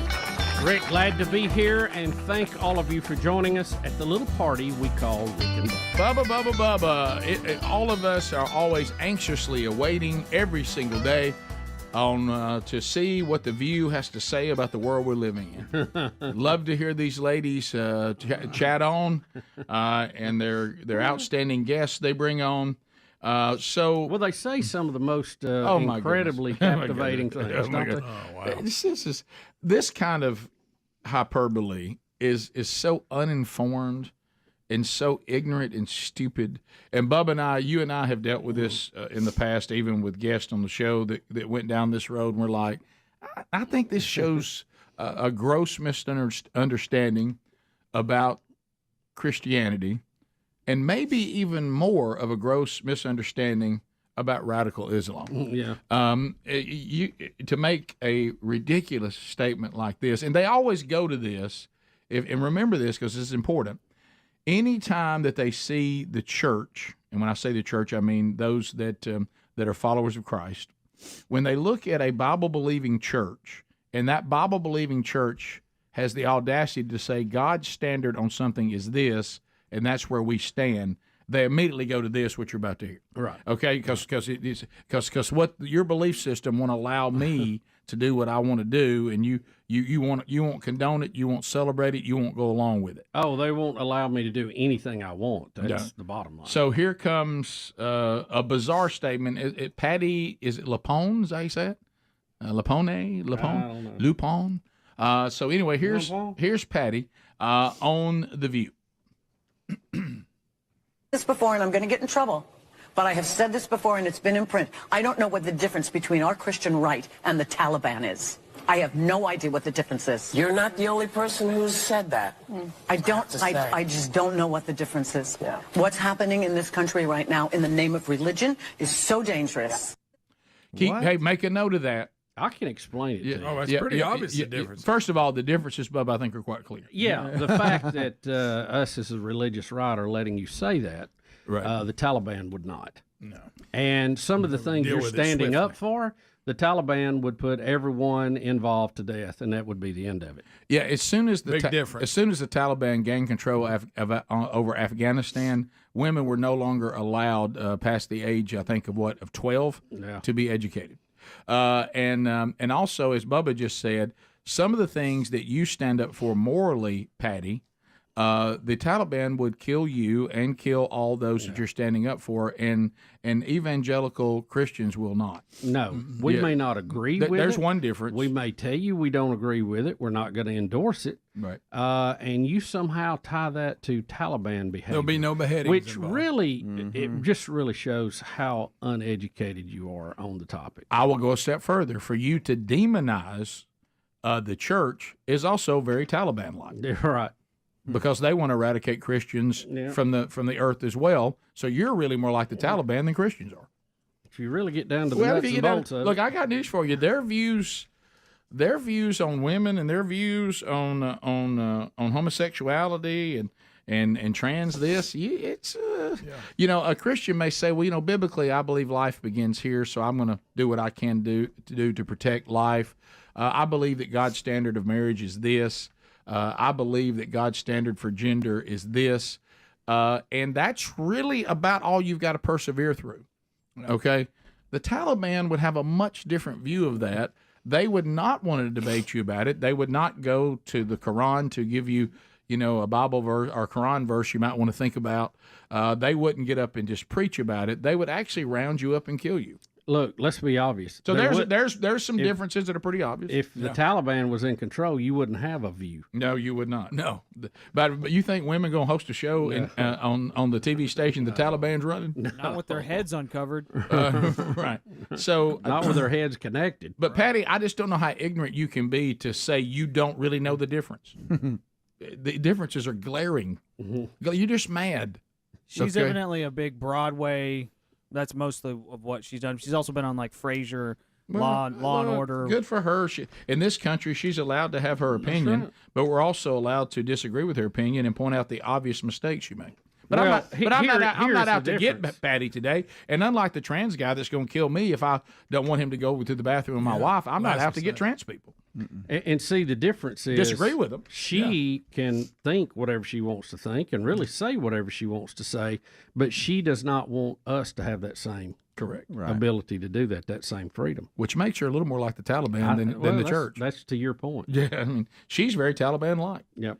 I promise you, the View does not play in Taliban-controlled areas. Well, anything they disagree with, and I say they are the left, anything they disagree with, they consider radical. Yeah. You're radical if, or you're, whatever classification. If you, instead of debating you on the argument with facts, it's all emotional based. So you're you're extreme in your point of view. I look, in today's society, what I believe is radical, but I'm not dangerous. No, of course you're not. But what they do, they associate you being fundamental and standing on Scripture as being dangerous. Yeah, I'm not dangerous. I'm just devout. Yeah. And I also have recognized, because of what my faith stands for, that I'm not perfect, and I have to. The only hope I have is the grace of God. Unlike all the other religions that tell you if you can do certain things and be a better behaving citizen than everybody else. Of course, since we're all fallen, they have to have some secret life somewhere, I'm sure, where they're making mistakes and not following it to the letter, which is the burden of the law, is why Jesus came and paid the price we could not pay. So, yeah, it's horrible to see these people that believe that our only hope to ever be redeemed is the grace of God. We're very dangerous people. But remember, they're going to point out, and we told you this was coming, Bible-believing people are dangerous because the Bible forbids us to do the things we want to do. Now, she's conveniently leaving out that nowhere in Scripture does it tell us to come kill you if you disagree with us, unlike the radical Islam terrorist groups. And to compare the two is really raging ignorance, especially to say you don't know the difference. Yeah. What a bizarre comment. I mean, it's not even close. Yeah. You're more like the Taliban than the church is, ma'am. I'm sorry. Let's go to John Kennedy, Louisiana's favorite, the pride of Louisiana. Always entertaining. Always entertaining.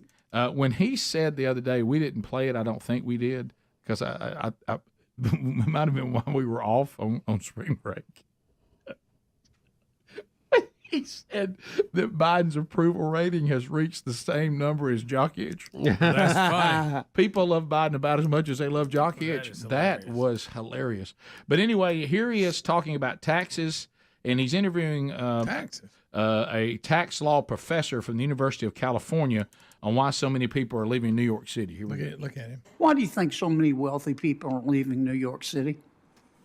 New York City is, an incredible city of innovation, immigration, entrepreneurship. Yeah, but why are so many wealthy people leaving? I think there are big advantages to living near centers of entrepreneurial activity, and we see that on the website. You think they're leaving to be nearer to centers of entrepreneurial activity, do you? Well, I don't think there are a lot of people, fleeing New York City. That New York City has. Sure, they are. There are thousands. I mean, there've been study after study after study.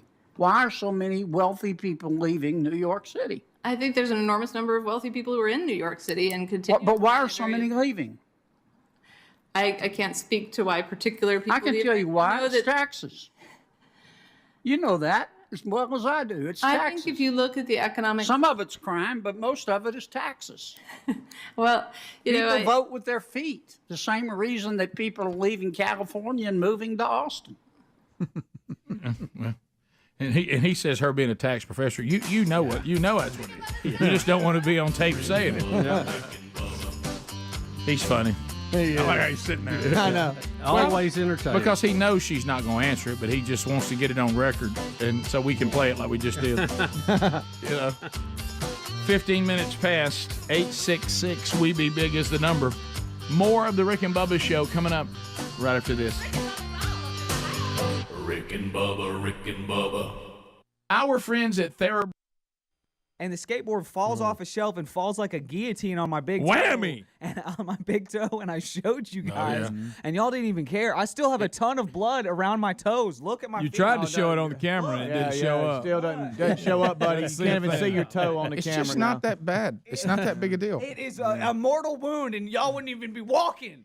I'm gonna tell you. No, it hurt. I mean, no doubt it hurt. Golly, it hurt. Yeah, One of those you, girls so at judo is bad. going to grab that thing twisted. Yeah, right. You got to watch out. I'll be there tonight. Watch it. I'm gonna tell you how much They'll I never believed come he off wasn't that. going to clean his office. I told you I would buy you lunch if you did it within 7 months. Well, you knew. Well, you took that challenge. My He knew he You're wouldn't have to talking do about two impossibilities here That's on right. either end. of it. Well, Speedy, that's like, I mean, he was not at risk. You know what I mean? So, well, that's good. I'll go back there and look at it. I haven't seen it yet. Okay, let's check it Is out. this- Go is back it- there and stand is this, around. Rick, I was- don't want you to think that it's going to look like mine or Speedy's office or even your office or Okay. even Mine. Bubba's office, Right. but it is huge progress. Like, I was excited. I have Don't to. expect it to be like just I'll be honest. open space. Hey, I was No. kind of in a bad mood when I had to come back up here yesterday, and Yeah. it put me in a different frame of Did mind. you? Is this a CRTV thing? Did you get excited or something? Well, I mean, it's just trying to get my life in order too. Well, that's you know, good. You know. Well, it does make you feel better to get everything no cleaned doubt. up. Yeah. No doubt. He's gone from chaos to a more organized chaos. Yeah. I Yeah. got you.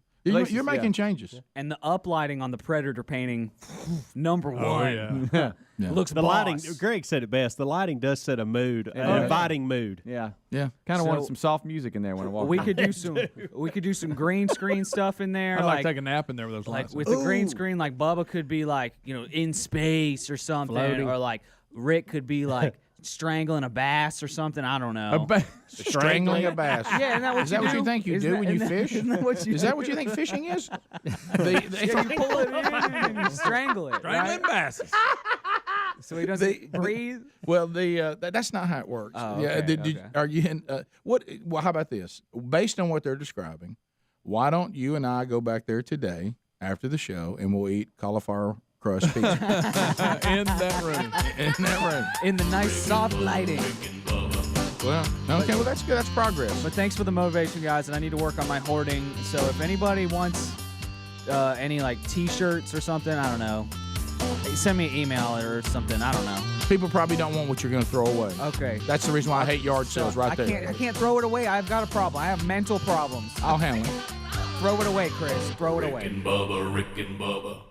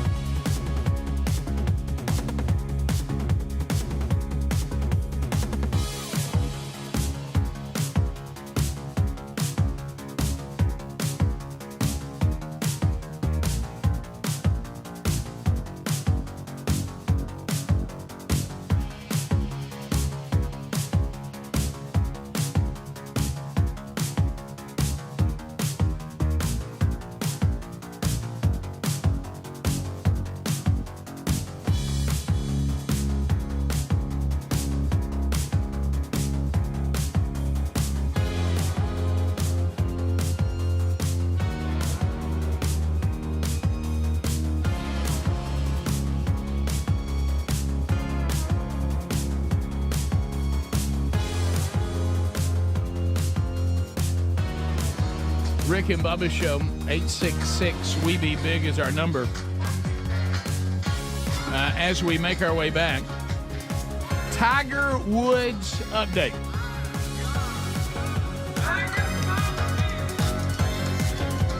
Tiger update. Let's go with it. Everybody. Looks like I got a tiger by the tail. So what's Rick going on? Tiger underwent surgery on Wednesday to address post-traumatic arthritis in his right ankle that was caused by injuries suffered back in February 2021 of the car wreck. Car crash. According to a statement posted, Dr. Martin O'Malley at HSS Sports Medicine Institute in New York performed the fusion procedure to address arthritis caused by the previous fracture and determined the surgery to be successful. He is now resting and will start the recovery process. When will he return? That's always the big question. No timetable on that, they said. Bubba, are you noticing the obvious here? No addressing the toe pain? Well, I that's one of the questions I asked. I mean, I thought he was having moved on plantar from that. fasciitis issues. So was this something else, or does he have both of these things? Well, I don't know how many paragraphs it is down, Bubba, but it talks about the exact point of the ankle that he's having the surgery on. Yeah. So is that it's his below problem? the ankle bone in the heel? But what I'm wondering, that's different though than plantar fasciitis. yeah. So what they're saying is they should have never said he had plantar fasciitis. Right. It looks like this is what's problem. Yeah, because he says it affects if he walks on uneven ground. Yeah. It controls side to side movement. Misdiagnosis. Yeah, it looked like. Well, now they did say he had a frozen water bottle that he was carrying. Right. Yeah. Did you hate when somebody tells you that when you've got plantar fasciitis? That's the first thing they go to. As if that's the first time you've ever heard it. Right. They act like it's topaz. Right. Yeah. Yeah. All right. Well, I mean, He was hurting. He's getting it addressed and a little dramatic. Yeah. Oh, he wants a big limp. You know, out there. He ain't playing good. if you've got pain trying to swing a golf club as you shift your weight, it's just I don't see how you can do it. Yeah, you can't do it. So you just go deal with it. So the they say again, no timetable for him to return to golf, but they're saying as far as the healing process, normally that it takes about 3 months for this fusion to take. And then you have 6 weeks of non-weight bearing, which is followed by several weeks of protected weight bearing. Eventually, you move to a shoe, possibly with orthotics. And then there's a challenge of returning to the sport and eventual competition. So sounds like a long road for Tiger. See you on the seniors tour. Yep, see you on the seniors tour. All right, Will, or he may play in the Waterbury Open. I'm not sure. Gene may try to get him signed up now. Absolutely. Will Tiger play on the Champions Tour? Do you think he'll do that? I don't know. He may be worried about his. And will the show still be going on and Tiger sits down in our tent? I hope so, but yeah. Yeah, How old is Tiger now? Hey, Tiger, how you doing? All right, Drinking over here. How old is he now, Speedy? Like 47, 48. Yeah, I think something like that. But you hit the seniors at 50. Yeah. Right? Yeah, He's you close. can, but some don't. But Well- you're eligible to do. I don't think if you've been to the level of Tiger me, the Woods, Champions Tour. all right, if you've been to the level of Tiger Woods, if anything could be less intriguing to you, to be told we want you to go to Birmingham, play a seniors tournament, and sit down with Rick and Bubba. Yeah, that's But isn't that I mean, it's a major on that tour. Yeah. It So is. I mean, and you'll lean on that. he's a Well, it is, competitor. though. he'll It probably is. still want to play, and It's because it is, Greg. you know we've had. I mean, Arnold Palmer came through. I Yeah. mean, Did we get to all the interview him? legends. I don't know. I don't guess we did. Did we? I was probably already. Tom Wa- Randolph Jr. Tom Watson. Randolph Jr. Tom. Who's that? Tom Watson. You don't know who Oh, Tom Watson? Watson. I thought you said Tom Walton. I was like, I really, I don't know who Chi Tom Chi. Walton. What about Chi Chi Rodriguez? Yeah, that's We good. love Chi Chi. I know who that is. About Fuzzy Zeller. Yeah, we've had some big names. Hello. I Chi-Chi just don't know if Chi-Chi he'll not as play. quite as dominant as Tiger Woods, but I mean, right. But a fun character. Well, I'm just saying. Bubba said Don't some you folks think- have come around. Don't you think a lot of it have to do with his health? If he feels good and he wants to compete, he'll probably be on He the may tour. have a If car not, he crash may every now take and a then. couple of years off. Who knows? Yeah, it's is there any chance that we ever interview Tiger Woods? No. No. If we can It's get a- Barkley. there's a chance. If we can get Barkley to It's, get us it's in a with him. long shot, and see, Barkley may help drag him to this. Do you think us interviewing Tiger Woods one day has about the same percentage of Elon's rocket completing its full mission that time? It was talking about that 50-50. failure. It was 50-50. Oh, you talking about on the mission that just happened? Yeah, Well, yeah. see, we know what the odds of that one. It was 100% failure. Yeah. Well, I'm talking about beforehand. Do you think, like when we were guessing, would you Right. give us a 50-50 shot at it? I think it might be 50-50 or maybe a little above that. Really, 60-40? Yeah. Yeah, Okay. Barkley may drag it. I think when we see Barkley this year, Shootout. we have to press him on that. Yeah, and I we think have to say that'll be a no, good no, question for him. text him right now. Like With the right strategy, you Right can move now. those odds up, and Charles may be that strategy. Yeah, I think without Charles, it's 50-50 at best. Y'all want me to go see if I can get Tiger to talk to Rick and Bubba? That's terrible. That's terrible. You don't think he wouldn't want to bring Tiger to his hometown and be play in the same group? Nah, probably not. I think they'd have a ball. Oh yeah. But I mean, you Him, got to Tiger, Bo. You especially have got to look at Charles and go, no. I'm talking We'll about just like call text it. like, We'll just call it straight do it on like the air. right now. Don't say you're going to do it. Well, Do it on right the air, we will pressure him so hard. If he sits down with us in May, we will turn that up. We'll say he's approaching the seniors tour, and you got to do this. Yeah, where are we at? It's only 3 weeks away, I believe. Right. It's coming. I mean, I have no risk. What is Charles going to not invite me to dinner? You know, I mean, Y'all want me to call him right now? Rick? Is that how he does it? Is that how he does it? You're the man of 1,000 voices. Right. Right now. You want to put my phone right now? Yeah. Give me your phone. Wait a minute. Did you see what he's trying to do that? You almost went into underwater, man. They all Show seem me to use have my phone or your phone. all of them seem to have just a touch of that. Yeah. They do. That's very observant, Bubba. Ah, Good. yeah. I heard a little water in that. Oh yeah, it's underwater, man. Yeah. Well, he can't keep himself from going. You know. My tongue goes to the top. It eventually ends up Right. Oh, no. Yeah. Can I tell you just to give you some No, pointers? I don't really want it. No, I don't really want it. just some pointers, and I'm not very good at it either. But it's not a big accomplishment. I am a little bit better than you. But what I would say is, what I normally do if I've got something I can sort of do, I go there and work out. So I think you need to go to Kermit the Frog and work out from there. Kermit? Yeah, I think you need to work out. What do I do? And then from you here? do how close to Charles? That was a Charles Kermit. How close is Charles to Kermit, and work your way from there. Oh, Kermit. Oh, Rick.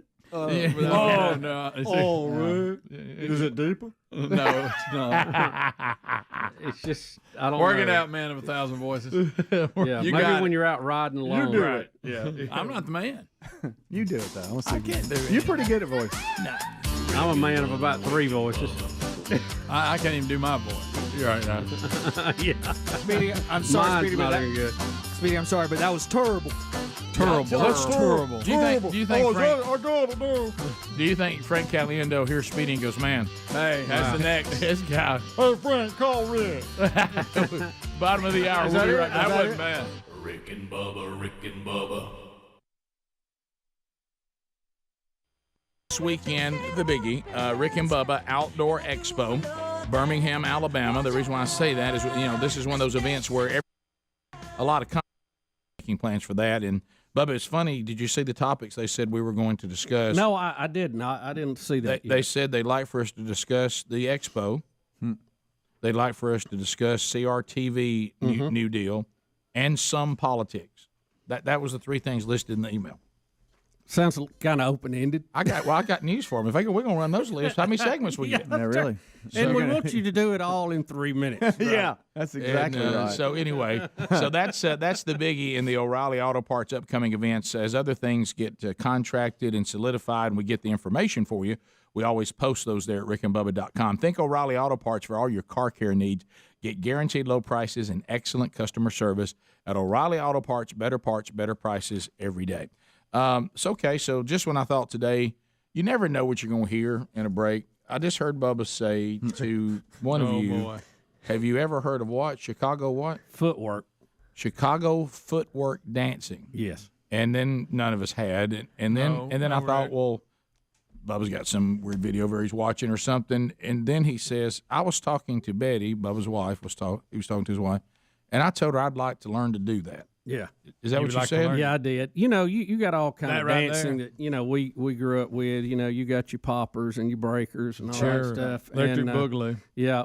But I saw some videos the other day of some people doing, and this is nothing new. I mean, this is not like I don't know what cutting it is. edge stuff. I don't know what it is. But I saw it in some related links to something I was looking at or somebody sent me, and I got to watching some of it, and it's pretty amazing the footwork they do. It's really the focus on the feet, and my feet. What are is this, like clogging? Locking. Is this the river dance? If you took river dance, clogging, maybe a little bit of square dancing, and you put it into street dancing and rolled it all together, that's pretty much what it is. I like all of that right there. There you go. I like all of that right there. So you saw this and now you want to do it? I sent it to Betty, and I said, that's something I think I'd like to do. I've always wanted to see you river dance. And Betty sent back and said, I think that window has passed. That's what you want to do, that right there? Well, that's just he's showing some different moves of Chicago footwork. Please, I wish I was doing that. But you got it, man. He's light on his feet, isn't he? Yeah, Bubba, gracious. First of all, now they're showing different moves that go with this style of dancing. The dribble? Yeah. That's what you want to learn to do. Well, I think that I would need be it. nice to do that. Will you please? Can we I shoot don't that know if I could stay with it very long. I want you to picture Bubba's body doing I am, Greg, and I'm loving what I'm seeing. Look, I'll be honest with you. Being wide and short is probably the effect is probably not there. Well, that's what I want to see. Tall and skinny. I want to see. There's the ghost there. Yeah, I want to see it. Rick, but you got to admit he's light on his feet, isn't he? He is that. Well, jumping yeah, around. Bubba, sure, and he looks like he's about 20. You know what I mean? But what I'm. But were y'all familiar that was called Chicago No, footwork? I was not. No. See, I like learning something every day. Right. And that's what I learned. I thought Chicago footwork was when you're running from someone who's shooting at you. Well, that make him dance. right there, Rick. If I could get that move down right there, that Bubba, would if be you try to learn that move, we're headed right back to knee operation. Why do you think I'd snap an ankle doing that? I mean, Bubba, you don't need to be anywhere near That's that. the move I want him doing. But you can't. Which one was that, Speedy? What That was skates there. I want him doing skates. What's this one? Yeah, this one is Running Man. Well, no, Running running man. That must be the new Well, Running Man. it's got a That's little the optical. Chicago Running It's Man. got a little Chicago optical footwork. illusion to it. That's him. Man. That's him while people are shooting at you. They've clearly spread the camera up, right? No, It is Chicago, no, that's Rick. real. You're That's right. regular time. No, you don't. That's It's- regular. Bubba, you don't know. Well, what I love is just because we didn't know James had gotten Now dunked that on. one, I think you. This is like from 2014 or 15, Well, that's fine, so we're Bubba's- way behind. That's all right, but Well, it's but- just What's he worked its doing to way- himself? it Bubba worked- just found it on related link. It just worked its way down to the dirty south. Yeah, It's new to us. Are dang you it. gonna get you? Are you gonna get you a big old hat that says dope? Huh? He's got. You do realize? Please. I guarantee You know what, I Dope? guarantee you, Toby Mac can do that. There's Mop and oh, Glow yeah. right there. You think I should call Toby and see if he'll help me out with a few Please, moves? you on- want me to text him and say Bubba wants to learn Chicago footwork? Yeah, just see what he says. Is that what it's called? When I see the word dope, I know that in years gone by that meant drugs and stuff. But to me, it now means data on personal equipment. There you go. You got to have a dope list on your gun okay. to remember how to set up everything. Bubba, there's the crossover. Yeah, that. Good night. Y'all, God, I really wish I could hear what they're dancing to. Well, pot it It up, might Rick. just be that What is it? it might. And I hadn't. Well, that sounds good. I hadn't.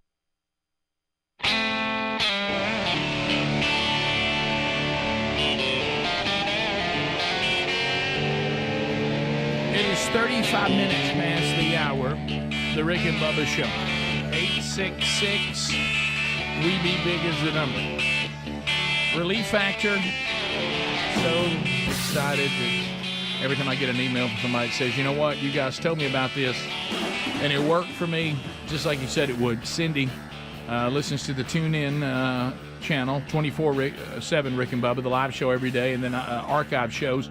She says, I've heard y'all chatting up Relief Factor, decided to give it a try, as I needed to find something to alleviate constant pain in my back, hips, legs, and wrist. I did go to my chiropractor and showed them Relief Factor, and the chiropractor said, hey, look, I like it. Everything in there is the right ingredients. You need this. It'll help. Also, she couldn't recommend anything better for that price either. And it has made an incredible difference. It's been a month, and I'm now able to get through my work day where I hardly notice any pain most days. I was also able to return to exercising, and now I'm even working on my weight, and I'm seeing success there because I can move around. Relief Factor worked for Cindy in Minnesota, and I think you could have a similar experience. Go to ReliefFactor.com right now. That's ReliefFactor.com. Go there, and you can get a 3-week starter pack for $19.99. Or $19.95, and that 3-week starter pack is in the time frame when you should start seeing natural results. Over-the-counter stuff can serve a purpose, but we can't overuse these. They're not designed for that. Opioids and the prescription stuff, a lot of danger there, okay? But this is something you can do, and it's natural. Your body can take it every day. These botanicals they're here. They're here to naturally help. So put it to work for you. I love the product. I take it every day, and it's made a huge difference. ReliefFactor.com or rickandbubba.com under the sponsors button. Rick, just a quick email talking about the surgery that Tiger Woods had. Said, I had the subtalar fusion in 2018. I'm still recovering at 61 years old. It is a forever change surgery, but I no longer limp, and I'm 90% pain-free. Is that what Tiger's having done? Yes, okay. Subtalar fusion. Has this person ever heard about topaz? If you don't need topaz unless you have plantar fasciitis. Okay, this is a different thing. This is that joint on the side. Yeah, I actually have trouble with that myself, but not to the point that I'm there yet. But I'm glad that works, and I hope it'll work for him too. I need to get a jaw fusion. That would help me out. Get that fork out of my hand. I have a fork failure. So, Adler, let's look at video 3. Video 3, everybody's favorite press secretary, Karine Jean-Pierre. So, it's when reporters ask these inconvenient questions, because you know that we had the lawmakers in Tennessee that started going on all the different programs and all of that, talking about how they disagree with Tennessee's law. And then we had a person who was clearly having some mental problems and evil that shot up the Christian Covenant School, and she's going to be asked that they noticed that 3 of the lawmakers who have been protesting after the Nashville Covenant School shooting, that they've been invited to the White House, I guess, and now here comes the uncomfortable. And Speedy, this is going to be hard on you. She's going to be asked, are y'all going to invite any of the victims' families? To that. So we'll watch Karine Jean-Pierre ramble around on that one. Here we go. So Monday, you're going to have 3 of the lawmakers who protested peacefully protested after the Nashville Covenant School shooting. Have any of the victims or the victims' families been invited to the White House? I don't have anything to read out to you about any invite. Why? I just don't have anything at this time to read out to you any invite. What I can say to you right now is that the president is focused on getting things done. That makes sense. The bottom, it's almost a waste of the English language, It is. the way some of this is conducted. Mm-hmm. I like this new excuse. I don't have anything to read out to you now. I would just say there's no current plans for that. Well, why? Well, the president hasn't decided to do it yet. Well, the honest answer is, for my voter base, these lawmakers, they are more valuable to us than the families of people who had kids in a Christian school that got shot up by a trans person. Right, right. That's the correct answer. Now, she's not going to say that, and but if y'all want us to let you know what the correct answer there is, there it is. Mm-hmm. Yeah. And what happens is, I guess I don't know which one to be more bothered by. The fact that they're not doing it, that there is no plans to invite any of the victims' families and even at least do a balance. I don't know whether that bothers me more, or the fact that they're not wise enough to not put themselves in that situation she just got caught in. Yeah.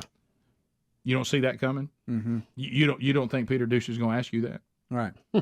I mean, or you're telling me when Vice President Harris flew into Nashville to meet the Tennessee 3 and make a speech, she couldn't go see the families while she was in town? Right, but the point is, I agree with all that. Yeah. But you're not ready for that. You don't see that that's Right. going to be a potential problem for you. It's like, So even if you do it out of even if you're insincere, just not being politically savvy enough to know, hey. Yeah, you got to be ready for that counterpunch. Yeah, You got to know that's coming. Or, you know what you should do to be sure you could give Peter some shut-up juice? Say, as a matter of fact, I can tell you, we've got the victims' families coming here on whatever, Yeah. and we're gonna talk to them too. Yeah. But you didn't, see, because you hadn't thought to do that, which is stupid. You can say, well, Rick, I don't like it because it's not right. Well, that's a whole nother thing. Do you think they get anybody just, in there to like simulate what Peter Ducey might ask them? Right. Go through it. That would be able to kind of think like he would and say, well, what about this? And then have an answer for it. I saw there was that article before you go out there and you get beat up like a punching bag. Right. Well, I read, and I forget whose article it was. I got to go try to find that. But it was an article talking about what we're experiencing right now is how the ruling class operates. And they were talking about the Bud Light campaign and all that. Right. Is that these people that are indoctrinated into this worldview, and Jean-Pierre, if you know of her background, she's completely in it. Oh, yeah. They have so closed themselves off, kind of like Social Dilemma, in that world that any of us who disagree with that world, and you're seeing it, because remember, the truth is always one place, and nobody can get around it. What you actually do. Okay? Well, I can say anything.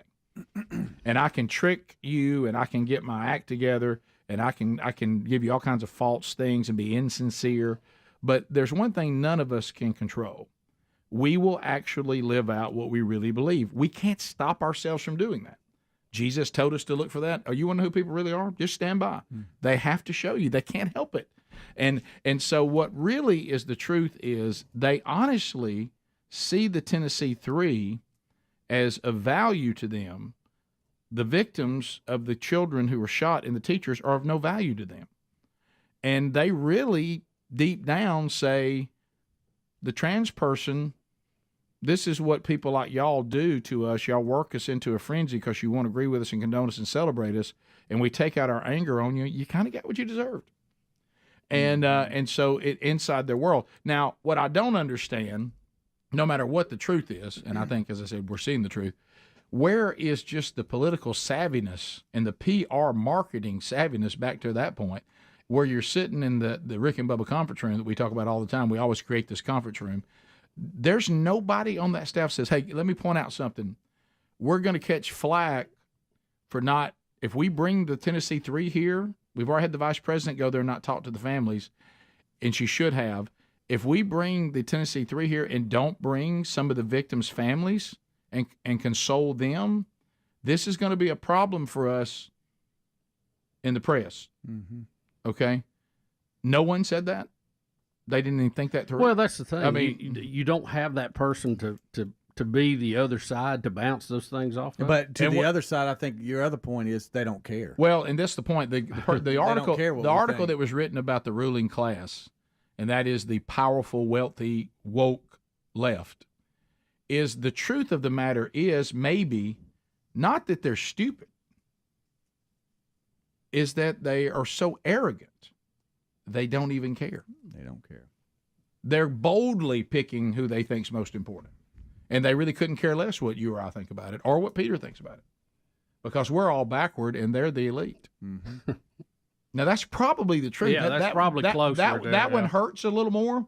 You'd like to think that they just are not real sharp, but that may not be the problem. Nope. It may be that they're so arrogant that their worldview trumps everybody else's, and the rest of you can have a Coke and a smile. And we do what we do because this is what we care about, and if you oppose it, well, you're so evil, we don't care what you think anyway. Now, see, that's dangerous because that means that there's also an attitude that thinks the world and the country would be better if we weren't here. If they didn't have to face our opposition and our worldview and things the church preaches and all that. Now, if you'll go back in history, that's a very dangerous narrative. 15 minutes to the top. We'll come back. More Rick and Bubba coming up with your phone calls right after this. Rick and Bubba, Rick and Bubba. Screen this. Creation Bang here. I think I'll write down Creation Bang. Yeah. Yeah, Rick, make me a little nervous. All right, I'm putting our to Toby Mac. Bubba wants you to teach him Rick, don't Chicago footwork. Yeah. See what he says. Chicago. Ooh, this one you might could do, Bubba. This one, it's the two-step. Oh, never mind. He gets to going now. It's amazing how Good quick gracious their feet alive. are, isn't it? Okay. Maybe doesn't that remind you of tap dancing a little bit? Greg, don't you think that's tap dancing? No, that's not tap dance. Fred Astaire hates that you said that. Here's the takeoff. Fred Astaire has Look done at the that. takeoff. Rick, Fred Astaire has done that move he's You're doing right. there You're where right. he kicks his feet out. You know, Michael I've seen Jackson Fred said that he learned a lot of his stuff Oh, from I Fred know. Astaire. He did. Look. Or Freddie Stairs. Yes. That's the guy in Chicago that teaches this is Freddie Stairs. That's good. Bubs, it looks like they got a number of these things. There's a different lot of dances. but If you just talk could about the offer- style. If you could offer one dance to the Chicago footwork deal here, this whole entourage of different dance, what would it be? Well, I don't know. I don't know the name. See, I just No, saw but them you when would were have your doing own one. Like, is it like here's the face? and By then the you would way, do your thing. we got to get this call in before the time. Huh? right there. So that's the one I That's need when to you learn. Right? Ooh, Thomas, well, please that's say impressive. what you have. I'm gonna let you have the moment. Would one of y'all please remind Bubba he just hurt himself sitting down? Oh, that's a good one. But That you is got to so dream big. Thomas, everybody needs a dream, you know? Yeah, quick. Without Hey, a Bubba. dream, without a vision, the people perish. That's right. Something like that. You might do the Erkin jerk. I like that where he gives that little move in there, you know? Huh? Somebody remind Bubba he just heard it.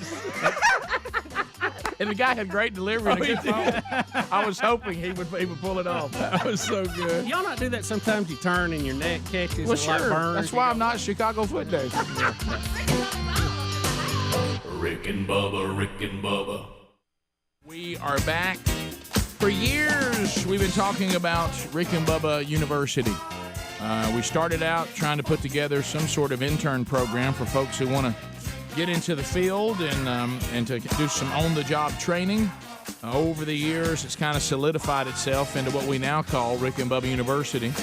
As college students and sometimes folks that, in this case, that are just getting toward the end and already graduated, looking for some career opportunities and kind of make some contacts. And we've got now. I know that we call you Nia.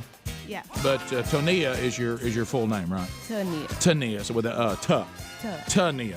Tania McKinley, but you want us to call you Nia anyway, so I guess we can just drop all that. So Yeah. it's Nia.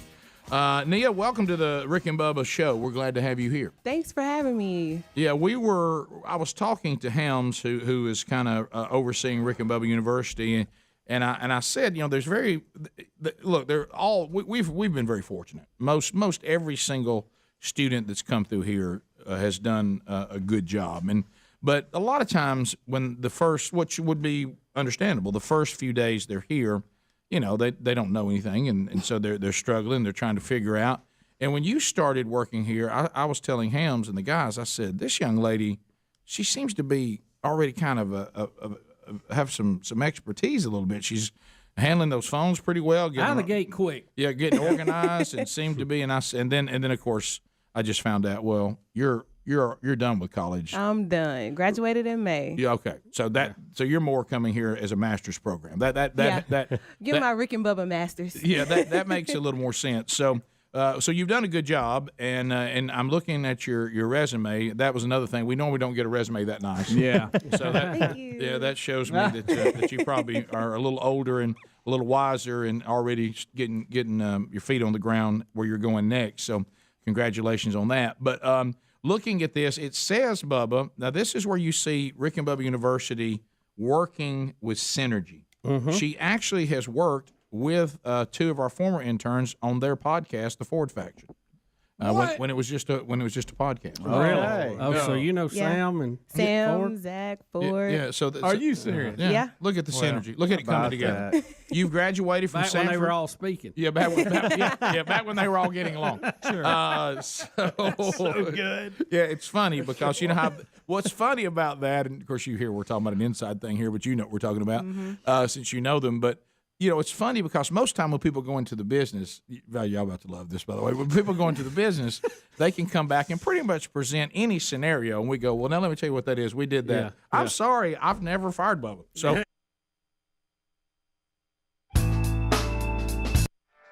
let the people speak while they still can.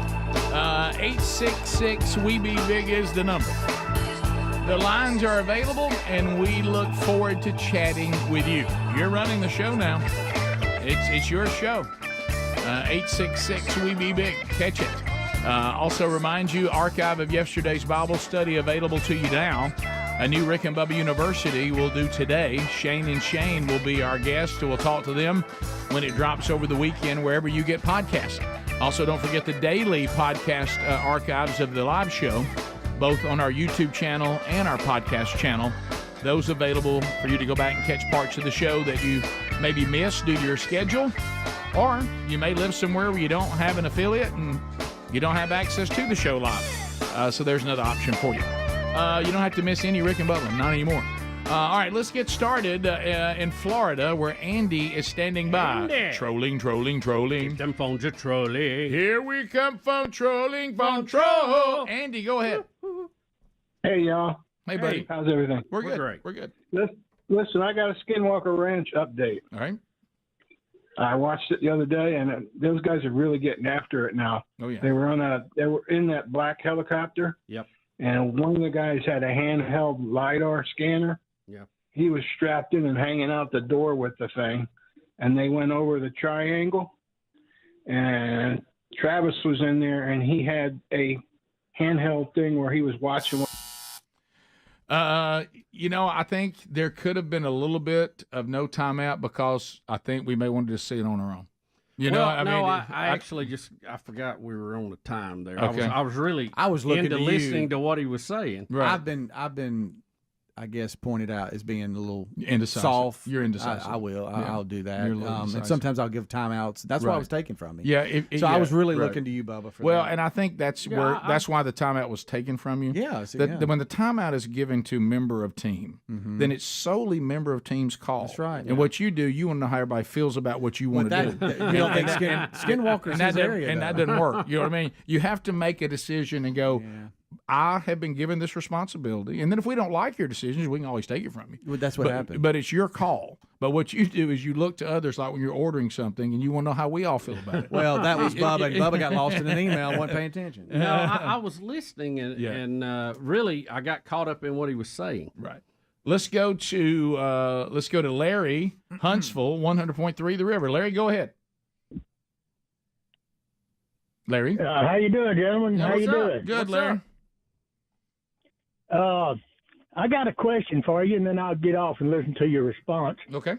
I want to know why the tyrannicals that are intentionally destroying or trying to destroy our country are not considered domestic enemies. Time out. Now I'll get off and listen to you. Okay. I didn't need to do that then. No. See, okay. that's all right. almost too. He was hanging out. That's reckless. Okay. You've gone from indecisive to reckless. It's in between. I got it. So just to refine your question a little bit, what exactly are you talking about, and who are you talking about? So I can give you a better. Well, he hung up. answer. What he's saying is, you've talked about this before. This guy has logic, Bubba, and he said what you said before. Yeah.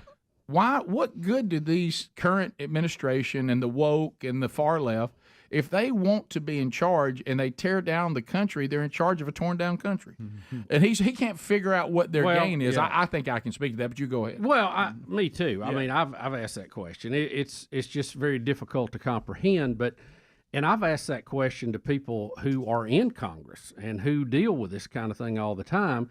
And they said it is absolutely about power. They had rather be in charge of a country that looks like a trash heap fire than to not be in charge at all. And because they're in the ruling class, they can isolate themselves from that. Yeah, they won't suffer the consequences. No. Larry, like the citizens will suffer, and we've seen that throughout time. And they truly believe that. See, we have a balanced look. We know that our country has had moments in history where our country was doing the wrong thing. But we headed the wrong way. Right, and headed the wrong way. But we have also not ignored the things that our founding fathers, with trying to create a tiny central government which frees up all human beings, and they got called. We got called on that, not leaving that out when we were treating some people as inferior to others. That was evil and wrong.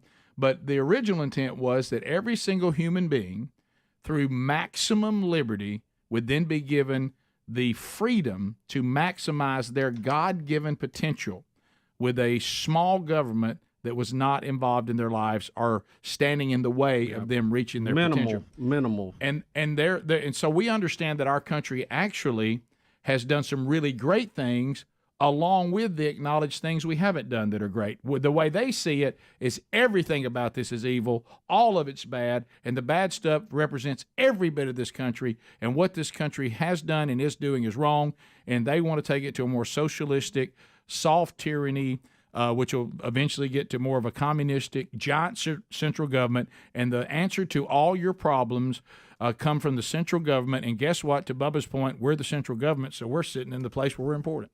And we get to do whatever we want to do while telling you we'll take care of you too. And I think there are people that somehow in their mind think that a communist system will work because they've been sold on it. Oh, my goodness. But I think there's some people who are just anarchists who just want to tear down anything they can. Right. They would tear down a communist government if they were allowed to do it. They'll tear down a democracy. They'll tear down capitalism. Yep. They just want to tear down stuff. Yep. Tom in Atlanta, Georgia. Go ahead, Tom. Hey, I don't mean this to be a meaningless shout-out, but Michael Adler's going to lead our worship team in church in Douglasville Sunday. And Logan Priestley's out of town. And I hate I'll miss it because I'll be in Talladega, but my wife will be there. She's in the orchestra, so that'll be cool. It will be cool. You got those two coming in. You're in for quite a day of worship. Tom, good to hear from you. And there you're going to be drinking beer in the infield. You ought to be there with them. Yeah, I'd like to see you go to church with your wife. Thank you. Come on, Tom. We continue. But no surprise here. Adler's dad's version of retiring as a worship leader, I don't think he understands the concept. That just means doing it on the road. I talked to him this week, and I think he told me he was going to be in 9 different cities over the next, 12 weeks or something. Yeah, he's booked in Texas and in Right. Alabama and Florida. He's all over the place. And he said, since we're going to Bell shows tomorrow, he goes, I can't believe you didn't bring me with you. Right. I'm like, I thought you wanted to rest. That's so weird. You're going to my childhood church. That is weird. He said y'all were there 5 years. We were. I was age 1 to 5. How about I that? busted my lip open on the back pew. I'll look for that when I'm there tomorrow Bad. night. I had to get stitches. Let's go to Chuck in Birmingham, 104.7 WZZK. Chuck, go ahead. Hey, guys. How you doing? Good. We're great. Really enjoy the show. Thank you Thank so you much. very much. Hey, isn't today National Marijuana Day? Sounds like it must be. Yeah. So don't you know there's some guy high as a kite in Florida calling the cops saying his neighbor just shot off a huge bottle rocket?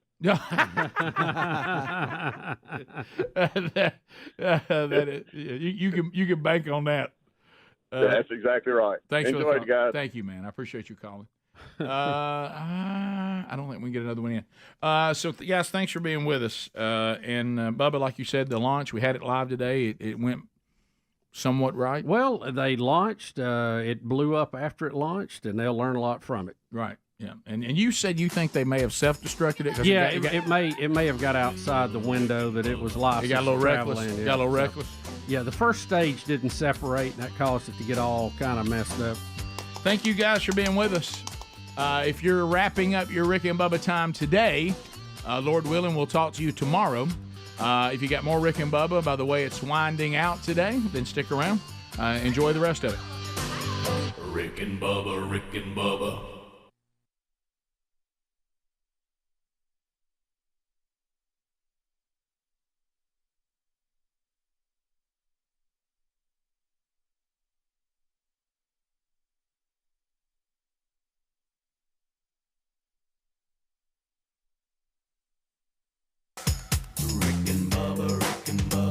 Pass the gravy, please. Rick and Bubba, Rick and Bubba. Ooh, it brings me to my knees. Rick and Bubba, Rick and Bubba. I can't start another. Rick and Bubba, Rick and Bubba. Day without 'em, brother. Rick and Bubba, Rick and Bubba.